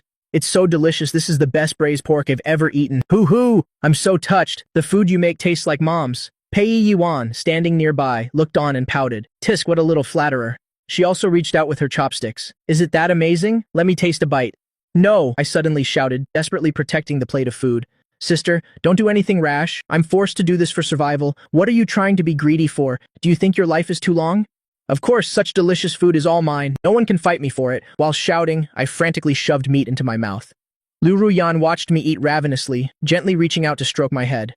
Eat slowly. No one is going to fight you for it. If you want to eat it later, I'll make it for you every day. Ugh. As soon as I swallowed a piece of meat, I almost spat it out after hearing her say that. No, please, 1,000 times no. Once was more than enough for me. A few more times and he'll surely die. Enki, save me, bring the gastric lavage machine over here quickly. I feel like I can still be saved. In this bizarre yet cozy atmosphere, the villa door was suddenly pushed open forcefully. Enki, wearing a white lab coat, strode in. In her hand, she held a freshly printed DNA test report, her expression looking extremely peculiar. Liu Ruyan, don't rush to poison your little brother. I have good news and bad news. And Qi shook the report in her hand. Guess what I discovered from the blood sample of the child's wound? Liu Ruyan frowned. Just say it directly. And Qi curled her lips into a teasing smile. The good news is that this child has extraordinary physique. That wound has completely healed, leaving no scar. The bad news is... And Qi suddenly changed her tone, her eyes immediately sharpening. In its gene sequence, there's a segment that's artificially coded. In other words, this child's biological parents might not be at all the useless couple from the G family. Little brother, and Qi walked to the dining table. What kind of little monster are you? With meat in my mouth, my whole body stiffened. What the heck? Gene coding? Didn't I grow up here? Does the owner of this body have a hidden storyline? Also, Sister Liu, don't look at me. Like a lab rat. Scared, Liu Ruyan suddenly stood up, pulling me behind her, blocking Enki's view. Enki, curb your curiosity. No matter who it is, once they step through this door, it is a member of my Liu family. This report, destroy it. If a 4th person finds out. Liu Ruyan said no more. Enki shrugged indifferently, and in front of Liu Ruyan, she took out a lighter and burned the report. Fine, fine, fine, you're the patron. You have the final say. But... Enki looked at me hiding behind Liu Ruyan, shivering in fear. Such an interesting specimen. If you get sick later, you must come to me first. I will be very gentle. I was internally lamenting frantically. I will never get sick in this lifetime, definitely, but after eating this plate of braised pork, I felt my stomach starting to churn. Liu Ruyan's braised pork, biological weapon, had a much greater destructive power than I imagined. At this moment, I was lying incapacitated on the priceless Italian genuine leather sofa in the living room. Help! I think my great-grandmother is waving at me. That piece of meat must have been raw. It's doing Muay Thai inside my stomach. Liu Ruyan sat opposite me, holding a cup of tea, watching me writhe in discomfort. Want some more? Liu Ruyan said in a nonchalant tone, pointing at the plate of masterpiece with only one bite missing. There's more in the pot. No, I don't need it. I shook my head vigorously like a rattle. It's delicious, really. It's just too precious, so I want to savor it slowly. This exquisite delicacy, eating another bite would be an insult to art. My dearest sister, I beg you. Just one more bite and I'll die right here. Can you stop looking at me like I'm a pig being fed? I really can't eat anymore. Just as I was trying to find an excuse to escape this toxic room, a cold pair of hands suddenly placed on my forehead. It was in Qi's hand. Body temperature is normal, but the heartbeat is a bit fast. And Qi, I don't know when she got behind the sofa, bent down. Little brother, is your stomach uncomfortable? And Qi smiled as she looked at me. No. I instinctively clutched my stomach, shrinking into the corner of the sofa. I'm perfectly healthy and anything tastes good. Is that so? And Qi raised an eyebrow. Suddenly a bottle appeared in her hand containing an unlabeled blue liquid. But the injection mark from earlier doesn't seem to have fully healed yet. Besides, I noticed your gait earlier wasn't quite right. Is your butt still sore? As a doctor, I have a responsibility to see my patient through to the end. With that, she didn't give me a chance to resist, directly grabbing the back of my collar. Let's go. I'll take you to a room to apply the medicine carefully. I looked desperately at Liu Ruyan and Pei Yuan. Help Co Liu, actress Pei. Are you two just going to watch me get Taken away by this crazy woman? Pei Yiwan was busy uploading the video she just filmed to her social circle, waving her hand without even looking up. Go, go, go, and kiss technique is very good. Many people are lining up wanting to get an injection from her, but can't. Liu Ruyan elegantly took a sip of tea. Be good, and go. The door to my bedroom on the second floor clicked shut and was locked. I was pushed onto the bed by Qi. This position was incredibly embarrassing. I lay face down in the soft duvet, face buried in the pillow, only feeling a chill on my back. And Qi sat by the bed, unscrewing the cap of that small blue bottle, pouring a little into her palm, then rubbing her hands together to warm them. Bear with it for a moment. This specially formulated medicinal oil, combined with my unique massage techniques, can penetrate the muscle fibers. And Qi's voice was very soft and gentle, but in my ears, it sounded like a devil's whisper. The next second, a warm hand was placed on my lower back. Yelp! I gasped, my whole body tensing up. That hand was not still. It slid down my spine, making circles around the injected muscle area. Damn it, this woman's technique is really something. My clenched teeth began to loosen, and my tense body began to relax. But I still didn't dare to let my guard down. After all, the woman behind me is the infamous Mad Doctor of Kim Hai City. Who knows if she'll pull out a scalpel next and carve out my kidney. Relax a little. And Qi seemed to notice my tension, gently patting my back with her other hand. This child has quite developed muscles. Although he looks thin and small, he's quite firm to the touch. As Qi massaged me, she casually began to speak. Today, that fatty who pushed you around, Wang Jinbao, wasn't it? I paused slightly and gave a soft hum. I heard his father, Wang Dafu, made his fortune in the food industry. And Qi increased the pressure, making me groan softly. I think so. Oh, easy there. It hurts, bear with it. Qi smirked cruelly. Being in the food business, hygiene must be very important, right? Earlier, although Ruyan bankrupted the Wang family, that was just an economic blow. I don't think it's enough. My heart skipped a beat. Not enough? Tens of billions lost and it's still not enough? Sister, what else do you want to do? And Qi massaged the medicinal oil all over my back. Taking out a wet wipe, she slowly wiped her fingers. A university friend of mine is a section chief at the health bureau. I just sent him a message asking him to take good care of the factory, processing plant of the Wang family.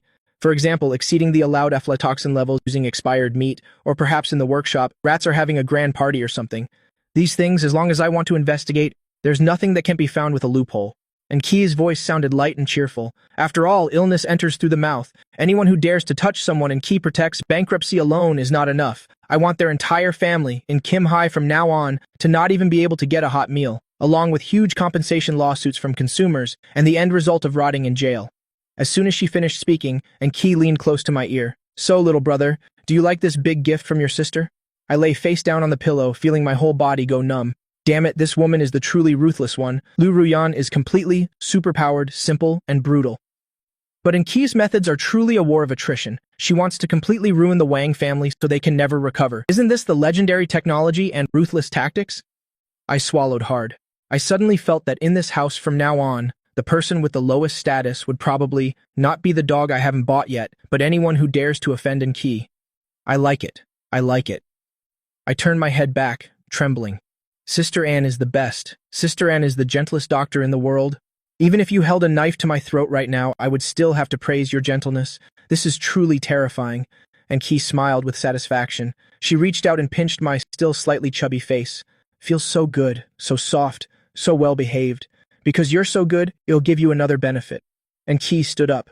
Later at school, if anyone dares to bully you, or if any girl who's out of line tries to seduce you, you must tell me. I have many new experimental drugs I've developed, and I'm in need of test subjects for clinical trials. I covered my mouth for dear life. I'm not saying anything. I didn't hear anything, Mom. I want to go home. Seeing me trembling pitifully in fear, she hummed an unknown tune, her steps light as she left the room. As she neared the door, she suddenly stopped, turned back, and gave me a wink. Oh right, that feeling earlier was great. Next time if anything feels uncomfortable, feel free to come find me anytime. I'll give you a discount. This isn't a life of luxury. This is clearly an extreme survival game. These three sisters, each more poisonous than the last, I'm truly suffering. I flipped over, staring blankly at the lavish crystal chandelier on the ceiling. Although this process was quite horrifying, I couldn't deny the feeling of being sheltered by these top tycoons. It smells good. Just then, the phone on my nightstand vibrated incessantly. I casually picked it up to check. It was a message from an unknown number. It only contained one short sentence. Little brother, it's your older brother here. I have my own difficulties. Absolutely do not trust the Liu family. My pupils suddenly constricted. Brother? The biological brother who put me through so much and then ran away from the wedding? The mastermind who pushed me into this situation, and he still has the nerve to contact me? I suddenly jumped out of bed, smile curling up at the corner of my mouth. That was too cold for my age. Throwing his own little brother into a wolf's den to pay off a debt, is this what you call your suffering? Since you've conveniently delivered yourself to my doorstep, I casually deleted the message, my eyes glinting with cunning. If you all think I'm just a freeloader little bunny, then it'll be a bunny that bites. I stuffed the phone under the pillow, took a deep breath, quickly adjusted my expression, and slowly made my way downstairs. The atmosphere in the living room was even more suffocating than the kitchen filled with the smell of biochemical weapons earlier. Seeing me finally come downstairs, 3 pairs of eyes shot towards me simultaneously. Come here. Liu Ruyan lightly swirled the wine glass in her hand. I swallowed, taking small steps closer. Standing still before the coffee table, my hands nervously twisting the hem of my shirt, head down, staring at my toes. My whole being conveyed, I'm very good, I was wrong, don't hit me. Do you know what you did wrong? Liu Ruyan took a sip of her wine. I immediately nodded vigorously. I know. I shouldn't have fought with my friend. I shouldn't have worried you all. I shouldn't have. Stop! Liu Ruyan directly cut off my self-criticism. She put down her wine glass, leaning slightly forward, her cold eyes staring intently at me. Who said you should be reflecting on this? I froze on the spot. Isn't it about this? Then what else could I have done wrong? Could it be because I secretly cursed you all as perverts in my mind, and you heard me? Pei Yiwan blew on her still wet nails and glanced over. Sister Liu means your performance today was too weak. Did you bring glory to our family? Absolutely not. Pei Yiwan slammed the nail polish bottle onto the coffee table. That fatty pushed you and you just cried? Where was your acting? Where was your burst of power? If you wanted to play the victim, you should have gone all out. You should have fallen to the floor right there, clutched your chest and convulsed, preferably vomiting some blood. Ketchup would do as well. That way we would have gained the advantage in public opinion, understand? I was speechless. Sister, I'm here to study, not to cause a scene, and vomiting blood. If I actually vomited blood, that crazy Anki would probably dissect me on the spot. Pei Yiwan, don't corrupt the child. Anki closed her book, pushed up her glasses, and walked over. She walked a circle around me and then pointed at my groin. Just now, when I was applying medicine for you, I already discovered it. This child may look thin, but his core strength is quite good. So what if that fatty weighs 300 pounds? As long as you find the right weak spot on the body, using 4 ounces to move 1,000 pounds is not a problem at all. And Key gestured a few times on my body. Next time some big guy tries to fight you, don't confront him head on. Just kick him straight in the crotch, poke his eyes, or use your elbow to hit his temple. As long as the force is strong enough, even if it's a bear you can make it kneel and call you daddy on the spot. And Key smiled at me. Got it? This is called medical self-defense. I just felt a chill in my nether regions and unconsciously clamped my legs together. Holy crap, this is self-defense? This is clearly a killing technique. If I actually use this move at school, then tomorrow the public relations department of the Liu group would have to commit mass suicide. Liu Ruyan didn't seem very satisfied with these 2 teaching methods. She frowned. None of that is important. Liu Ruyan stood up and walked in front of me. Gui Ba, stand up straight for me right now. From now on, if anyone outside dares to bully you, you hit them back as hard as you can for me. Liu Ruyan's voice was as cold as ice. If you injure them, you'll pay them medical bills. If you cripple them, you'll support them for the rest of their lives. If you can't win the fight. Liu Ruyan paused for a moment, then reached out and pinched my cheek with a bit of force. Then just say my name. In this city of Jinhai, no one hears. The 3 words Liu Ruyan without their legs trembling. I looked at the exquisite, flawless face of Liu Ruyan, and a strange feeling welled up inside me. Is this the joy of being kept by a rich woman? It feels so good. But on my face, I still pretended to be timid, my big eyes blinking as the rims immediately turned red. But, I sniffled, my voice soft and tinged with a sob. I'm scared. Scared of what? Liu Ruyan's frown deepened. I'm scared of bothering you. I lowered my head, tears welling up in my eyes. Right now, I'm here to pay off a debt.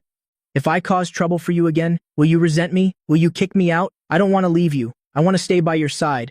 The 3 women who just a moment ago were aggressively trying to teach me how to be a person were instantly defeated by my pitiful act. The bottle of nail polish in Pei Yiwan's hand almost spilled. She no longer cared if her nails were dry or not, running barefoot to embrace me tightly. Who would dare abandon you? Who would dare to resent you? I can't even dote on you enough. If anyone dares to say one bad word about you, tomorrow I'll post on Weibo and cyberbully their whole family. And Key didn't say anything. She walked over, took a lollipop out of her pocket, unwrapped it, and stuck it in my mouth. Eat the candy. Don't cry anymore. Crying too much will deprive your brain of oxygen. It's no fun if you become stupid. As for Liu Ruyan, who had just been directly attacked by me, her whole body was stiff. She looked at the little devil in front of her, who was only chest-high, so small and soft. He had clearly been wronged, yet he was still worried about bothering her. She took a deep breath, reached out her hand, placed it on my head, and gently ruffled it, making my already slightly messy, soft hair even messier. Silly boy. Liu Ruyan's voice rarely held such warmth. Causing trouble? In my entire life, the thing I, Liu Ruyan, hate most is trouble. She squatted down to my eye level. In those cold eyes, my small figure was reflected. Listen carefully. You are my debt. Only I can collect it. Only I can bully you. As for others, they are not qualified. Understand? I looked at that beautiful face so close to mine, blushed, and nodded vigorously. I understand. You're the best to me.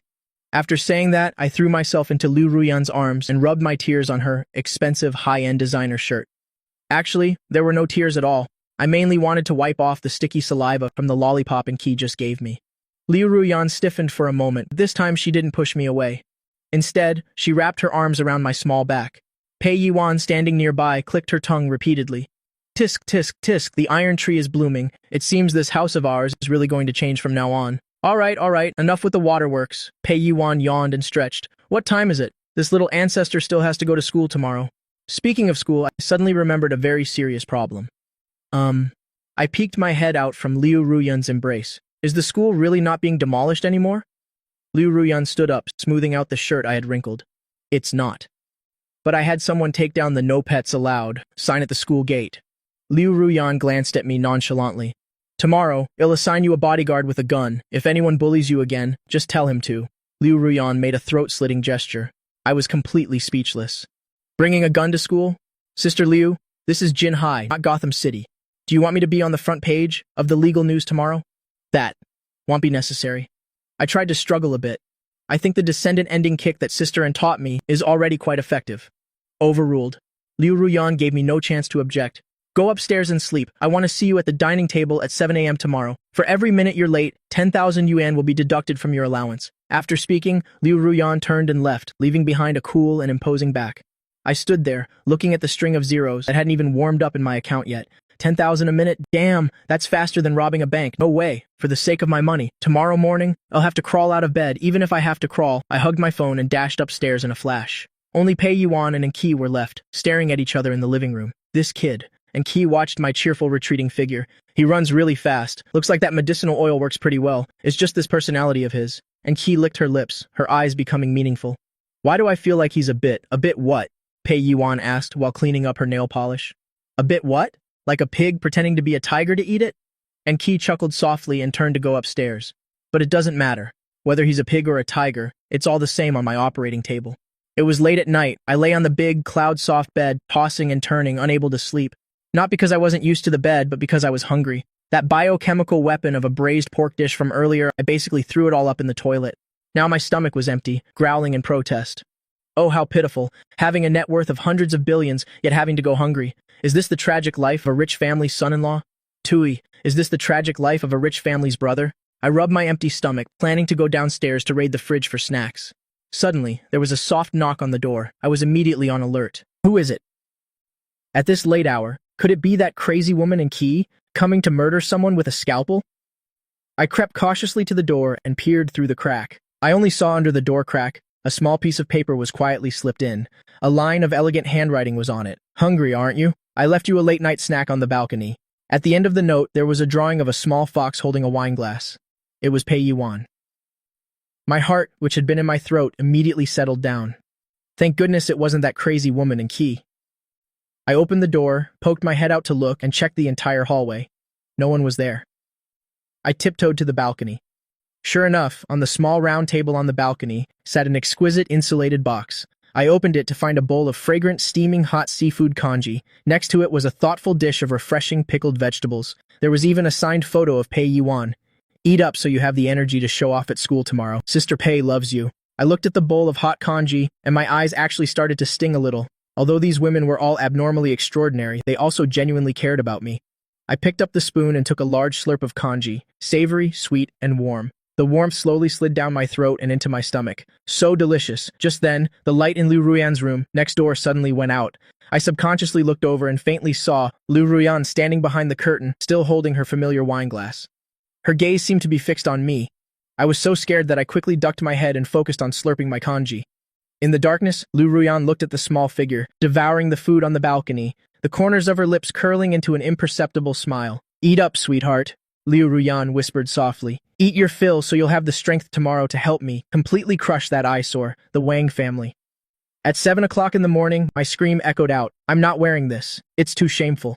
I desperately clutched my pajama pants, my whole body huddled in the corner of the bed, with an expression of someone vowing to die rather than submit. The maid standing by the bed was holding a brand new school uniform. But there was something wrong with this uniform, wasn't there? The original small English-style vest was gone, replaced by a hand-embroidered brocade robe. On the chest was embroidered a small, brilliant golden dragon. Is this for going to school? This is obviously for ascending the throne. Put it on. Liu Ruyan's cold voice came from the doorway. She was holding a cup of black coffee. But sister, I pointed at the dragon robe, my face pale. The school requires us to wear uniforms. They'll be seen as a lunatic if I wear this. Help? Do you want me to be the thorn in the entire school's side? If I wear this outfit out, my future spouse choosing rights are done for. Liu Ruyan took a sip of coffee, not even bothering to lift her eyelids. Rules? You set the school rules now. Besides, Liu Ruyan put down her cup, walked over, picked up the robe, and admired it. She seemed quite satisfied. I think it looks quite good. Very noble. Pei Yuan stayed up late last night to have the film crew's costume designer modify it. She said it was to celebrate your rebirth. My world was cracking. Pei Yuan, you're really something else? This kind of rebirth is really unnecessary. Do you want me to attract even more hatred? After an extremely tragic struggle, which was mainly me unilaterally, acting cute, rolling around, and begging for mercy, Liu Ruyan finally gave in and allowed me to change back into a normal uniform. But on the condition that I wear that children's watch, studded with diamonds and weighing half a pound. I heard this thing has global positioning and can even shoot a tranquilizer dart in an emergency. This is simply inhumane. 10 minutes later. In front of the villa's gate, a line of black and green bulletproof Hongqi cars surrounded the Rolls-Royce Phantom in the middle. This formation, anyone who didn't know better would think a head of state was visiting. I, carrying a backpack bigger than my own body, listlessly climbed into the back seat. Liu Ruyan got in right after. The car door slammed shut, instantly cutting off all outside noise. The kanji from last night. Liu Ruyan suddenly spoke, her gaze fixed on the view outside the window. Was it to your liking? I was stunned for a moment. Why would she still remember this? But my reaction was extremely fast. I immediately broke into an explosively sweet smile. It was delicious, especially delicious. Sister Pei Yuan's cooking skills are truly superb. The corner of Liu Ruyan's mouth twitched imperceptibly. That woman, Pei Yuan, only knows how to boil water. Humph. Liu Ruyan snorted softly through her nose. If it was that good, and you don't want to eat at the cafeteria in the future, just have someone bring it to you. Really? That's great! I cheered and then boldly scooted closer to Liu Ruyan. Then, Sister Ruyan, will you still cook braised pork for me in the future? In my heart, I knew this was a deadly question. Saying I want to eat it would be tempting fate. Saying I don't want to eat it would be disrespectful. The small abacus in my mind was clicking away, but on my face was a look of longing and caution. Although your braised pork is very special, I still can't bear to let you work so hard. This display of flattery was truly flawless. Liu Ruyan turned her head and gave me a deep look. I'll take it that you're sensible. She reached out and adjusted my crooked tie. Her cold fingertips brushed against my neck. Arriving at the gates of St. Alistair's Noble Academy. At this moment, only 2 rows of uniformed security guards were standing at attention, their hands pressed against their pants seams. In the middle stood an old man with white hair, wearing gold-rimmed glasses. It was Headmaster Zhang Dequan, the one who yesterday was so scared he nearly wet himself over the phone. He had been standing in the cold wind for half an hour, his face nearly frozen from smiling. He also had to occasionally turn his head and scold the teachers who wanted to secretly watch the commotion. Everyone, look sharp. The person arriving soon is the younger brother of our new board director. Anyone who dares to mess this up can pack their bags and get out tomorrow. Just then, the motorcade comparable to a national escort slowly approached. Headmaster Zhang trembled all over and immediately scurried over. Sister Liu, you finally arrived, right after. I helplessly ducked my head and got out of the car with my backpack on. As soon as I stood steady, Headmaster Zhang rushed directly in front of me. Young Master Guiba, good morning. Welcome back to school. Did you sleep well last night? Was breakfast to your liking? Is your backpack heavy? Let me help you carry it. Seeing his enthusiastic expression, he was more welcoming than if he were seeing his own father. I grumbled to myself, holy crap, is this Mr. Zhang possessed? Wasn't he just yelling yesterday about expelling me? This speed of changing faces, he must have, studied at the Sichuan Opera, right? The students and parents peeking around were all wide-eyed with astonishment. Isn't that Guy Ba? I heard the Guy family went bankrupt? Why is the headmaster so respectful to him? Shh, keep your voice down. Do you have a death wish? I heard that Wang Jinbao's father was taken away by Sister Liu yesterday, and he went bankrupt overnight. Hello, headmaster. You're being too polite? Not at all, not at all. It's what I should do. Headmaster Zhang wiped his sweat while expressing his loyalty. Liu Ruyan stood by the car and glanced at me. Headmaster Zhang, I don't want to hear any rumors about the boy at school, Liu Ruyan began. If he loses a single strand of hair at school, I will have all the teachers and students in the school shave their heads bald, I thought to myself. Are you serious? This is too cruel. What if one day my hair starts falling out? Does the whole school have to go bald with me? Am I here to study or to terrorize people? All right, go to class. Liu Ruyan gently patted my head and conveniently stuffed a black card into my uniform pocket. If you want to buy anything, just swipe the card. I'll come pick you up after school. As soon as she finished speaking, she turned and got into the car, leaving me standing alone at the school gate. When I stepped into the classroom, the noise suddenly stopped. Even the homeroom teacher, who was holding a piece of chalk, froze in midair. Everyone's eyes were focused on the empty seat in the fourth row by the window. That used to be Wang Jinbao's seat. Now it was empty. The desk and chair had been removed. I calmly walked towards my seat. My deskmate before always liked to pick fights with the original owner of this body, but now he was trembling and huddled in the corner, shakily pushing a pile of snacks towards me. Classmate Guy. Gui Ba, do you want some Oreos? I looked at the pile of snacks and chuckled to myself. Am I that scary? I haven't even had a chance to show off the skills Sister and Key taught me. Why is everyone so scared already? Being undefeated is as lonely as the falling snow. After I politely declined, I took the textbooks out of my bag with the demeanor of a well-behaved student, dedicated to his studies.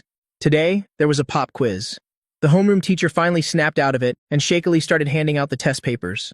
When the test paper reached me, the homeroom teacher's hand was trembling like he had Parkinson's. Classmate Gui, just write whatever. It's okay if you can't do it. He was truly scared. What if this little ancestor found the test too difficult, went back and tattled to Sister Liu, then his rice bowl would be shattered. I glanced over the test paper, 3rd grade elementary school level. I was speechless. Is this the level of a noble school? This is an insult to my IQ. At 10 years old, I can already understand the Liu Group's financial reports, and now you want me to calculate this? I sighed, picked up my pen, and scribbled a few strokes. The whole process took less than 30 seconds. Right after, I flipped to the back of the test paper and wrote a small line under the bonus question. Teacher, the logic of this bonus question is inherently flawed. If you set the variable x as infinity, the result will not converge. I suggest you revise the conditions of the problem. After finishing all this, I coolly tossed my pen down and fell asleep on the desk. The surrounding students were still scratching their heads, and seeing me turn in my paper so quickly, they felt a sense of relief. Thank goodness. Thank goodness. However, when the bell rang, the homeroom teacher took the tests back to the office. When he got to my paper, a shriek echoed throughout the entire floor. Teacher Wang, what's wrong? Seeing a ghost in broad daylight? The literature teacher next to him came over curiously. He just saw the homeroom teacher holding the test paper, his eyes glued to the paper. No, not a ghost. I've met a god. A perfect score. The homeroom teacher shakily pointed to the back of the test paper. The craziest part is, this question would take me half a day to solve myself, but this kid, he even found my mistake. Furthermore, the mistakes it found were spot on. The literature teacher peeked in and also inhaled a breath of cold air. This kid usually looks so dazed and confused. Could it be that he's been playing the fool all this time? At this moment, I was with my face down on the desk, calculating something else. Although being a freeloader is nice, I can't truly become a useless person. The brother who ran away from his wedding sent a provocative message. There will surely be a next move. Should I use the school computer to trace that guy's up? Just then, there was a stir outside the classroom. So handsome, whose son is that? Is he a new transfer student? I looked up, only to see a boy in the exact same uniform, with a cold, wolf-like aura, standing at the door. He swept his gaze around, his eyes finally landing on me. His gaze was filled with provocation and disdain, mixed with an inexplicable hint of hatred. I was startled and thought to myself, oh ho, did they send someone even younger to deal with me after beating up the little one? Another mini-boss here to give me experience points. That wolf cub boy walked straight towards me. The homeroom teacher, who was just stunned by my mathematical talent, was now secretly reaching for the alarm. The gloomy teenager stood before my desk, looking down at me from above. I put down my pen, and the calculating machine in my head spun rapidly. This arrival was clearly not for a good purpose. Just as I was calculating how to send this kid to the hospital as a permanent VIP, the teenager suddenly made a move. 2 large hands suddenly slammed down on the desk, and immediately, that icy face melted. Big brother, please accept my knee. My name is Diep Fong. I heard yesterday you single-handedly made the Wang Jinbao family go bankrupt with one phone call. That's so cool. From now on, I, Diep Fong, will follow you. If you tell me to go east, I will absolutely not go west. The entire classroom was filled with question marks. The homeroom teacher was also dumbfounded. His mouth twitched, and he thought to himself, what in the world is going on? I had already prepared my fighting stance, and he pulls this move? Have villains today lost all shame? Diep Fong continued to ramble on. Big brother, this is a limited edition game console that I'm offering you. These are macarons I just had shipped from France. As long as you accept me as your subordinate, you'll do your homework for you later, and I'll take the hits for you in fights. I looked at this teenager who was half a head taller than me and suddenly felt that this life among the rich seemed drier than I imagined, but… Refreshing, the dismissal bell rang. I was surrounded by a group of followers and swaggered to the car. Returning to Villa Ngok Long Loan number 1, as soon as I entered, I keenly sensed that something was off about the atmosphere. Before, the gaze of the servants when they looked at me, though respectful, always contained a hint of contempt. But today, the old butler led 2 rows of maids to welcome me, bowing 90 degrees. Young master, welcome home. Damn, what is going on? I muttered to myself. Yesterday I was called collateral, and today am the young master? Did Liu Ruyan get promoted and give me a raise? After changing my shoes, I went into the dining room, only to see a table full of delicious food. Moreover, it was definitely not cooked by Liu Ruyan. This was the skill of a true 3 Michelin star chef. However, the tableware on the table was all made of pure gold, and in the middle were 4 large characters engraved, exclusively for Jiba. Beside them were also pure gold chopsticks and spoons. R.A. Are these for eating rice? If I sold them, I could probably buy an apartment. I thought, I came here to eat, not to lift weights, after finishing this bowl of rice. When I develop biceps? Do you like it? A voice echoed from the stairs. Pei Yiwan was slowly descending. She held a glass of red wine with a proud smile on her face. I specifically asked Tiffany's designer to design this just for you. After all, you're the darling of our household, so why should you use ordinary porcelain bowls to eat? Pei Yiwan walked behind me and leaned down. She gently pinched my cheek. This is pure gold, you know. If one day you run away from home and take this with you, you won't starve. I was speechless and thought to myself, big sis, are you cursing me? Thank you, Miss Pei. I obediently picked up the heavy gold chopsticks. I like them very much. They're just a little heavy. A little heavy is good. Pei Yuan laughed heartily. That's how you keep good fortune. Oh right, after eating, go to the living room and see. I have other surprises prepared for you. I quickly finished my meal, mainly because I was afraid Liu Ruyan would return and make me more of that dark food again. Then, I scurried to the living room on all 4s. Oh my, the corner of the room, which was originally empty, was now piled up into a small mountain. It was all unopened Lego, limited edition character models, the latest game consoles. My eyes lit up instantly. I darted into the pile of toys, with pure joy on my face. My heart cheered. Long live the sugar mama. The soft rice is so fragrant. This isn't a rich person's hell. It's truly paradise. Pei Yuan leaned against the sofa, took out her phone, and took a picture. With the caption, "Finally, the little ancestor at home is smiling. It was worth it to swipe my card until it broke." Just then, Liu Ruyan returned. As soon as she entered, she kicked off her high heels. Hearing the commotion, I immediately got up from the pile of toys and ran over, wanting to help Liu Ruyan with her bag and neatly place the shoes she just took off. Miss Ruyan, you're back? You must be tired.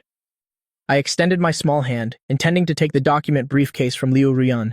However, Liu Ruyan's hand instinctively retracted, avoiding me. I was immediately stunned. What's wrong? Did the matter of me taking on subordinates at school get exposed? Or does she dislike that my hands smell of aged copper from the gold bowl? Liu Ruyan looked down at me. Don't do things like that anymore? Her voice was cold. We have servants and a butler in the house. Your hands, Liu Ruyan took my small hand, placed it in her palm, and gently rubbed it, are for playing with toys, counting money, or… Liu Ruyan paused for a moment, her gaze deepened. Are to make us happy, not for doing strenuous work like this. Do you understand? I nodded dumbly. I understood, I really understood now. This is the legendary canary treatment, so my future job is to eat, play, and be cute. Oh my, isn't this the life I've always dreamed of? I understand, you're the best to me. I immediately went with the flow, wrapping my arms around Liu Ruyan's legs, rubbing my face against her expensive trousers. Miss, you must have worked hard. Can I give you a massage? I learned a few moves from a blind master before. Liu Ruyan raised an eyebrow. Oh, let's see then. 10 minutes later, Liu Ruyan was lying prone on the living room sofa, while I knelt beside her, my small hands vigorously massaging her shoulders and neck. Liu Ruyan closed her eyes and let out a comfortable groan. Pei Yuan, sitting nearby, couldn't help but glance over. Oh my, Xiao Liu, what are you trying to do with that soul-stirring moan? Liu Ruyan was too lazy to even lift her eyelids, completely ignoring Pei Yuan's teasing. Ji Ba! Liu Ruyan suddenly spoke. My massage strength immediately increased. Miss, where are you uncomfortable? No, it's very comfortable. Liu Ruyan turned over and looked at me from the side. Because you're so well-behaved, Liu Ruyan reached out. Her fingertip gently hooked my chin. Then I'll give you a gift too. There's a charity gala this week in Kim Hai, and it'll take you there to broaden your horizons. My heart clenched. A charity gala? Isn't that a predetermined Ashura battlefield? Those wealthy families? This soft rice is indeed fragrant, but shouldn't there be some hard dishes occasionally? Liu Ruyan finally fell into a deep sleep, lying prone on the pillow, completely unguarded. I gently and carefully covered her with a blanket. Sigh. Earning this money is not easy, my hands are about to break, but, for pocket money, it's worth it. I glanced at the wall clock, 11:30. Half an hour left until the mysterious messages appointment. That self-proclaimed brother dared to use the Line family's younger sister to threaten me, regardless of whether it's true or false. I must get involved in this murky water. I stealthily slipped out of Liu Ruyan's bedroom and gently closed the door. The hallway was unusually quiet, only a few dim yellow wall lamps illuminated it. "It's so late! Where is little brother going?" a voice sounded from behind. I froze and mechanically turned my head, only to see Enki leaning against the doorway at the end of the hall. Sister Enki. I swallowed hard, immediately switching to an obedient expression. I want to go back to my room to sleep. I have school tomorrow. Sleeping early and waking up early is good for health. Sleep? Enki raised an eyebrow and stopped in front of me. Suddenly, she reached out and grabbed my wrist, her two cold fingers precisely placed on my pulse. Heart rate 120, pupils constricted, adrenaline surging. Enki leaned her face closer. "You little liar, your current physical state is as excited as a lab rat that just had an injection. You don't seem sleepy at all?" I immediately turned to stone. "Sister, does checking my pulse come with a CAT scan function? You scared me. You scared me? Do you know that? If you can't sleep," Enki smiled even more radiantly. That smile contained an expression of excitement that sent shivers down one's spine. "Then come to my room. We'll give you a more interesting examination and teach you a thing or two." After saying that, she directly pulled me towards the adjacent room. That strength was terrifying. Like a small kidnapped hostage, my feet dragged on the carpet, utterly undignified. "Wait, Sister Anne. I'm not going. I want to sleep." Objection overruled. "This is all for your physical and mental well-being." And QES room was strangely large, but it was more like a mini biochemistry lab than a bedroom. "Sit down." And she pushed me onto the high stool in front of the lab bench, then turned and took from a drawer something that looked like a head massager. She directly placed it on my head. "What is this?" I reached out to take it off. "Don't move." And Key brushed my hand away. "It's the latest brainwave monitor. I want to see what your little head is hiding inside." She quickly typed a few commands on the computer, and the screen immediately displayed several complex wave charts. And Key, who had a casual expression, as soon as she saw the data, froze completely. "How can this be?" She stared at the screen, muttering to herself. "The cerebral cortex activity is 3 times that of a normal person, the nerve synapse reaction speed. This is the level of a quantum computer. Moreover, this memory storage area has no redundant data." And Key suddenly turned around and stared at me. "What? What is it? Is my brain damaged? Damaged?" And Key suddenly burst out laughing, took my face in her hand and squeezed it hard. "What damage? You are truly a masterpiece of God, a miracle of evolution. I knew it. You're not a normal child, Ruyan, who only knows financial reports. What could she understand? Pei Yuan, that flowery pillow. What could she understand? Only Enki, can unlock the true potential within your body." My mouth was so contorted from being squeezed that it looked like a duck's bill, and the words astonished were clearly written on my face. "Sister, could you please calm down first? Someone who doesn't know might think you're going to slice me up for research." And Key took a deep breath, let go, and pulled a thick book from a pile of documents beside her. "Here, little brother." And Key opened the book. "Although you haven't fully developed yet, your head is still quite free. It'll teach you a few interesting things." I looked at the dense charts. Isn't this blocking the transmission of neurotransmitters? Adding an ethyl group would accelerate the metabolic rate. With just a glance, I blurted out unconsciously, "If an ethyl group were added here, could it shorten the onset time to just 3 seconds? The air suddenly went dead silent. And she, who was about to launch into an explanation, froze in place. She suddenly lowered her head, her eyes glued to where I pointed on the book. Oh my God, this medical prodigy couldn't help it at this moment, and directly swore. She suddenly looked up, her gaze towards me completely changed. You understand this?" And Key's voice was even trembling slightly. "I don't understand." I blinked my big round eyes, my expression full of innocence. "I just thought it looked prettier drawn like that, like a butterfly knot." And Key didn't expose this pretense. The smile in her eyes deepened. She suddenly leaned down, her hands braced on either side of the chair. "If it's not proper, don't look." I stared at the floor, feeling my nose tingle, and Kia's warm breath wafted into my ear. "You little rascal, still pretending with me? But it's okay, I like smart children the most." She traced my cheek with her finger, finally stopping at the corner of my lips. "Because you have this talent. From today onwards, you are my closed-door disciple, and Liu Ruyan will teach you to make money. Pei Yuan will teach you acting, and Key." She leaned close to my ear and whispered, We'll teach you how to make people wish they were dead, unable to live nor die. How about that? I felt half my body go numb. This woman is truly a venomous enchantress, but I could only nod frantically. Okay, I'll learn anything you teach. And Key straightened up with satisfaction and took a vial of blue reagent from the rack. Here's a gift for you. This is a high-concentration hallucination spray I concocted. It can make people see the most terrifying illusions. If Wang Jinbao still doesn't behave, or if... Anne Key glanced casually at the night outside the window. Or if some suicidal rat comes looking for trouble, feel free to use it. I took the small vial, my heart stirred. This came at the perfect time. It was truly a divine artifact, custom made for tonight's mission. Oh, sister and Key. I yawned and rubbed my eyes. I'm so sleepy. My brain can't function anymore. Can we continue learning tomorrow? I want to go back and sleep with my golden bowl. And Key looked at my dazed appearance, and her heart seemed to melt. She reached out and patted my head. All right, you're still growing anyway? Staying up late won't make you grow taller, and you won't be cute. Go on now. As if granted a great pardon, I clutched the small blue vial, jumped off the high stool, and ran out. Sister, good night. You're the most beautiful sister. See you tomorrow.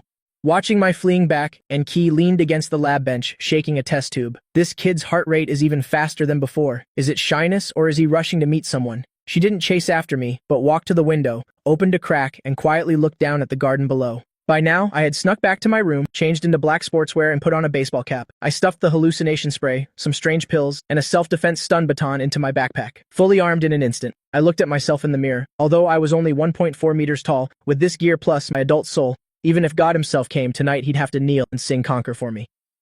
Brother, right? Neighboring sister, right? I pulled down my cap brim and climbed out the window.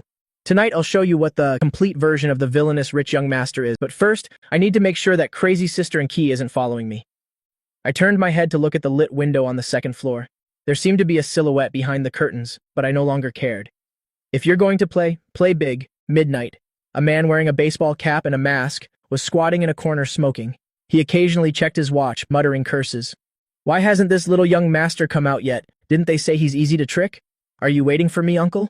A soft, sweet voice suddenly rang out behind him. The man was so startled that his hands trembled and the cigarette butt fell into his crotch. Damn it, are you a ghost? Why are you walking so silently? He slapped out the fire on his pants and fiercely turned around. Under the moonlight, he saw a child only up to his waist. I was wearing a backpack bigger than myself, holding the small blue vial and Key gave me, and innocently asked, Uncle, are you here to take me to find the neighbor's little sister?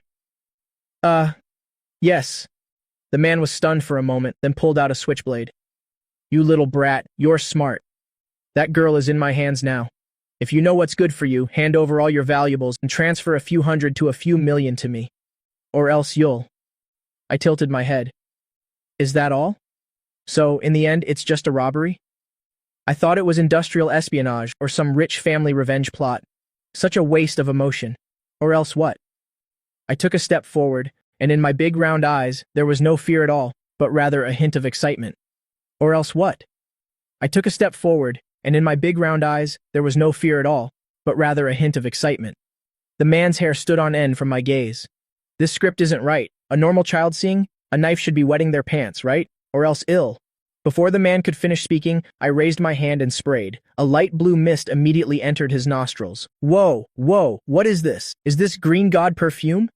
The man sniffed, and just as he was about to mock me, his pupils suddenly dilated.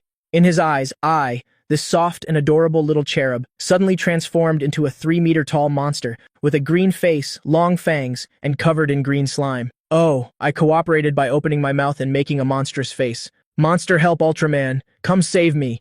The 1.8-meter-tall man immediately collapsed. His eyes rolled back, foam coming from his mouth, and he directly shrunk into a ball, trembling and calling for his mother.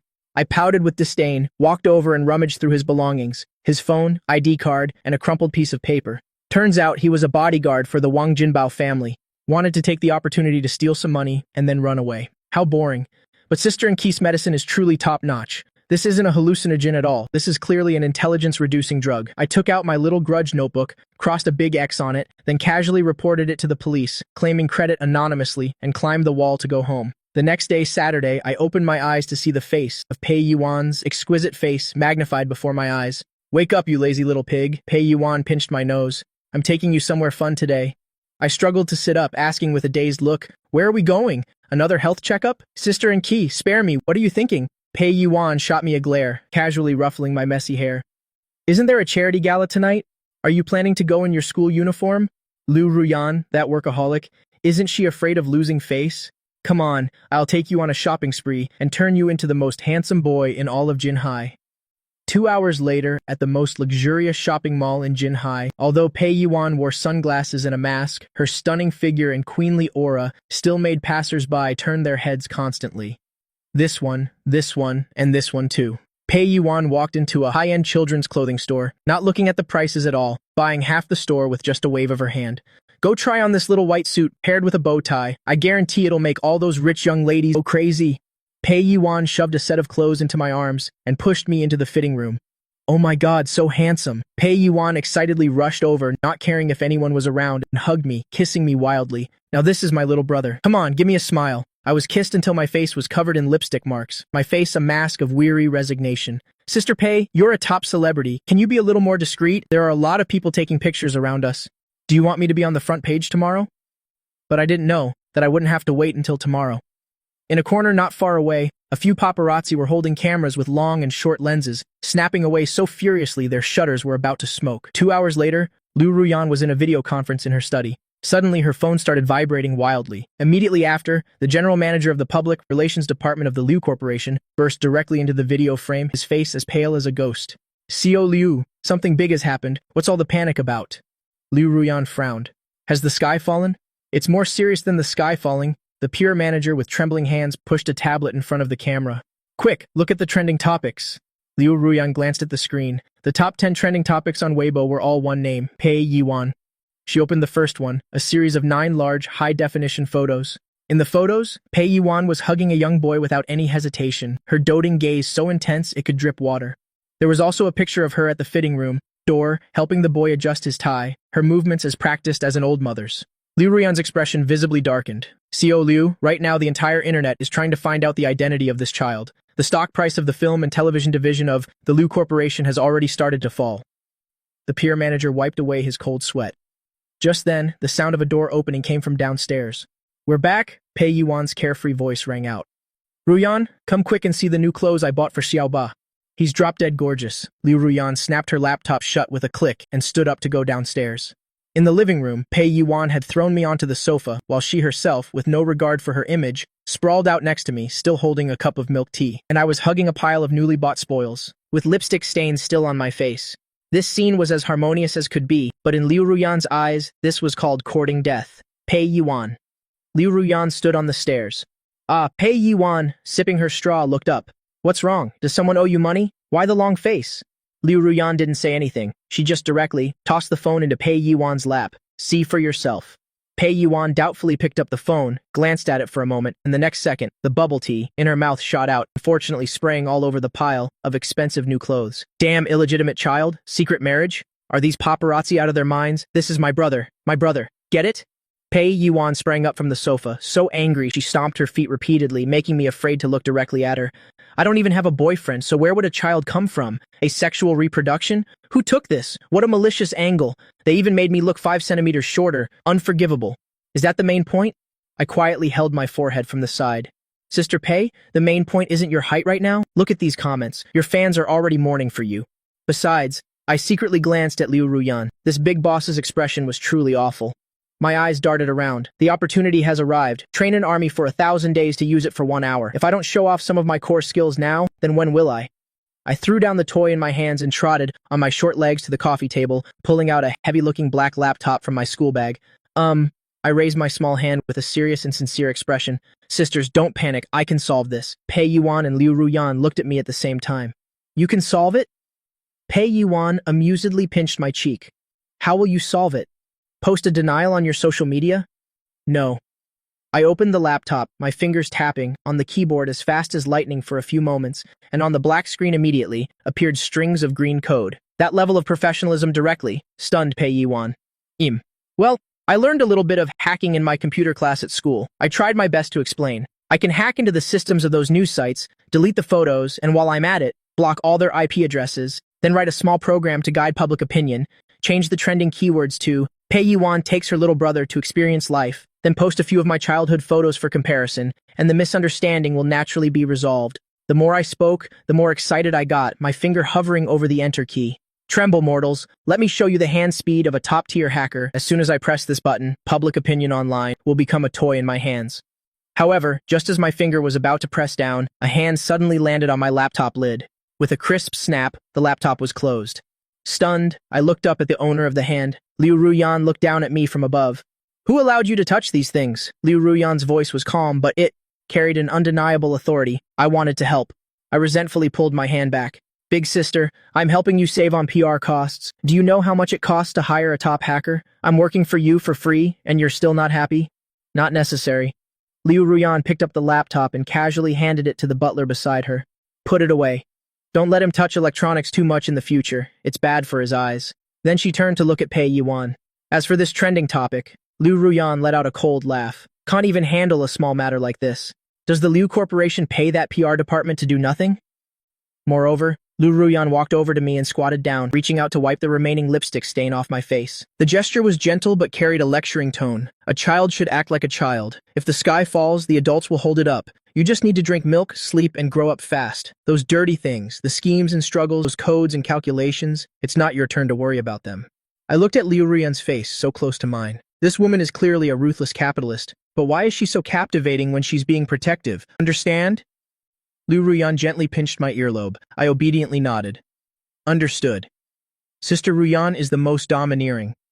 Liu Ruyan stood up, took out her phone and dialed a number. In 10 minutes, I want the trending topics cleared. Also send a lawyer's letter. Whichever media outlets were dancing the most joyfully just now, sue them into bankruptcy.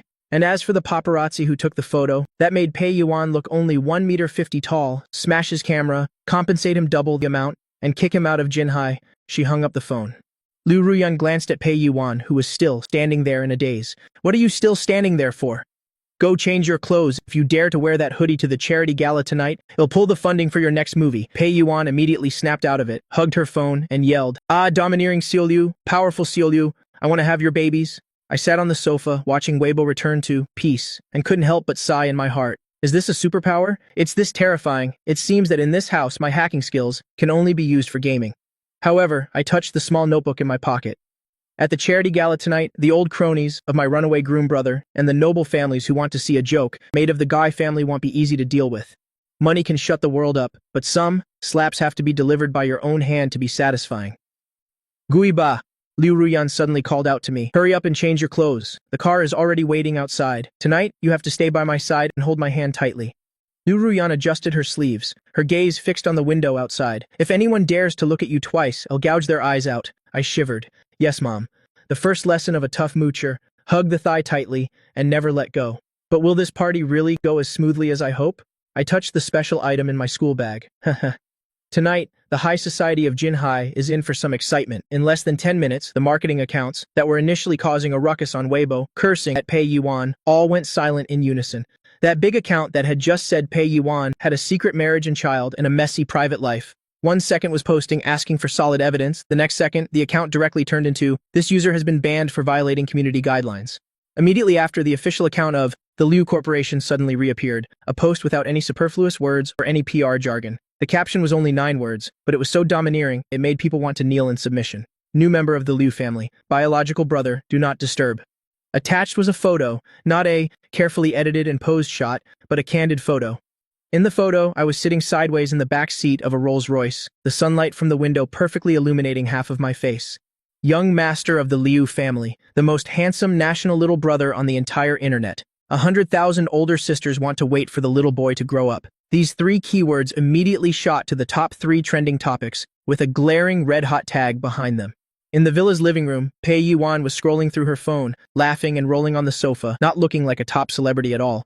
I quickly closed my eyes, silently chanting, form is emptiness. No, that's not right. Liu Ruyan's cold voice came through. She was holding a suit that was tailored, extremely exquisitely from black velvet, with a dark red shirt inside. Men should wear black. White is too frivolous, not dignified enough. Liu Ruyan walked over and directly tossed the white suit in Pei Yuan's hands aside and domineeringly shoved the black suit into my arms. Wear this, Pei Yuan refused, putting her hands on her hips to confront Liu Ruyan. Hey, Xiao Liu, your aesthetic sense is way too masculine. A little kid like this dressed all in black looks like he's going to a funeral. This is an evening party, not a place that needs to be dazzlingly sparkly. Understand? Liu Ruyan didn't even lift her eyelids. I don't understand, Sparkly. I only know that tonight he will appear as a member of the Liu family. The people of the Liu family don't need sequins to attract attention. Two powerful auras clashed in the dressing room. I stood in the middle, trembling. Help! Is this the legendary Asura battlefield? I'm still just a child? Why make me bear this sweet burden, I think? I raised my small hand and said softly, Black is quite nice, it's flattering. Besides, the red shirt really fits the festive atmosphere. Sister Pei, look how well this color matches your lipstick today. This master-level balancing act reluctantly quelled the battle. Although Pei Yuan was a bit annoyed hearing that it matched her lipstick, still cheered her up. All right, this one it is. Pei Yuan huffed and pushed me down into a chair. The clothes are her choice, but the hairstyle must be my choice. You don't have an opinion on this, do you? Liu Ruyan said nothing, which was taken as tacit agreement. For the next half hour, I endured the longest torture of my life. Pei Yuan used all kinds of hairspray and curling irons on my head, humming an unidentifiable tune. Finally, the great work was complete. Pei Yuan snapped her fingers and turned the mirror around. I stared at my reflection in the mirror, dumbfounded. My usually soft bangs had been slicked back into a slightly messy swept-back hairstyle, revealing my bright, full forehead. This wasn't a 10-year-old kid, but clearly a miniature version of a handsome, rich young master, elegant but with a hint of perversion. Brilliant. Pei Yuan held her face and screamed, I want to marry you now, what should I do? Even Liu Ruyan was stunned, her steps showing clear panic. I'm tired. I'm going back to my room to rest first. She left this sentence behind and shot up to the second floor without looking back, not even remembering to say goodnight to me. Boom! Another clap of thunder sounded, and the lights flickered twice. I stood on the stairs stroking my chin, a cunning smile playing on my lips. Heh, the opportunity has arrived as a qualified moocher. If I don't provide some warmth now, when will I? It's not just to make a good impression, it's mainly because that big bed and that human-shaped body pillow are so tempting.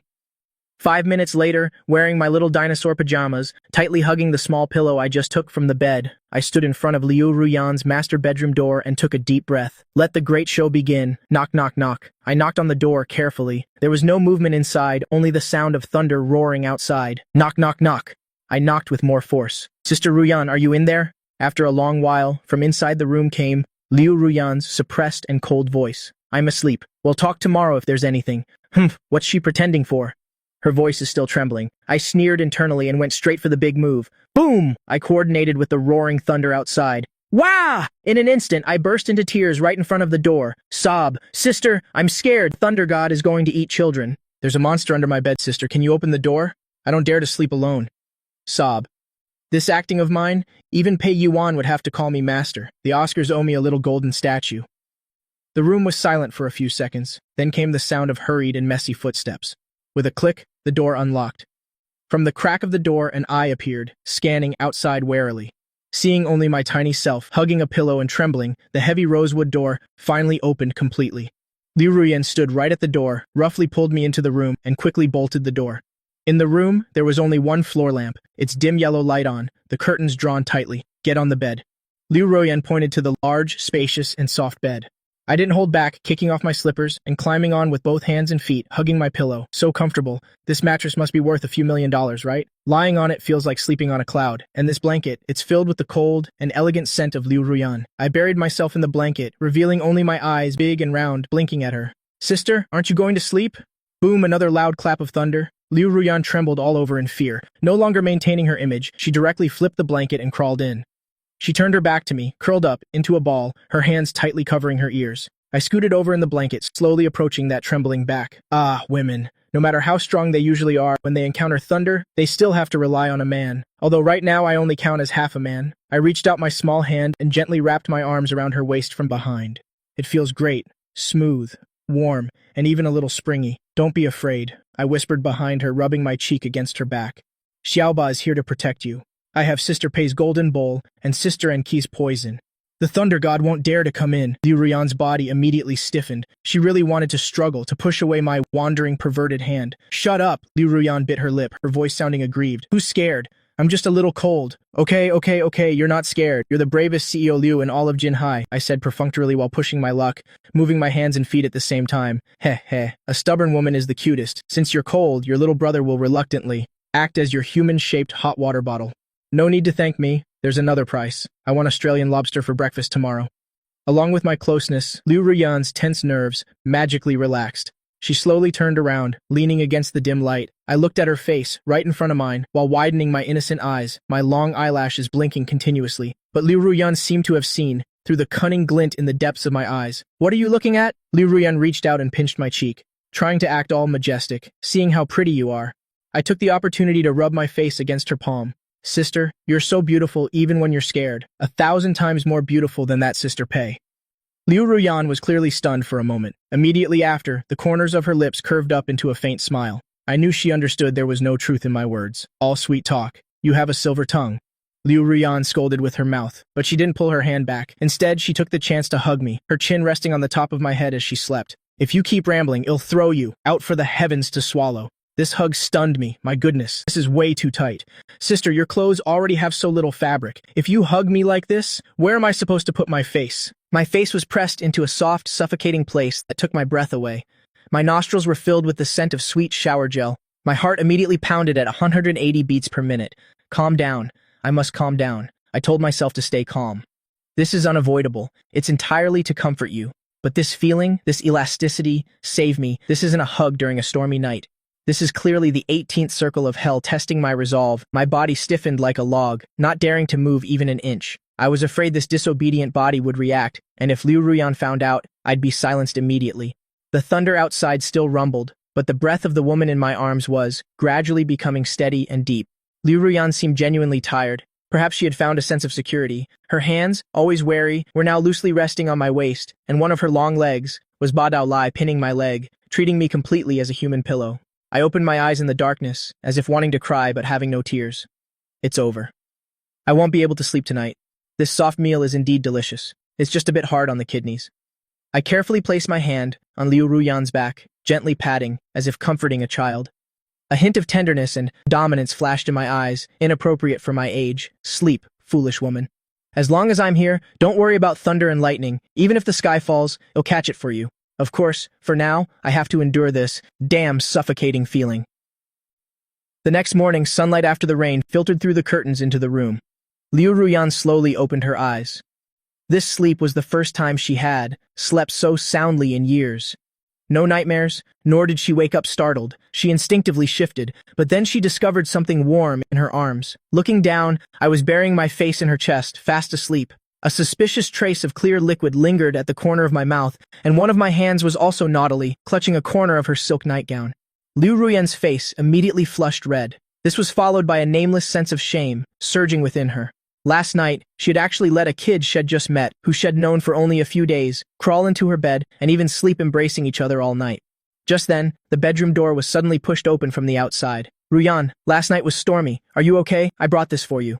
Anki, holding a bottle of tranquilizers, rushed in. And then she froze as if under a spell, standing petrified at the door, her eyes glued to the two bodies entangled on the bed. The bottle in her hand dropped to the floor with a crash, shattering. Anki pushed her glasses up her nose, her lips curling into a wicked, anticipatory smile. "Xiao Liu, you certainly know how to play. Are you starting to keep a boy toy now? This soft meal might be a bit hard on your waist." Time rewound 8 hours, in the bedroom during the stormy night. The air was filled with a pleasant, milky scent. At this moment, this milky scent was more effective for Liu Ruyan than Anki's specially formulated calming incense. As usual, Liu Ruyan should have long since wrapped herself up like a spring roll, put on noise-canceling headphones, and been trembling. But today, she wasn't trembling at all, and even had the mood to open her eyes in the darkness, using the faint light of the lightning to observe me pretending to sleep in her arms. In reality, I wasn't sleeping at all. Sleep? Who could possibly sleep through this? Xiao Liu, do you know how seductive your figure is? Even through a layer of silk nightgown, the sensation was like being tortured with cotton candy. It was like being tortured with cotton candy. I closed my eyes, trying to keep my breathing steady, but inside, 10,000 mud horses were stampeding. Liu Ruyan was like a lazy cat, clinging to me like an octopus. Her long, slender leg pressing against me was one thing, but her hands, as if they had found an interesting stress-relieving toy, would occasionally pinch the soft flesh on my arm. "Are you asleep?" Liu Ruyan's voice was very soft. In the darkness, it no longer sounded cold, but instead carried a hint of husky laziness. No, I couldn't pretend anymore, so I could only softly reply. "Sister, aren't you afraid of thunder anymore?" I carefully tilted my head back slightly, trying to create a safe distance. But how could Liu Ruyan let go of this human hot water bottle? Instead, she hugged my arm tighter, resting her chin on my head and nuzzling gently. "With you here, I don't seem to be afraid anymore." "Actually," Liu Ruyan sighed, her voice revealing deep exhaustion, Sometimes I feel so meaningless. I was stunned for a moment. This script is wrong. Shouldn't this be a heartwarming sisterly moment? Why is she suddenly getting emo in the middle of the night? Every day, as soon as I open my eyes, it's financial reports, stock prices, and the schemes of the old foxes on the board of directors. Liu Ruyan closed her eyes, her lashes casting shadows on her eyelids. Everyone calls me Kyo Liu. Everyone thinks I'm made of steel, but actually, I don't want to be CEO at all. I want to travel the world. I want to go to Antarctica to see penguins. I want to sleep until I wake up naturally. I want to eat street food without worrying about being photographed. I'm so tired. These two words were as light as a sigh, but they struck my heart powerfully. I opened my eyes to look at the woman whose features were indistinct in the dark. As if possessed, I extended my chubby little hand. I fumbled in the darkness and gently patted Liu Ruyan's back. Once, twice, my movements were clumsy, but the rhythm was gentle. Sister, if you're tired, just sleep. My voice was young, but my tone exuded an unwavering determination. If you don't want to be CEO, then don't. When I grow up, you'll fire all the old men in the Liu group. From now on, leave the job of earning money to support the family to me. You just need to focus on being beautiful. You can go to Antarctica and dance square dances with the penguins too. Ahem. Liu Ruyan suddenly burst into laughter. Her laughter vibrated through her chest, making my whole face tremble. Such a small child, yet so cunning. Liu Ruyan reached out her finger and pinched my nose hard. Your mouth isn't small either, and you want to fire the entire board of directors, and you want to support me. Do you know how much the Liu Group earns in a single day? Even selling you 10,000 times wouldn't cover the losses. Although she spoke ill of me, Liu Ruyan's heart felt incredibly warm. This feeling of being promised something, even though it was just innocent, childish words, had made her feel at ease for the first time in a long time. Humph. Don't underestimate a poor young man, I huffed indignantly. At school, I always get perfect scores in math. I also save a lot of my pocket money. As long as you give me enough time to develop, let alone the Liu Group, I could buy the entire Kimhai City as a playground for you. All right, my little perfect scoring genius. Liu Ruyan's lips curved into a smile, burying her face in my neck, taking a deep breath. Then it's decided. You'll wait for you to grow up. Liu Ruyan turned over, adjusting to a more comfortable position. Her long leg unceremoniously landed on my stomach again. For now, it'll borrow your body as a pillow. Good night, kid. This was everything that had happened last night. As pure as a white sheet, as heartwarming as a healing drama. But all of this, in the eyes of Qi, who had just burst in, was a completely different story. Returning to the present, 7:30 a.m., the test tube in QI's hand lay shattered on the floor. Her eyes behind her glasses sparkled with a mischievous glint. CEO Liu, you certainly know how to play. Are you starting to keep a boy toy now? This shout directly caused Liu Ruyan, who was still reminiscing about the warmth of the previous night, to startle and bristle. Liu Ruyan suddenly opened her eyes. Her face, which had been flushed with sleep, immediately turned cold. Although she was extremely panicked inside, her professionalism as a domineering CEO allowed her to regain control of her expression in 0.1 seconds. She controlled her expression perfectly in 0.1 seconds. Get out!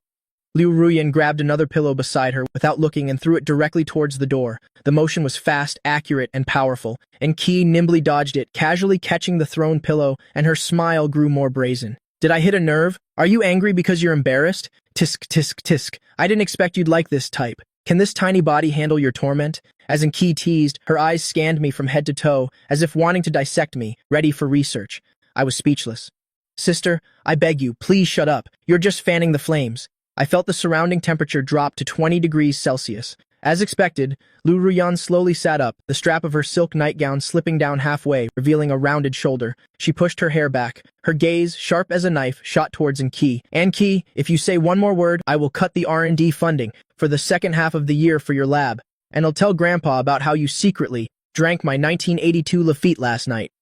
A killing blow. The smile on Qi's face froze instantly. Actually, I came to call you for breakfast. The weather is really nice today. I'm going to check if my lab mice need to be fed yet. Excuse me. With that, Qi, hugging the pillow, fled, disappearing faster than a rabbit, even remembering to close the door carefully behind her. Click. The world finally quieted down. Only the two of us were left in the room. The atmosphere was so awkward that I felt my toes curl. I curled up in the blanket, only my eyes showing, afraid to move rashly because of Qi's commotion earlier. When Liu Ruyan sat up, the blanket had slid off her almost completely. Although she was wearing a nightgown underneath, its alluring, lazy, and casual style was even more deadly. Especially that collarbone dip was so deep it could hold goldfish. Form is emptiness. Emptiness is form. I'm a child. I don't understand. Liu Ruyan seemed to notice something too, glancing down at her disheveled attire. A faint blush briefly appeared on her cheeks, but she quickly regained her composure. She turned to look at me, still pretending to be a quail. Then she suddenly reached out and pinched my ear, which was heating up. "Did you hear what Enki said earlier?" "Hear what?" I blinked my big round eyes with an innocent expression. Sister Anne said she was going to feed the lab mice. My acting was flawless. Liu Ruyan stared at me for a few seconds, as if trying to confirm if I truly didn't understand those suggestive words. Finally, she let out a soft chuckle. "It's best if you didn't hear." Also, Liu Ruyan leaned down, her warm breath caressing my face. "Forget what I said last night. It was a dream. Whether it was fear of thunder or not wanting to be CO, forget it all." I obediently nodded. Yes, I slept like a log last night. I didn't hear anything, and I never said I wanted to support you." Liu Ruyan's movements faltered. This kid was teasing her. Unhappily, she pinched my soft, tousled hair. "Get up, it's the weekend today. I'll take you somewhere." Liu Ruyan threw off the blanket and got out of bed, barefoot on the carpet. After 2 steps, she suddenly stopped, turned back, and looked at me still lying in bed. A barely discernible slyness flickered in her eyes. "Although this soft meal of yours is quite enjoyable, the meals at the Liu family's house are not so easy to digest. You boasted about wanting to support me, so starting today, study hard on how to be a qualified heir." I looked at her retreating back, my mouth twitching violently. "An heir? Sister, oh sister, you're pushing me into a fire pit. I said I wanted to eat soft meals forcefully? Why has this suddenly turned into a game of raising a rich child?" But as I touched the arm she had rested on all night, which was now continuously aching, recalling how fragile Liu Ruyan had been, like a little girl last night. Fine, considering how beautiful she is, you'll reluctantly take the risk. I leaped out of bed like a transformed carp. "Yes, sister, I want Australian lobster for nourishment." At this moment, Enki, with her bird's nest hair, was spreading a green jam, which looked like a biochemical reagent, onto her toast. She was staring at me with eyes that seemed to want to dissect me. "CEO Liu, according to my observations last night, this kid's adrenaline levels were normal. He wasn't psychologically traumatized by your sleeping posture. His vitality is very strong." Liu Ruyan's fingers, holding a tablet, paused slightly. Her fingers holding the tablet paused. "Eat your biochemical bread." I shrank back, deciding to be a silent eating machine.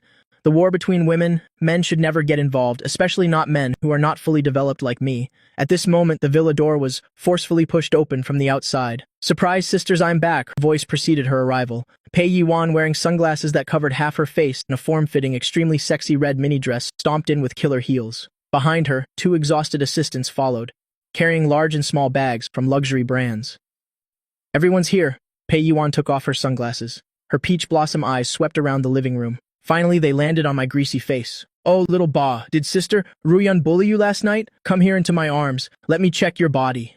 Before I could swallow the piece of lobster in my mouth, Pei Yuan grabbed me and pulled me into a hug. A facial cleanser attack, and the premium version at that. I'm suffocating. I struggled desperately, but in front of Pei Yuan, this gym fanatic, my tiny strength was like a tickle to her. "Don't make a fuss." Liu Ruyan frowned, putting down her tablet. "Weren't you supposed to be filming a show out of town? Why are you back so early? Don't even mention it. That director actually wanted me to create a seep with a pretty boy. He didn't even consider what that pretty boy looked like. He's not even 1/10,000th as cute as my little Ba." Pei Yiwan disdainfully released me and casually threw herself onto the sofa. She lost all pretense of elegance, slouching into the gay Yulin pose. That red mini dress was already short, and leaning back like this made it unbelievably shorter. Her 2 long, fair legs, gleaming, were casually draped over the coffee table. I quickly covered my eyes, see no evil. If I dare to look again, it would be a waste if those legs weren't used for pedicab driving. It would be a waste if those legs weren't insured. What is this? Pei Yuan's hand reached into the sofa crevice, feeling for the remote. She ended up touching a stiff, black-covered notebook. A skull was crudely drawn on it. That was my precious revenge notebook. I was about to take a sip of milk. The moment I saw the notebook, my pupils contracted. Pfft, a mouthful of milk was sprayed out. Damn it, it's over. I casually stuffed it into the sofa crevice last night and forgot to take it out. I didn't have time to wipe my mouth. Letting out a strange cry, I lunged like a small projectile. But who was Pei Yuan, the spotlight queen of the entertainment industry? Her reaction speed was due to practice. With a flick of her wrist, she raised the notebook high up. My small 1.4 mere stature, compared to Pei Yuan's 1.75 me when wearing high heels, made me seem like a dwarf. I hopped a few times. I couldn't even reach the cover of the notebook. Instead, I crashed headfirst into Pei Yuan's embrace, triggering another facial cleanser attack. Oh my, such a strong reaction? Pei Yuan became immediately interested. Her peach blossom eyes lit up like 200-watt bulbs. There must be something shady. Let me see, is this a love letter from some naughty kid? Sister Pei, that's my private property. You're not allowed to look. I was so flustered that my face turned bright red. My hands and feet fumbled as I tried to climb onto the sofa. Private? And Key also became interested, pushing up her glasses as she leaned closer. This kid? I've examined him from head to toe. I even know how many moles he has. What privacy could I possibly not know about? Although Liu Ruyan said nothing, she also put down her tablet. Her lips curved into an amused, expectant line. Pei Yuan used her height advantage. With one hand, she firmly held my flailing little hand. With the other, she turned to the first page. Then, her incredibly penetrating voice began to read emotionally, "Sunny day. Today, the old hag Pei Yuan insisted on making me wear that pink lace dress and even forced me to call her Her Majesty, the Queen. If I don't get revenge for this, I'm no gentleman. When I, this young master, grow up and have money, I will definitely buy all the ugly outfits in this world to make her wear, and it'll also make her wear a big floral jacket from Northeast China on the red carpet." As Pei Yuan read on, her tone shifted. The initially smug smile on her face froze. A vein on her forehead pulsed.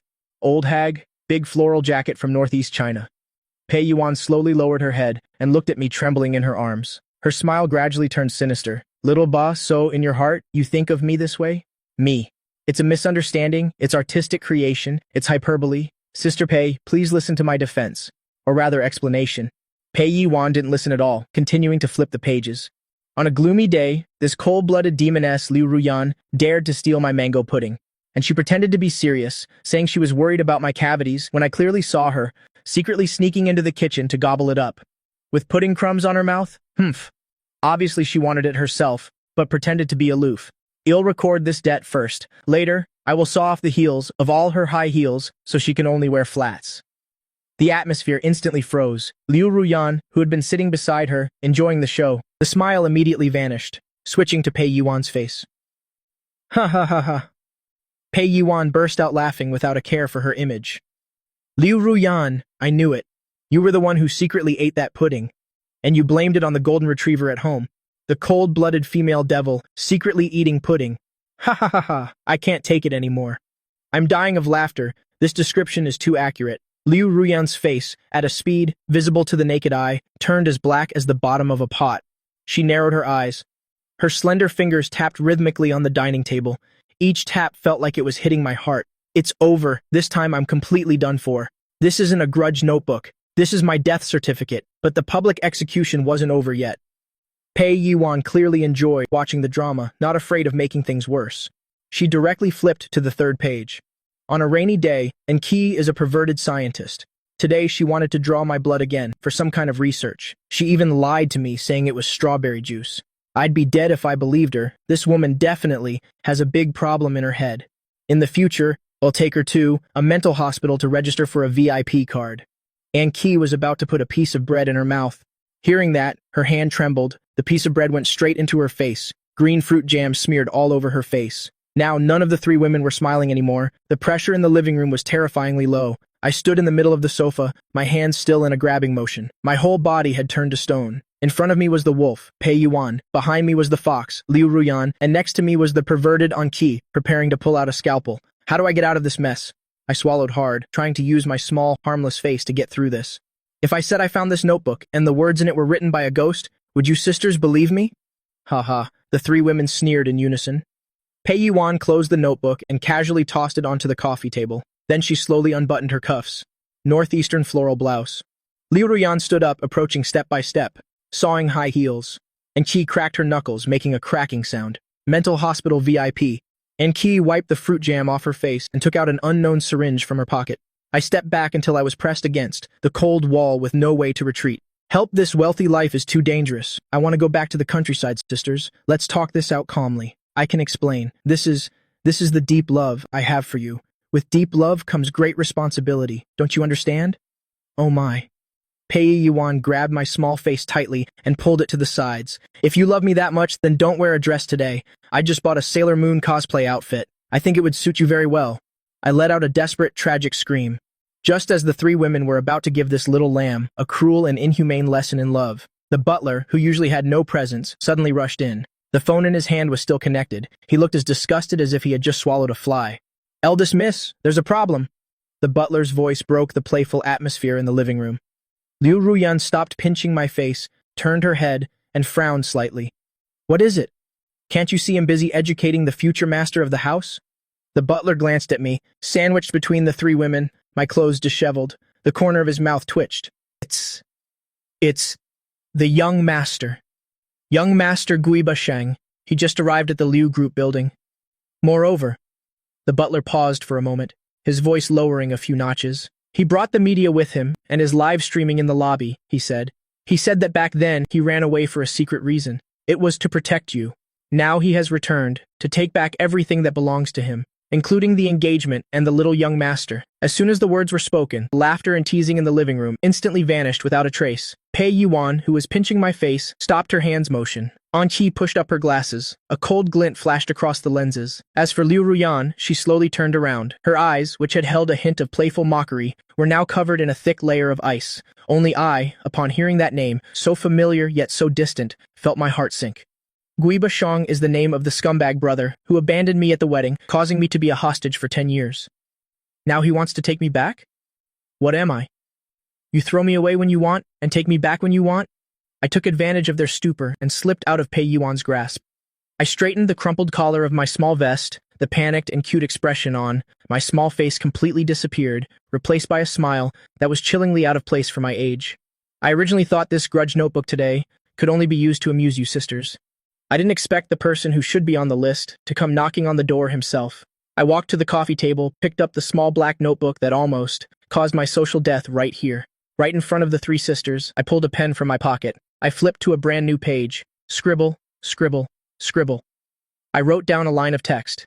The runaway bastard Guy Bashang is back. Wants to reap the rewards? Dream on this debt will be repaid in this lifetime. After writing, I tucked the notebook into my shirt and looked up at Liu Ruyan, revealing a smile so bright it would send shivers down one's spine.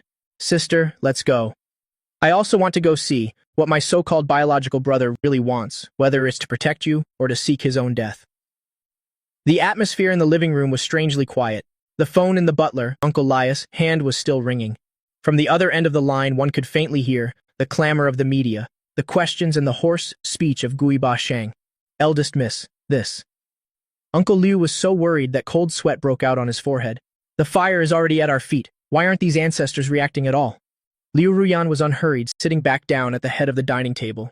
She leisurely crossed her legs, her silk nightgown slipping down her thigh, revealing her dazzlingly fair skin. The tip of her foot dangled a fluffy slipper. She waved her hand very perfunctorily at the butler, telling him to let him shout. A stray dog. Can it really bark loud enough to make the Liu Group building collapse? After speaking, Liu Ruyan's beautiful phoenix eyes narrowed slightly.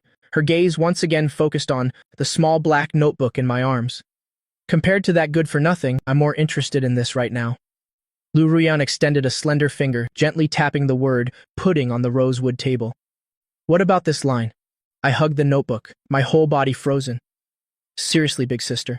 That's your fiancé. It's your company's stock price. It's your business empire. And you're here haggling with me over 2 mango puddings. Are the brains of you wealthy people, all wrapped in gold leaf? Completely airtight, I blinked my big eyes, trying to bluff my way through. Actually, I misremembered. The pudding was stolen by a mouse. The mouse in my house is very big. It even knows how to wear high heels. Before I could finish, a fragrant hand directly pinched my cheek. Pei Yuan pressed close to me. Her tight red dress today was truly a violation. The neckline was cut very low, just a slight bow of the head, and that powerful visual impact could make any man bleed dry. Oh my little darling even knows how to be sarcastic. Pei Yuan laughed so hard her body swayed. Her other hand very naughtily pulled the small notebook from my arms. Tisk, tisk, tisk, sisters. Look at this handwriting. It's crooked like a dog's scrawl. There's even a skull drawn here. Oh my, why does this skull have a bow on it? Is this supposed to be me? Pei Yuan pointed to a doodle in the notebook. Not only was she not angry, but she cupped her face, making an expression as if she was melting from the cuteness. It's so cute on the surface. You say you want me to wear a floral blouse, but behind my back you draw a bow for me. This is the legendary tsundere. Pei Yuan planted a kiss on my forehead, leaving a bright red lipstick mark. I like it best when you say one thing, but mean another, you little rascal. I grumbled to myself. Who's a tsundere? I was obviously trying to draw an X, but the pen ran out of ink. I just conveniently made 2 strokes, and she could still make something of it. I thought to myself, Pei Yuan's ability to make up stories would be wasted if she didn't become a novelist. Anki also moved closer. Pointing at the mental hospital VIP note, she smiled so widely, her glasses reflected the light. So this is the image you have of me in your heart. She pushed the glasses up the bridge of her nose.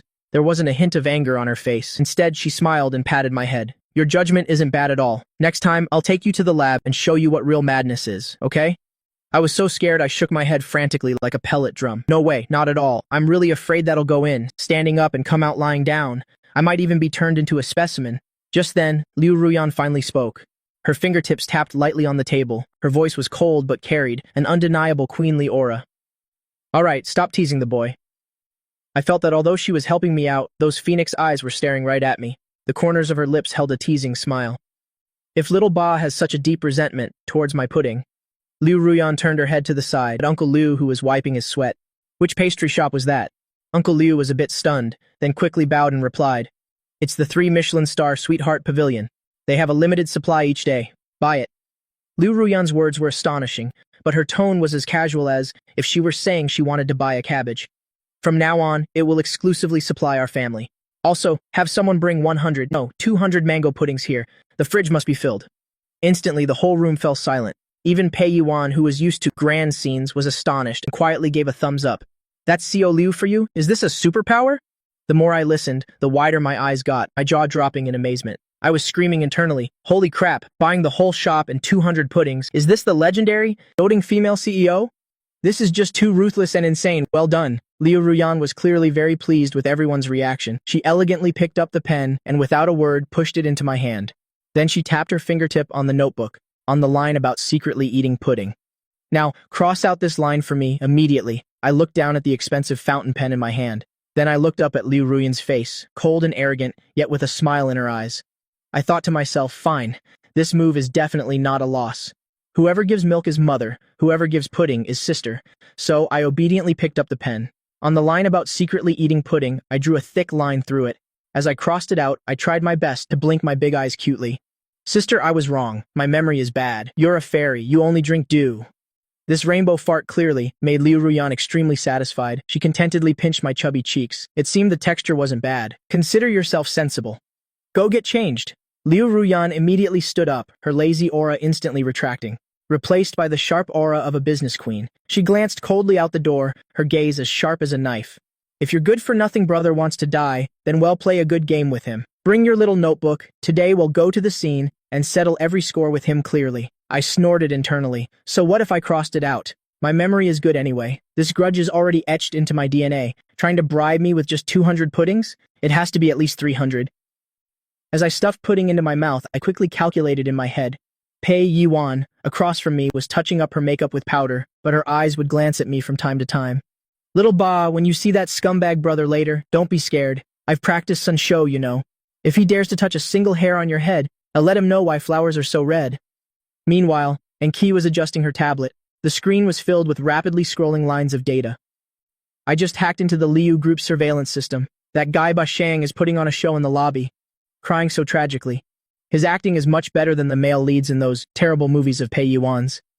Hey Enki, do you know how to talk? Pei Yuan was so angry she almost crushed the powder compact in her hand.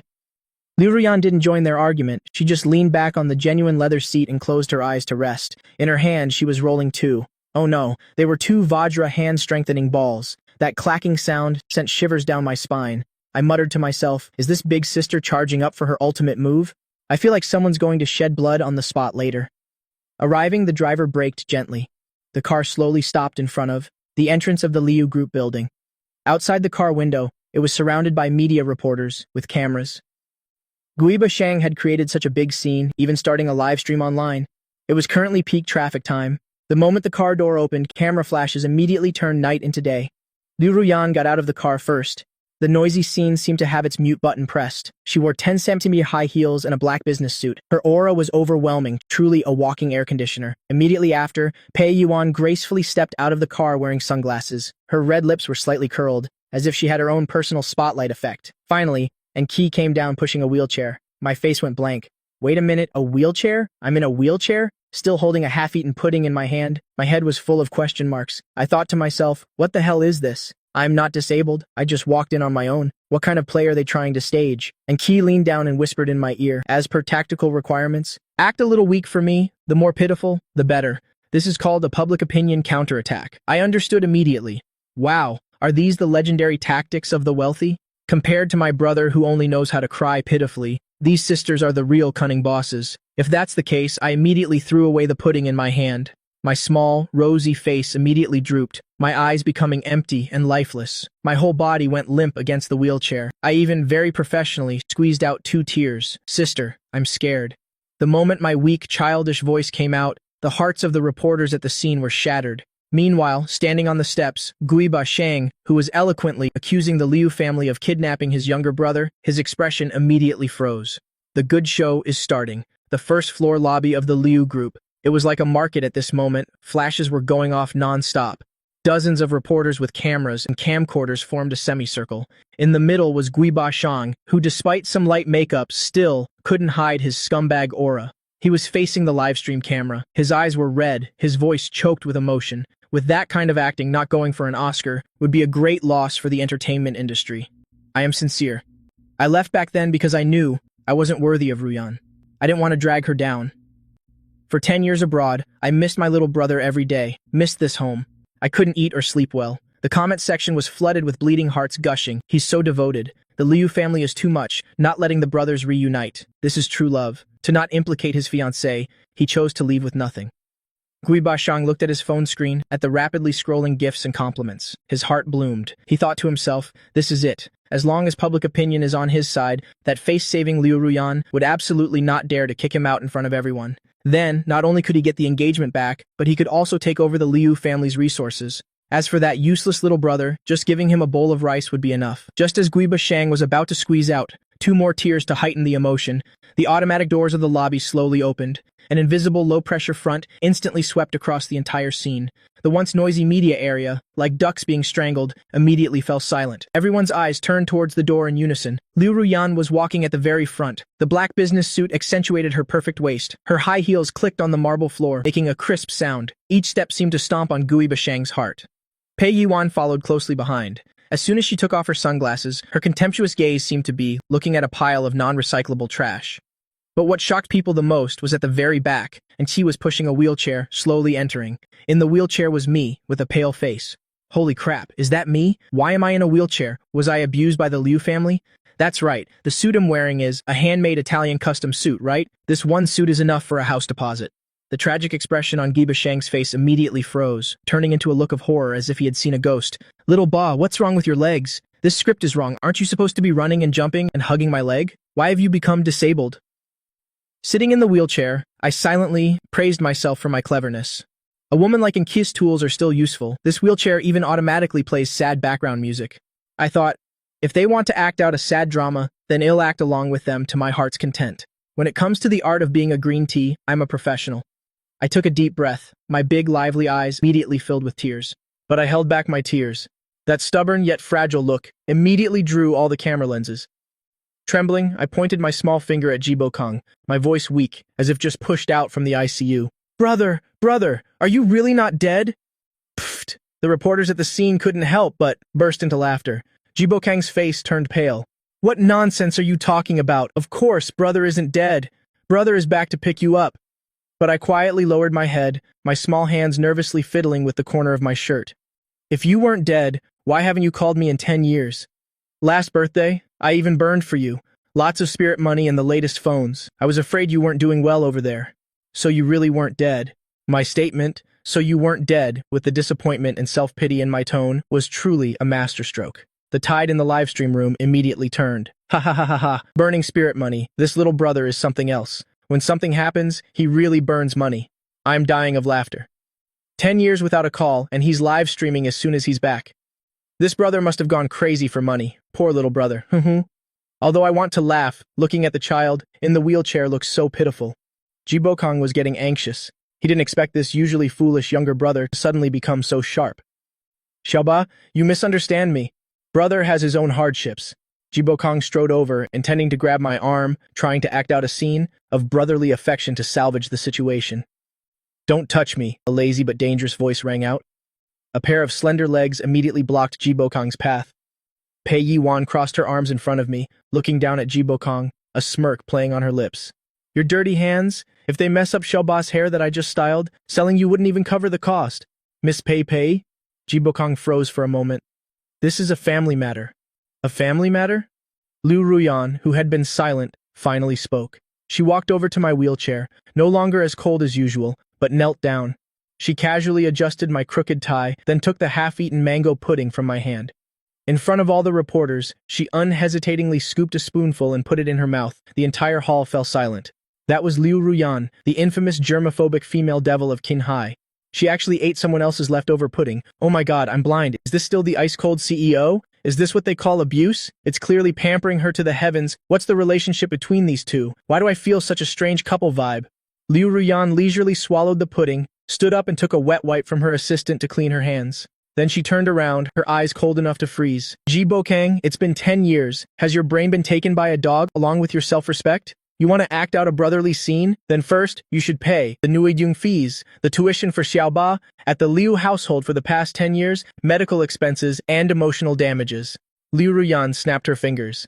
And Qi pushed up her glasses, directly pulling out a thick stack of invoices from her pocket, clearly having them prepared. Based on big data calculations plus inflation and CEO Lias' appearance fee, rounded up, it's a total of 300 million yuan. We accept Alipay, WeChat Pay, and card payments. We don't accept payment in kind because you're not worth it. And Qi icily read out an astronomical figure. Ji Bokang stood there stunned, his legs weak, almost collapsing to his knees. 300 million? Why don't you just go rob a bank? I, who had been sitting obediently in the wheelchair, suddenly looked up, revealing an utterly innocent smile. I reached into the pocket of my small vest, taking out the legendary small black notebook. Brother, robbing is against the law. But I held the pen to the notebook, scribbling something on the page, muttering as I wrote. A certain day, a sunny day, the scumbag brother wants to freeload. Not only the Nuidung fees, but also wants to freeload at Sister Lios' villa. He even wants to pack me up and take me too. This behavior warrants sending him directly to mine coal. Finished writing, I closed the notebook, looking at Ji Bokang with the gaze one reserves for an imbecile. Brother, this is the Liu Corporation, not a recycling dump. Do you want to recycle yourself? Go left for 300 meters, there's a scrapyard, the old man. There's quite kind, he'll probably give you a good price. Boom. The reporters at the scene completely exploded. This isn't the innocent, lovable little brother. This is clearly a poisonous snake in sheep's clothing. Ji Bokang was so retorted by me that his face alternated between pale and green, his finger pointed at me, trembling. Security! Liu Ruyan was too lazy to watch this drama any longer. She waved her hand as if shooing away a fly. Please escort this deeply affectionate ex-fiancé out.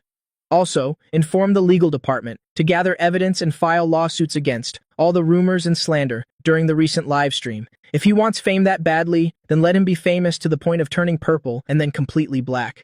A few fierce bodyguards, like wolves and tigers, immediately charged forward, dragging Ji Bokang out like a dead dog. Let go of me, I'm the son-in-law of the Liu family. I have an engagement, Liu Ruyan. You can't treat me like this, Ji Bokangs. Desperate cries faded into the distance, finally disappearing beyond the automatic doors.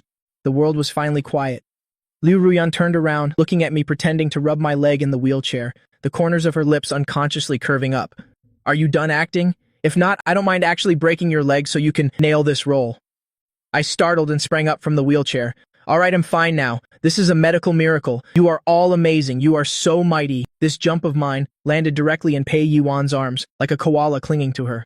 I almost died. I almost became truly disabled. This woman Liu Ruyan is too cruel. That look just now was definitely genuine. Pei Yuan naturally supported my small rear, rubbing it hard against my face. You mischievous little thing. Who taught you that line about burning spirit money? So savage. I love it. Before the sisters could celebrate this resounding victory, from the lingering crowd in the grand hall, suddenly came a few jarring whispers.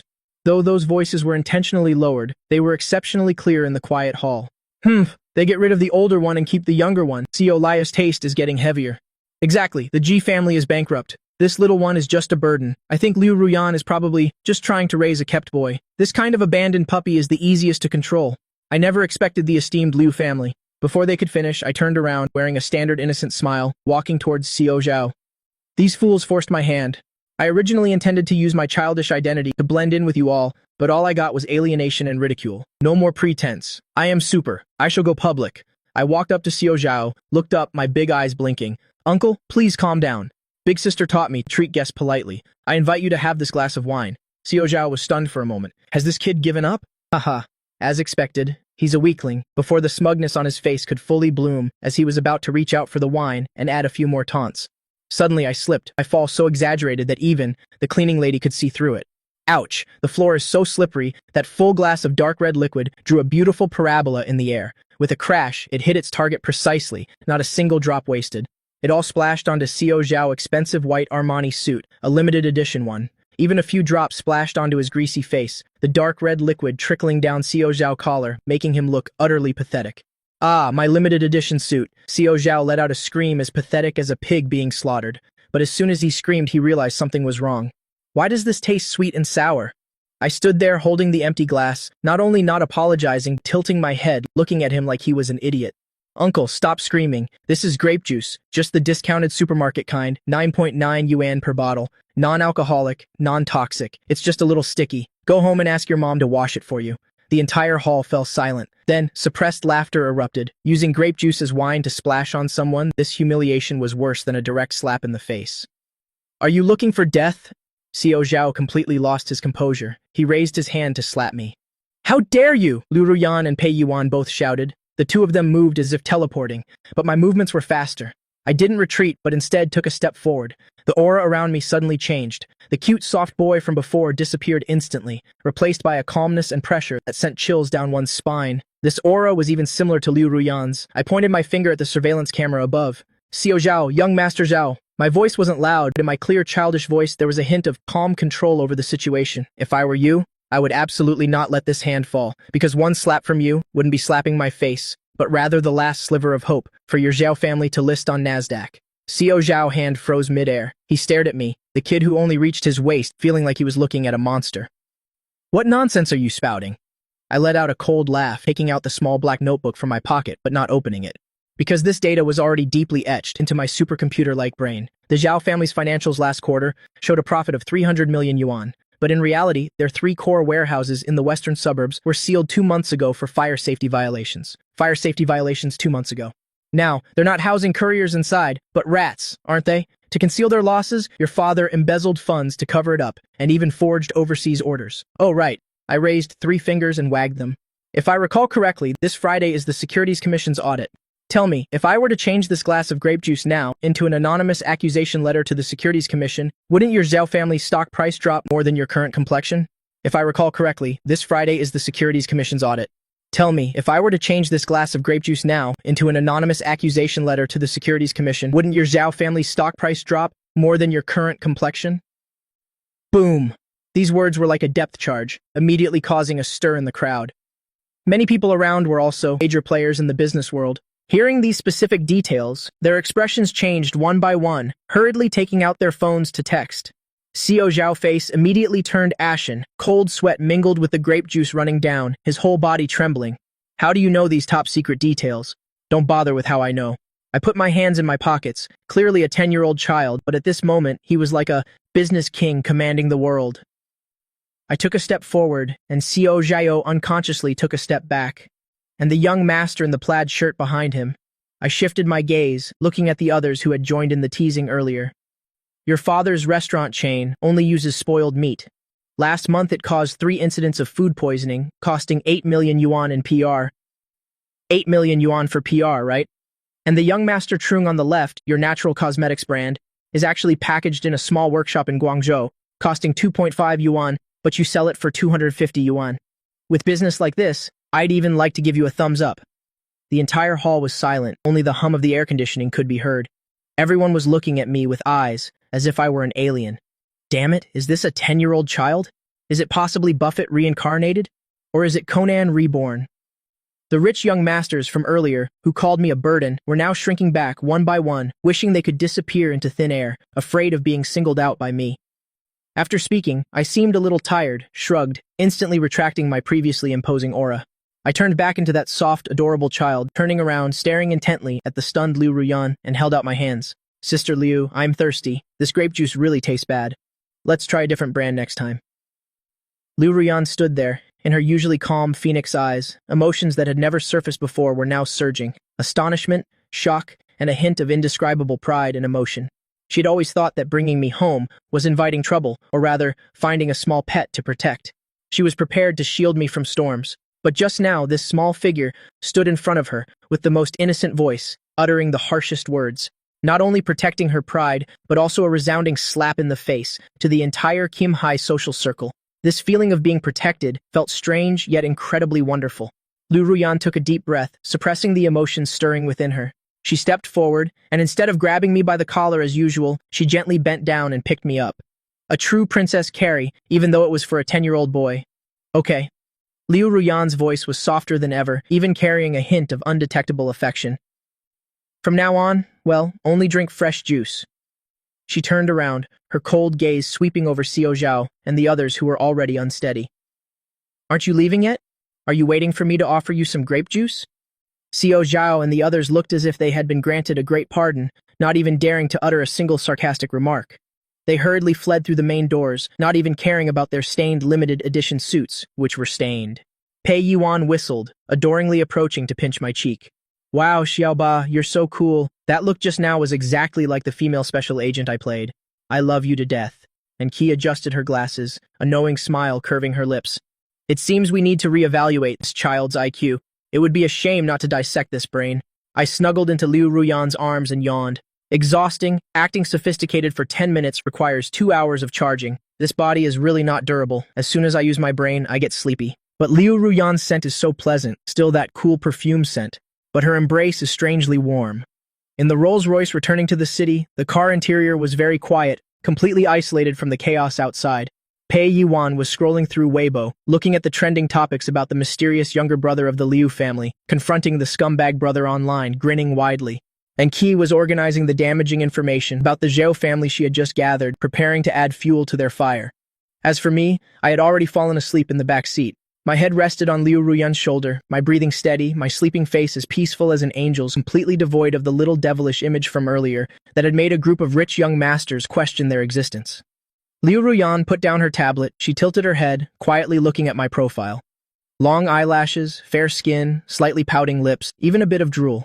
She took a silk handkerchief from her pocket, gently wiping away the drool from the corner of my mouth, her movement so gentle that even, she found it unbelievable. She used to hate children, hate trouble, hate all uncontrollable elements. But now, looking at the little ball of fluff leaning on her shoulder, the hardest ice in her heart seemed to have cracked open. Not just because I was smart, nor just because I had protected her, but because in this cold world of calculations and interests, there was finally someone who stood completely by her side, even though I was just a 10-year-old child. CEO Liu, we've arrived, the driver reminded softly. Liu Ruyan made a gesture for silence. She didn't wake me up, but carefully adjusted her sitting position slightly so I could sleep more comfortably. Then she lowered her head, her cold red lips lightly pressed against my smooth forehead, a kiss as light as a dragonfly touching water, carrying some solemn promise. Thank you. Liu Ruyan's voice was very soft, so soft that only she could hear it. Before, she always called me, hey kiddo, that one. But this time, Jiba, from today onwards, you are a true member of the Liu family. Anyone who touches you, I will kill them. The morning sun was still the morning sun, but the wind had changed direction, completely changed. In the restaurant, I sat at the guest seat, holding a small silver spoon, staring blankly at the bowl of bird's nest porridge before me. At this time yesterday, the maid named Xiao Kui looked at me with eyes containing 3 parts contempt and 4 parts indifferent, thinking, where did this poor relative come from? Today, I felt Xiao Kui half a meter behind me, her back bent at a 90-degree angle, looking extremely respectful. Young master, is the bird's nest hot? Do you need me to blow on it for you? Young master, the napkins today are long staple Egyptian cotton. Be gentle when wiping your mouth so you don't scratch your tender skin. I couldn't help but get goosebumps. Is this what they call the legendary version update? Yesterday I was still a mascot used as collateral, and today I've been upgraded to a prince, adored by the whole family. These Liu family servants change their attitudes faster than turning a page. It would be a waste of talent if they didn't study Sichuan opera's face-changing. I calmly took a sip of porridge. The taste wasn't bad, just the smell of decaying money. Liu Ruyan sat at the head of the table. Despite her still cold tone, her casual action of pushing a plate of pre-wrapped crab roe dumplings towards me betrayed her. I immediately sat up straight, seizing the opportunity. That's why, the most important thing is that you can enjoy it. Never give up. If you are someone who can do that, wonderful. Sorry, I sweetly called out, thank you. Liu Ruyan's fingers paused slightly. A faint smile curved her lips. A very thin line, then disappeared instantly. Eat your steamed buns. In this warm and happy atmosphere, the Villador once again had to endure the kind of violence that it shouldn't have to at its age. A loud bang echoed, followed by the sound of high heels tapping hurriedly on the floor. Accompanied by a scent of rose perfume, strong and invasive, it filled the entire dining room. Where is my little darling?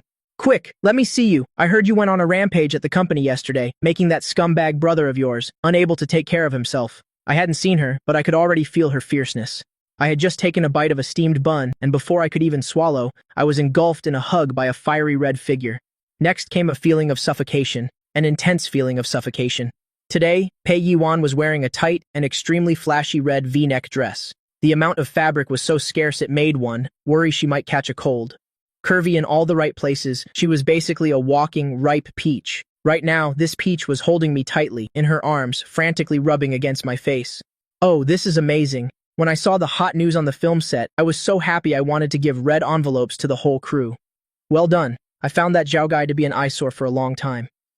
My hands were flailing in the air, my face buried in softness and fragrance. It's so hard to breathe. Help. Although this is the dream of countless men, I'm only 10 years old. If you don't let go, tomorrow's headline will be, "Son of the Liu family tragically murdered by a female celebrity." Let go! A cold voice rang out.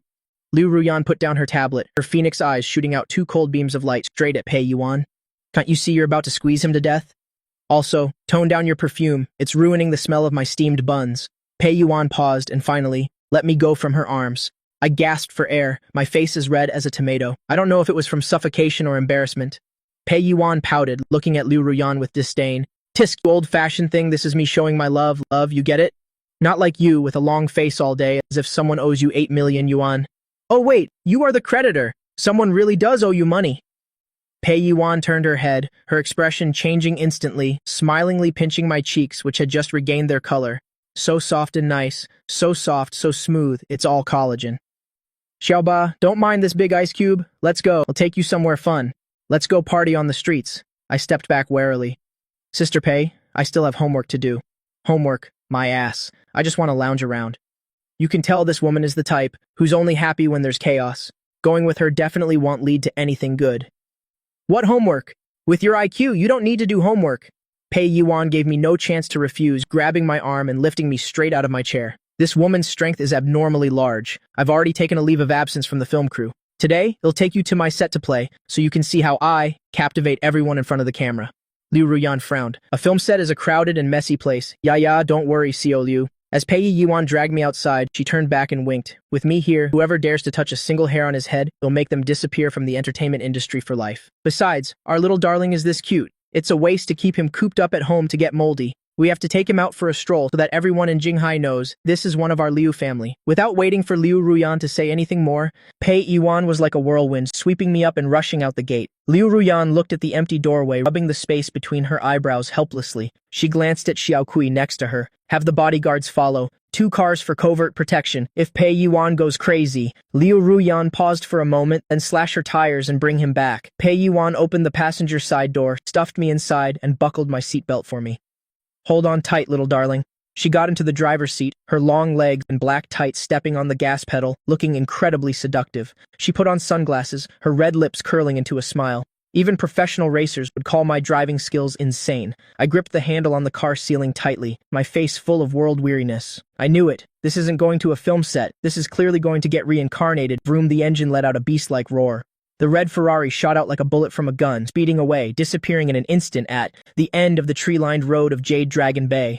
Pei Yuan held the steering wheel with one hand, while her other hand was free to adjust the car's audio. Heavy metal rock music blasted instantly. I must love even if I die, Pei Yuan screamed along with the music, completely abandoning her celebrity image. Xiaoba, isn't this exciting? I gritted my teeth and tried to answer. So exciting I'm about to see. My great-grandmother waving at me. Sister Pei, slow down a bit. The speed limit ahead is 60. What are you afraid of? I'll take care of the ticket. Pei Yuan floored the accelerator, overtook a Porsche, and even smugly gave the other driver the middle finger. That Zhou Zihang guy thinks just because he's a hot young star pushed by investors, he can act all arrogant with me on set every day. Today I'm taking you to put him in his place, to let him see what a true young master from a wealthy family is like. I quickly caught the keywords, Zhou Zihang, hot young star. It seems he's today's side quest boss. Pei Yuan is using me as a trophy to show off. I sighed and adjusted into a comfortable position. Since I'm here, I might as well go with the flow. If I can't resist, then I might as well enjoy it. Besides, with Pei Yuan, this crazy beauty protecting me, if the sky falls, her chest will. No, her height will hold it up. Half an hour later, the Ferrari executed a beautiful fishtail drift and came to a steady stop at the Jinhai Film Studio.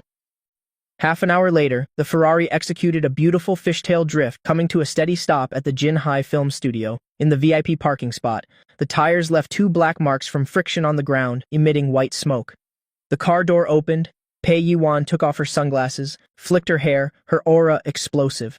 She walked to the passenger seat, opened the door, and looked at me with my messy hair and dazed face, extending her hand.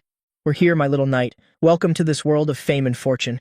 I unbuckled my seatbelt, jumped out of the car, adjusted my little suit that had been messed up by the wind, and looked up at the large billboard not far away. Power Over the World, starring Pei Yuan, Zhou Ziang. The area around the set was packed with fervent fans holding light-up signs and countless paparazzi waiting in ambush. Seeing Pei Yuan's car, the crowd immediately erupted. "Ah, it's Sister Wan. Sister Wan is so beautiful today. Who is that? Why did a child get out of Sister Wan's car? Oh my god, that kid is stunningly beautiful. Is he some child star?" Pei Yuan completely ignored the surrounding screams. She took my hand and walked into the set with her head held high and chest out.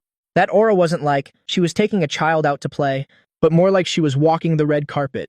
And at the same time, announcing to the whole world, "Look closely, this is my person." She held my hand, and I could feel the gazes from all directions, full of curiosity, surprise, and scrutiny.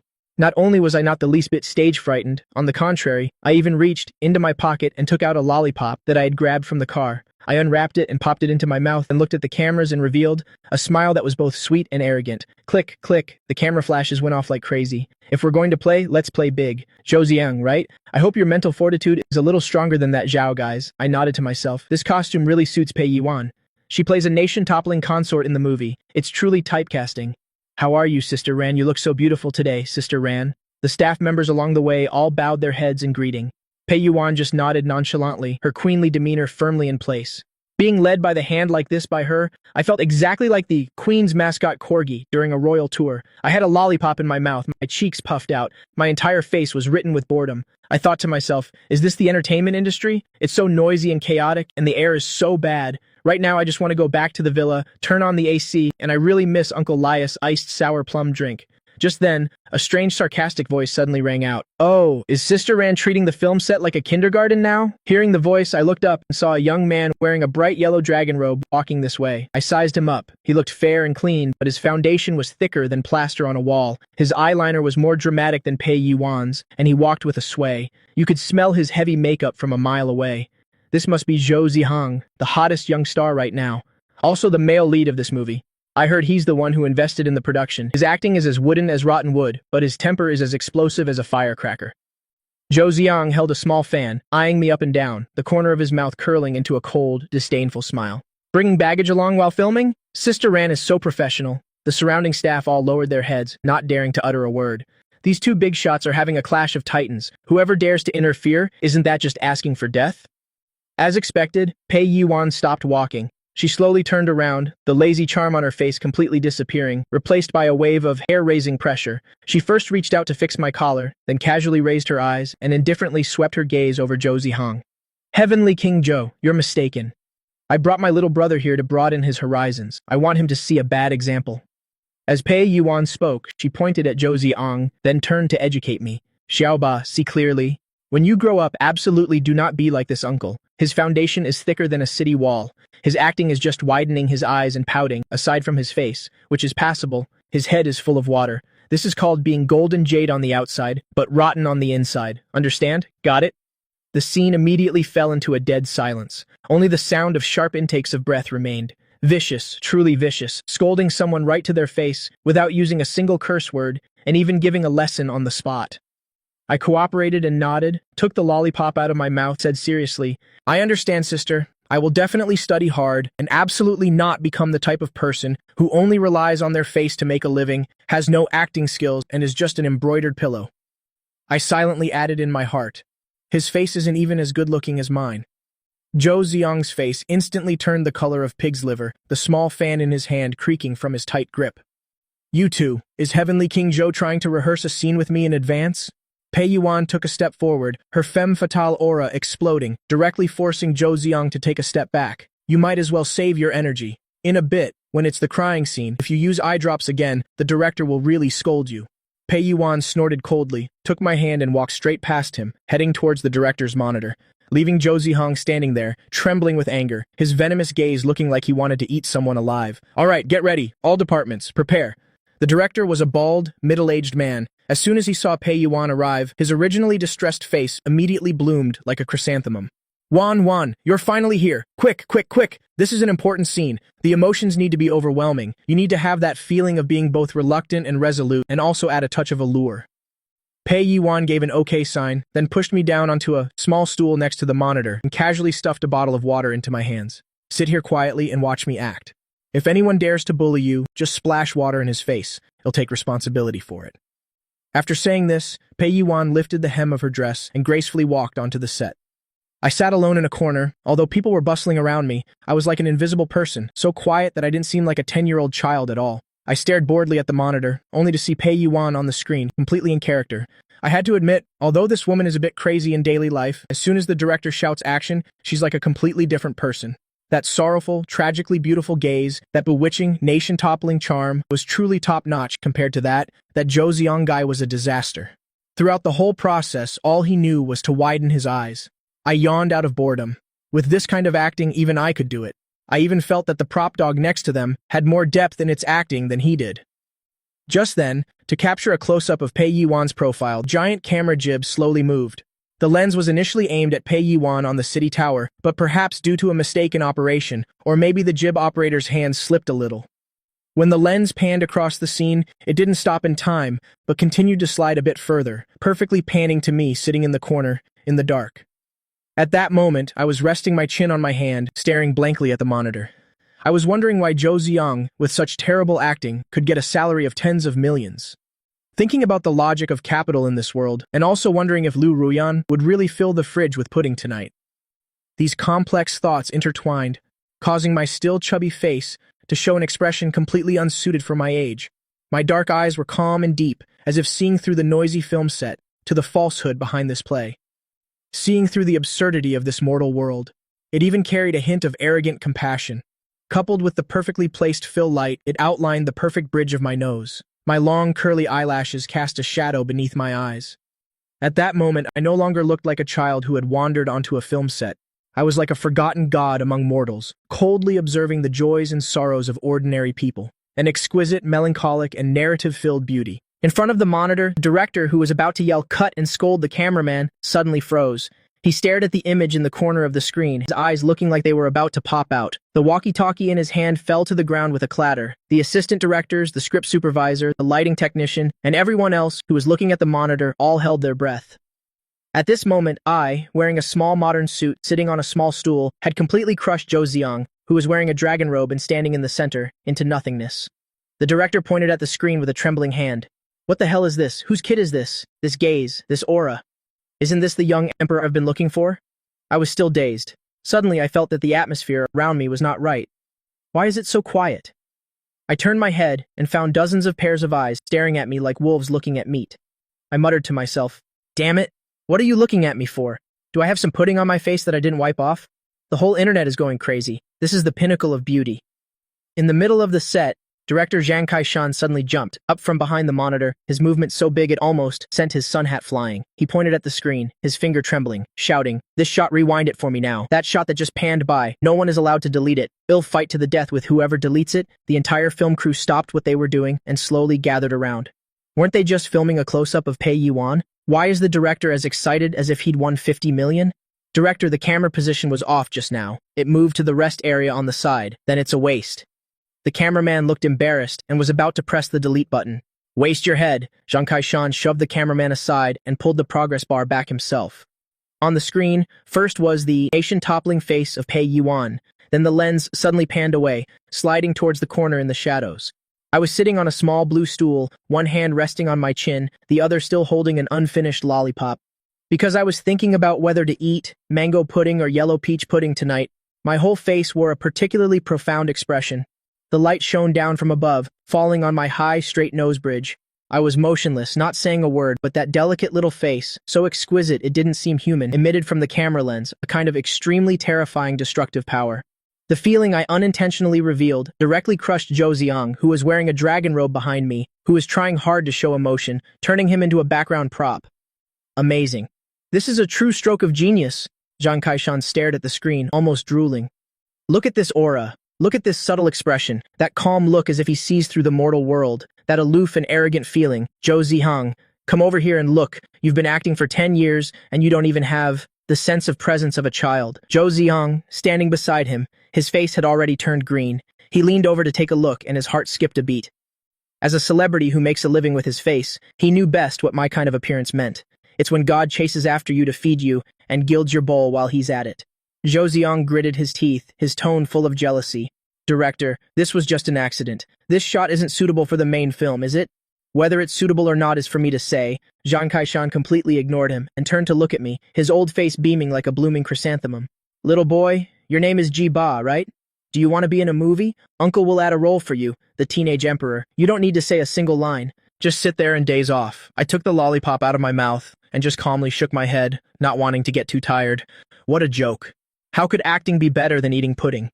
I knew very well that my role was a rich family's hostage, not a worker in the entertainment industry. At that moment, Pei Yuan walked over in her high heels and said, Director Zhang, don't touch my little brother. He's our family's treasure. We're not short on money. You want him on camera? Your payment probably can't even buy a pair of his socks. Pei Yuan said these words with extreme arrogance. But Zhang Kaishan didn't show the slightest bit of anger, because behind her was the Liu Corporation, while the film crew was still arguing endlessly over a scene. A female staff member hid behind the set, secretly using her phone to record the scene, playing on the monitor screen. She was someone who was crazy about good looks. The moment she saw me, it felt like her heart stopped beating. No way, this godly face can't be seen by me alone. Her hands trembling, she posted this 15-second video clip to her short video account. The caption was very simple: met a godly little brother on the film set. With looks like these, I'm willing to wait 10 years for him. Enamored at first sight, the most beautiful boy. After posting it, she got busy moving props. She had no idea at all that a small stone she casually threw would cause a tsunami of what magnitude online. As soon as the video was posted, the comment section was immediately paralyzed. Ah, it really is the little brother. The rich siblings are confirmed, sister. I'm so in. Little brother, I'm so in too. Is the Liu family still looking for a nanny? The kind that's a college graduate and knows how to do laundry. Pei Yuan. Did you save the galaxy in your past life? I want a dozen godly little brothers like this. Am I the only one who thinks the little brother looks so charming when he's dazed? That calm and quiet aura, I'm in love, while the entire internet was in a frenzy at the Liu Corporation headquarters in Jinghai. Liu Ruyan was sitting in the conference room, listening to her subordinates report on a 100 billion investment plan. Suddenly, Enki, who was always calm, quickly walked in, holding her phone. She whispered a few words into Liu Ruyan's ear, and Liu Ruyan's expression, at a speed that was, visible to the naked eye, turned cold. She took the phone, looked at Pei Yuan's Weibo post on the screen, and the hundreds of thousands of comments below wanting to snatch me away. Bang! Liu Ruyan slammed her palm down on the table. The solid wood conference table made a dull thud. The senior executives below were so scared that they all trembled, none daring to breathe too loudly. Pei Yuan, Liu Ruyan gritted her teeth, her voice filled with ice. You've got some nerve daring to use him to create a scandal? She called Pei Yuan directly. Her tone was so cold it could freeze an elephant. You have 3 minutes to delete that Weibo post and bring Jiba back here right now. Otherwise, I'll have your movies, filming shut down tomorrow. Pei Yuan on the other end of the line seemed to have anticipated this and just chuckled and said something. Liu Ruyan hung up the phone directly and turned her head to look at Enki. Contact the PR department to take down the trending topic. Also, find out who posted that video online. I want that person to know that not just anyone can use the Liu family to ride on our coattails. Enki pushed up her glasses, a dangerous glint flashing behind the lenses. It's already being investigated. But, Xiao Liu, I'm afraid it's too late to take down the trending topic now. Jiba's face has probably been saved all over the internet by now. Liu Ruyan slumped into her chair, her fingers gripping her phone tightly. She stared at the quiet me in the picture, an indescribable frustration suddenly rising in her heart. It was like a treasure she cherished was suddenly being coveted by the whole world. This feeling made her extremely uncomfortable. He is mine, she whispered, her eyes filled with unconcealed possessiveness. At this moment, I was sitting in the car on the way back and suddenly sneezed. I rubbed my nose, looking at the scenery of the streets flashing by outside the window. I had a premonition that my butt was going to get spanked to bits when I get home tonight.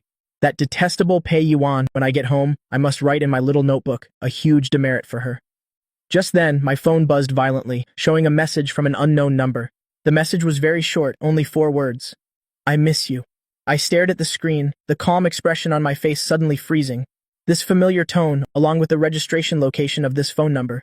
Could it be my big brother Guiba Sheng, the one who ran away from his wedding? The red Ferrari left a long streak on the highway. I stared at the message on the phone screen. My inner self was frantically rolling its eyes. I miss you. What's with this scumbag's romance novel-like opening line? I replied bluntly. Big brother, why didn't you think of me when you ran from your wedding? Now that you see I'm famous, you want to come back and ride my coattails? Or do you want to sell me for a good price? My fingers flew across the screen, and I directly threw this number into the blacklist. I conveniently deleted the entire message history. This kind of annoying stuff, looking at it for another second, is an insult to my intelligence. Xiaoba, why aren't you saying anything? Were you stunned by my driving just now? Pei Yuan held the steering wheel with one hand, her other hand restlessly patting her thigh. The hem of her red skirt rested on her lap, the curve of her black stockings seductively visible under the sunlight. She turned her head, her fair face full of smugness. Her large earrings swayed with the car's movement, continuously brushing against her slender neck. Sister Pei, I was just thinking, when we get home later, what position will Sister Liu use to hang you from the chandelier? I stuffed my phone into my pocket, my tone as calm as if I were discussing what to have for dinner. The smile on Pei Yuan's face froze. Immediately after, she forced a guilty smile. Ha ha, how could that be? That big ice block Ruyan might have, a bit of a difficult personality, but she loves me the most. As soon as she finished speaking, Pei Yuan's phone, placed on the center console, began to vibrate wildly. The screen displayed big ice block Liu Ruyan. Pei Yuan's hand trembled, and the Ferrari almost swerved into an S-shape on the road. Her finger trembled as she pressed the speakerphone button. Pei Yuan, you're dead! Liu Ruyan's voice came from the speaker, devoid of any emotion, but it made the temperature inside the car instantly drop below 0 degrees Celsius. Bring Jiba back to me right now, immediately. Beep beep. The call was decisively disconnected. Pei Yuan swallowed, turned her head to look at me, her eyes filled with a plea for help. Sweetheart, you have to protect me later. I shrugged. I'm just a 10-year-old kid. What bad intentions could I possibly have? At most, I can help you collect your corpse. I let out a cold laugh. Scared now, are we? You were so brave when you posted on Weibo earlier. Woman, thy name is courting death. At the same time, Sister Wang, Pei Yuan's manager, was sitting in the assistant's car, grinning from ear to ear as she looked at the data on her tablet. It's gone viral, completely viral. Sister Wang typed furiously on the keyboard, sending a voice message to Pei Yuan. Sister Yuan, don't worry about what CEO Liu thinks anymore. The hype is unstoppable now. Just now, 3 top luxury brands contacted me asking for G-Boss information. There's also a national milk brand that wants the two of you to film a commercial together. I've already had the PR department prepare a plan. We're going to push this rich siblings image now, the mysterious rich young master and the glamorous hot actress. This image is a real money-making machine. Sister Wang was panting with excitement on the other end.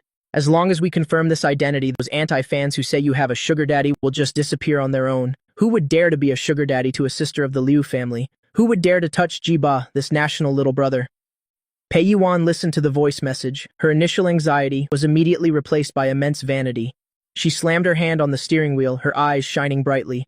That's right, I'm protecting Xiaoba. It's better for us to take control of the narrative ourselves than to let the paparazzi write nonsense. She turned her head to look at me, a mischievous glint in her eyes. Xiaoba, do you want to be a superstar? You'll have endless pudding to eat every day and countless beautiful older sisters surrounding you? I sighed, took a chocolate bar from my bag and stuck it in my mouth.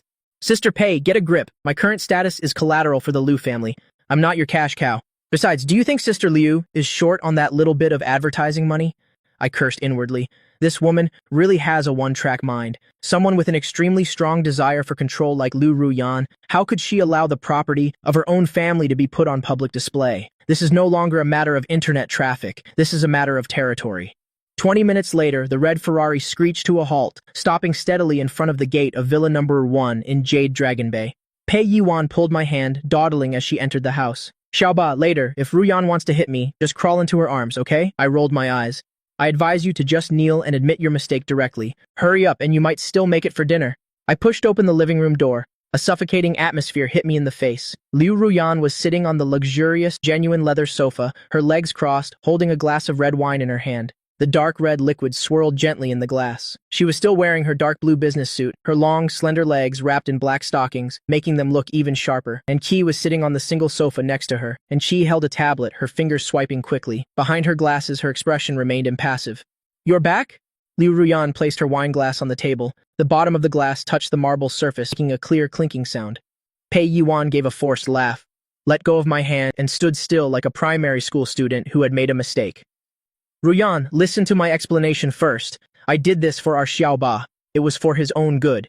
Liu Ruyan stood up, wearing her high heels, and walked closer step by step. Her aura immediately intensified. She stopped in front of Pei Yuan, half a head taller, looming over her. Do you know how many pairs of eyes are watching him out there? Do you know what those two bloodsuckers from the Guy family will do when they see these trending topics? What crazy things they'll do? Just for a little commercial value, you pushed him into the eye of the storm? Pei Yuan gritted her teeth and retorted, "It's marketing. This is the era of internet traffic. If we don't take the initiative, are we supposed to wait for others to dig into his private life? Right now, the whole internet is praising him. They all admire us for having such a great little brother. What's not good about that?" The two women argued fiercely in the middle of the living room. It was as if electric sparks were flying through the air. Seeing the situation was bad, I quietly sidled over to Enki, and Ki didn't look up and casually handed me a box of freshly cut, chilled watermelon. "Want some?" I took the fork, speared a piece, and put it in my mouth. They're often like this. Enki pushed up her glasses, her tone as plain as water. "It happens a few times every month. You'll get used to it." However, this time Pei Yuan really went too far. Xiao Liu just smashed an antique vase, worth 3 million.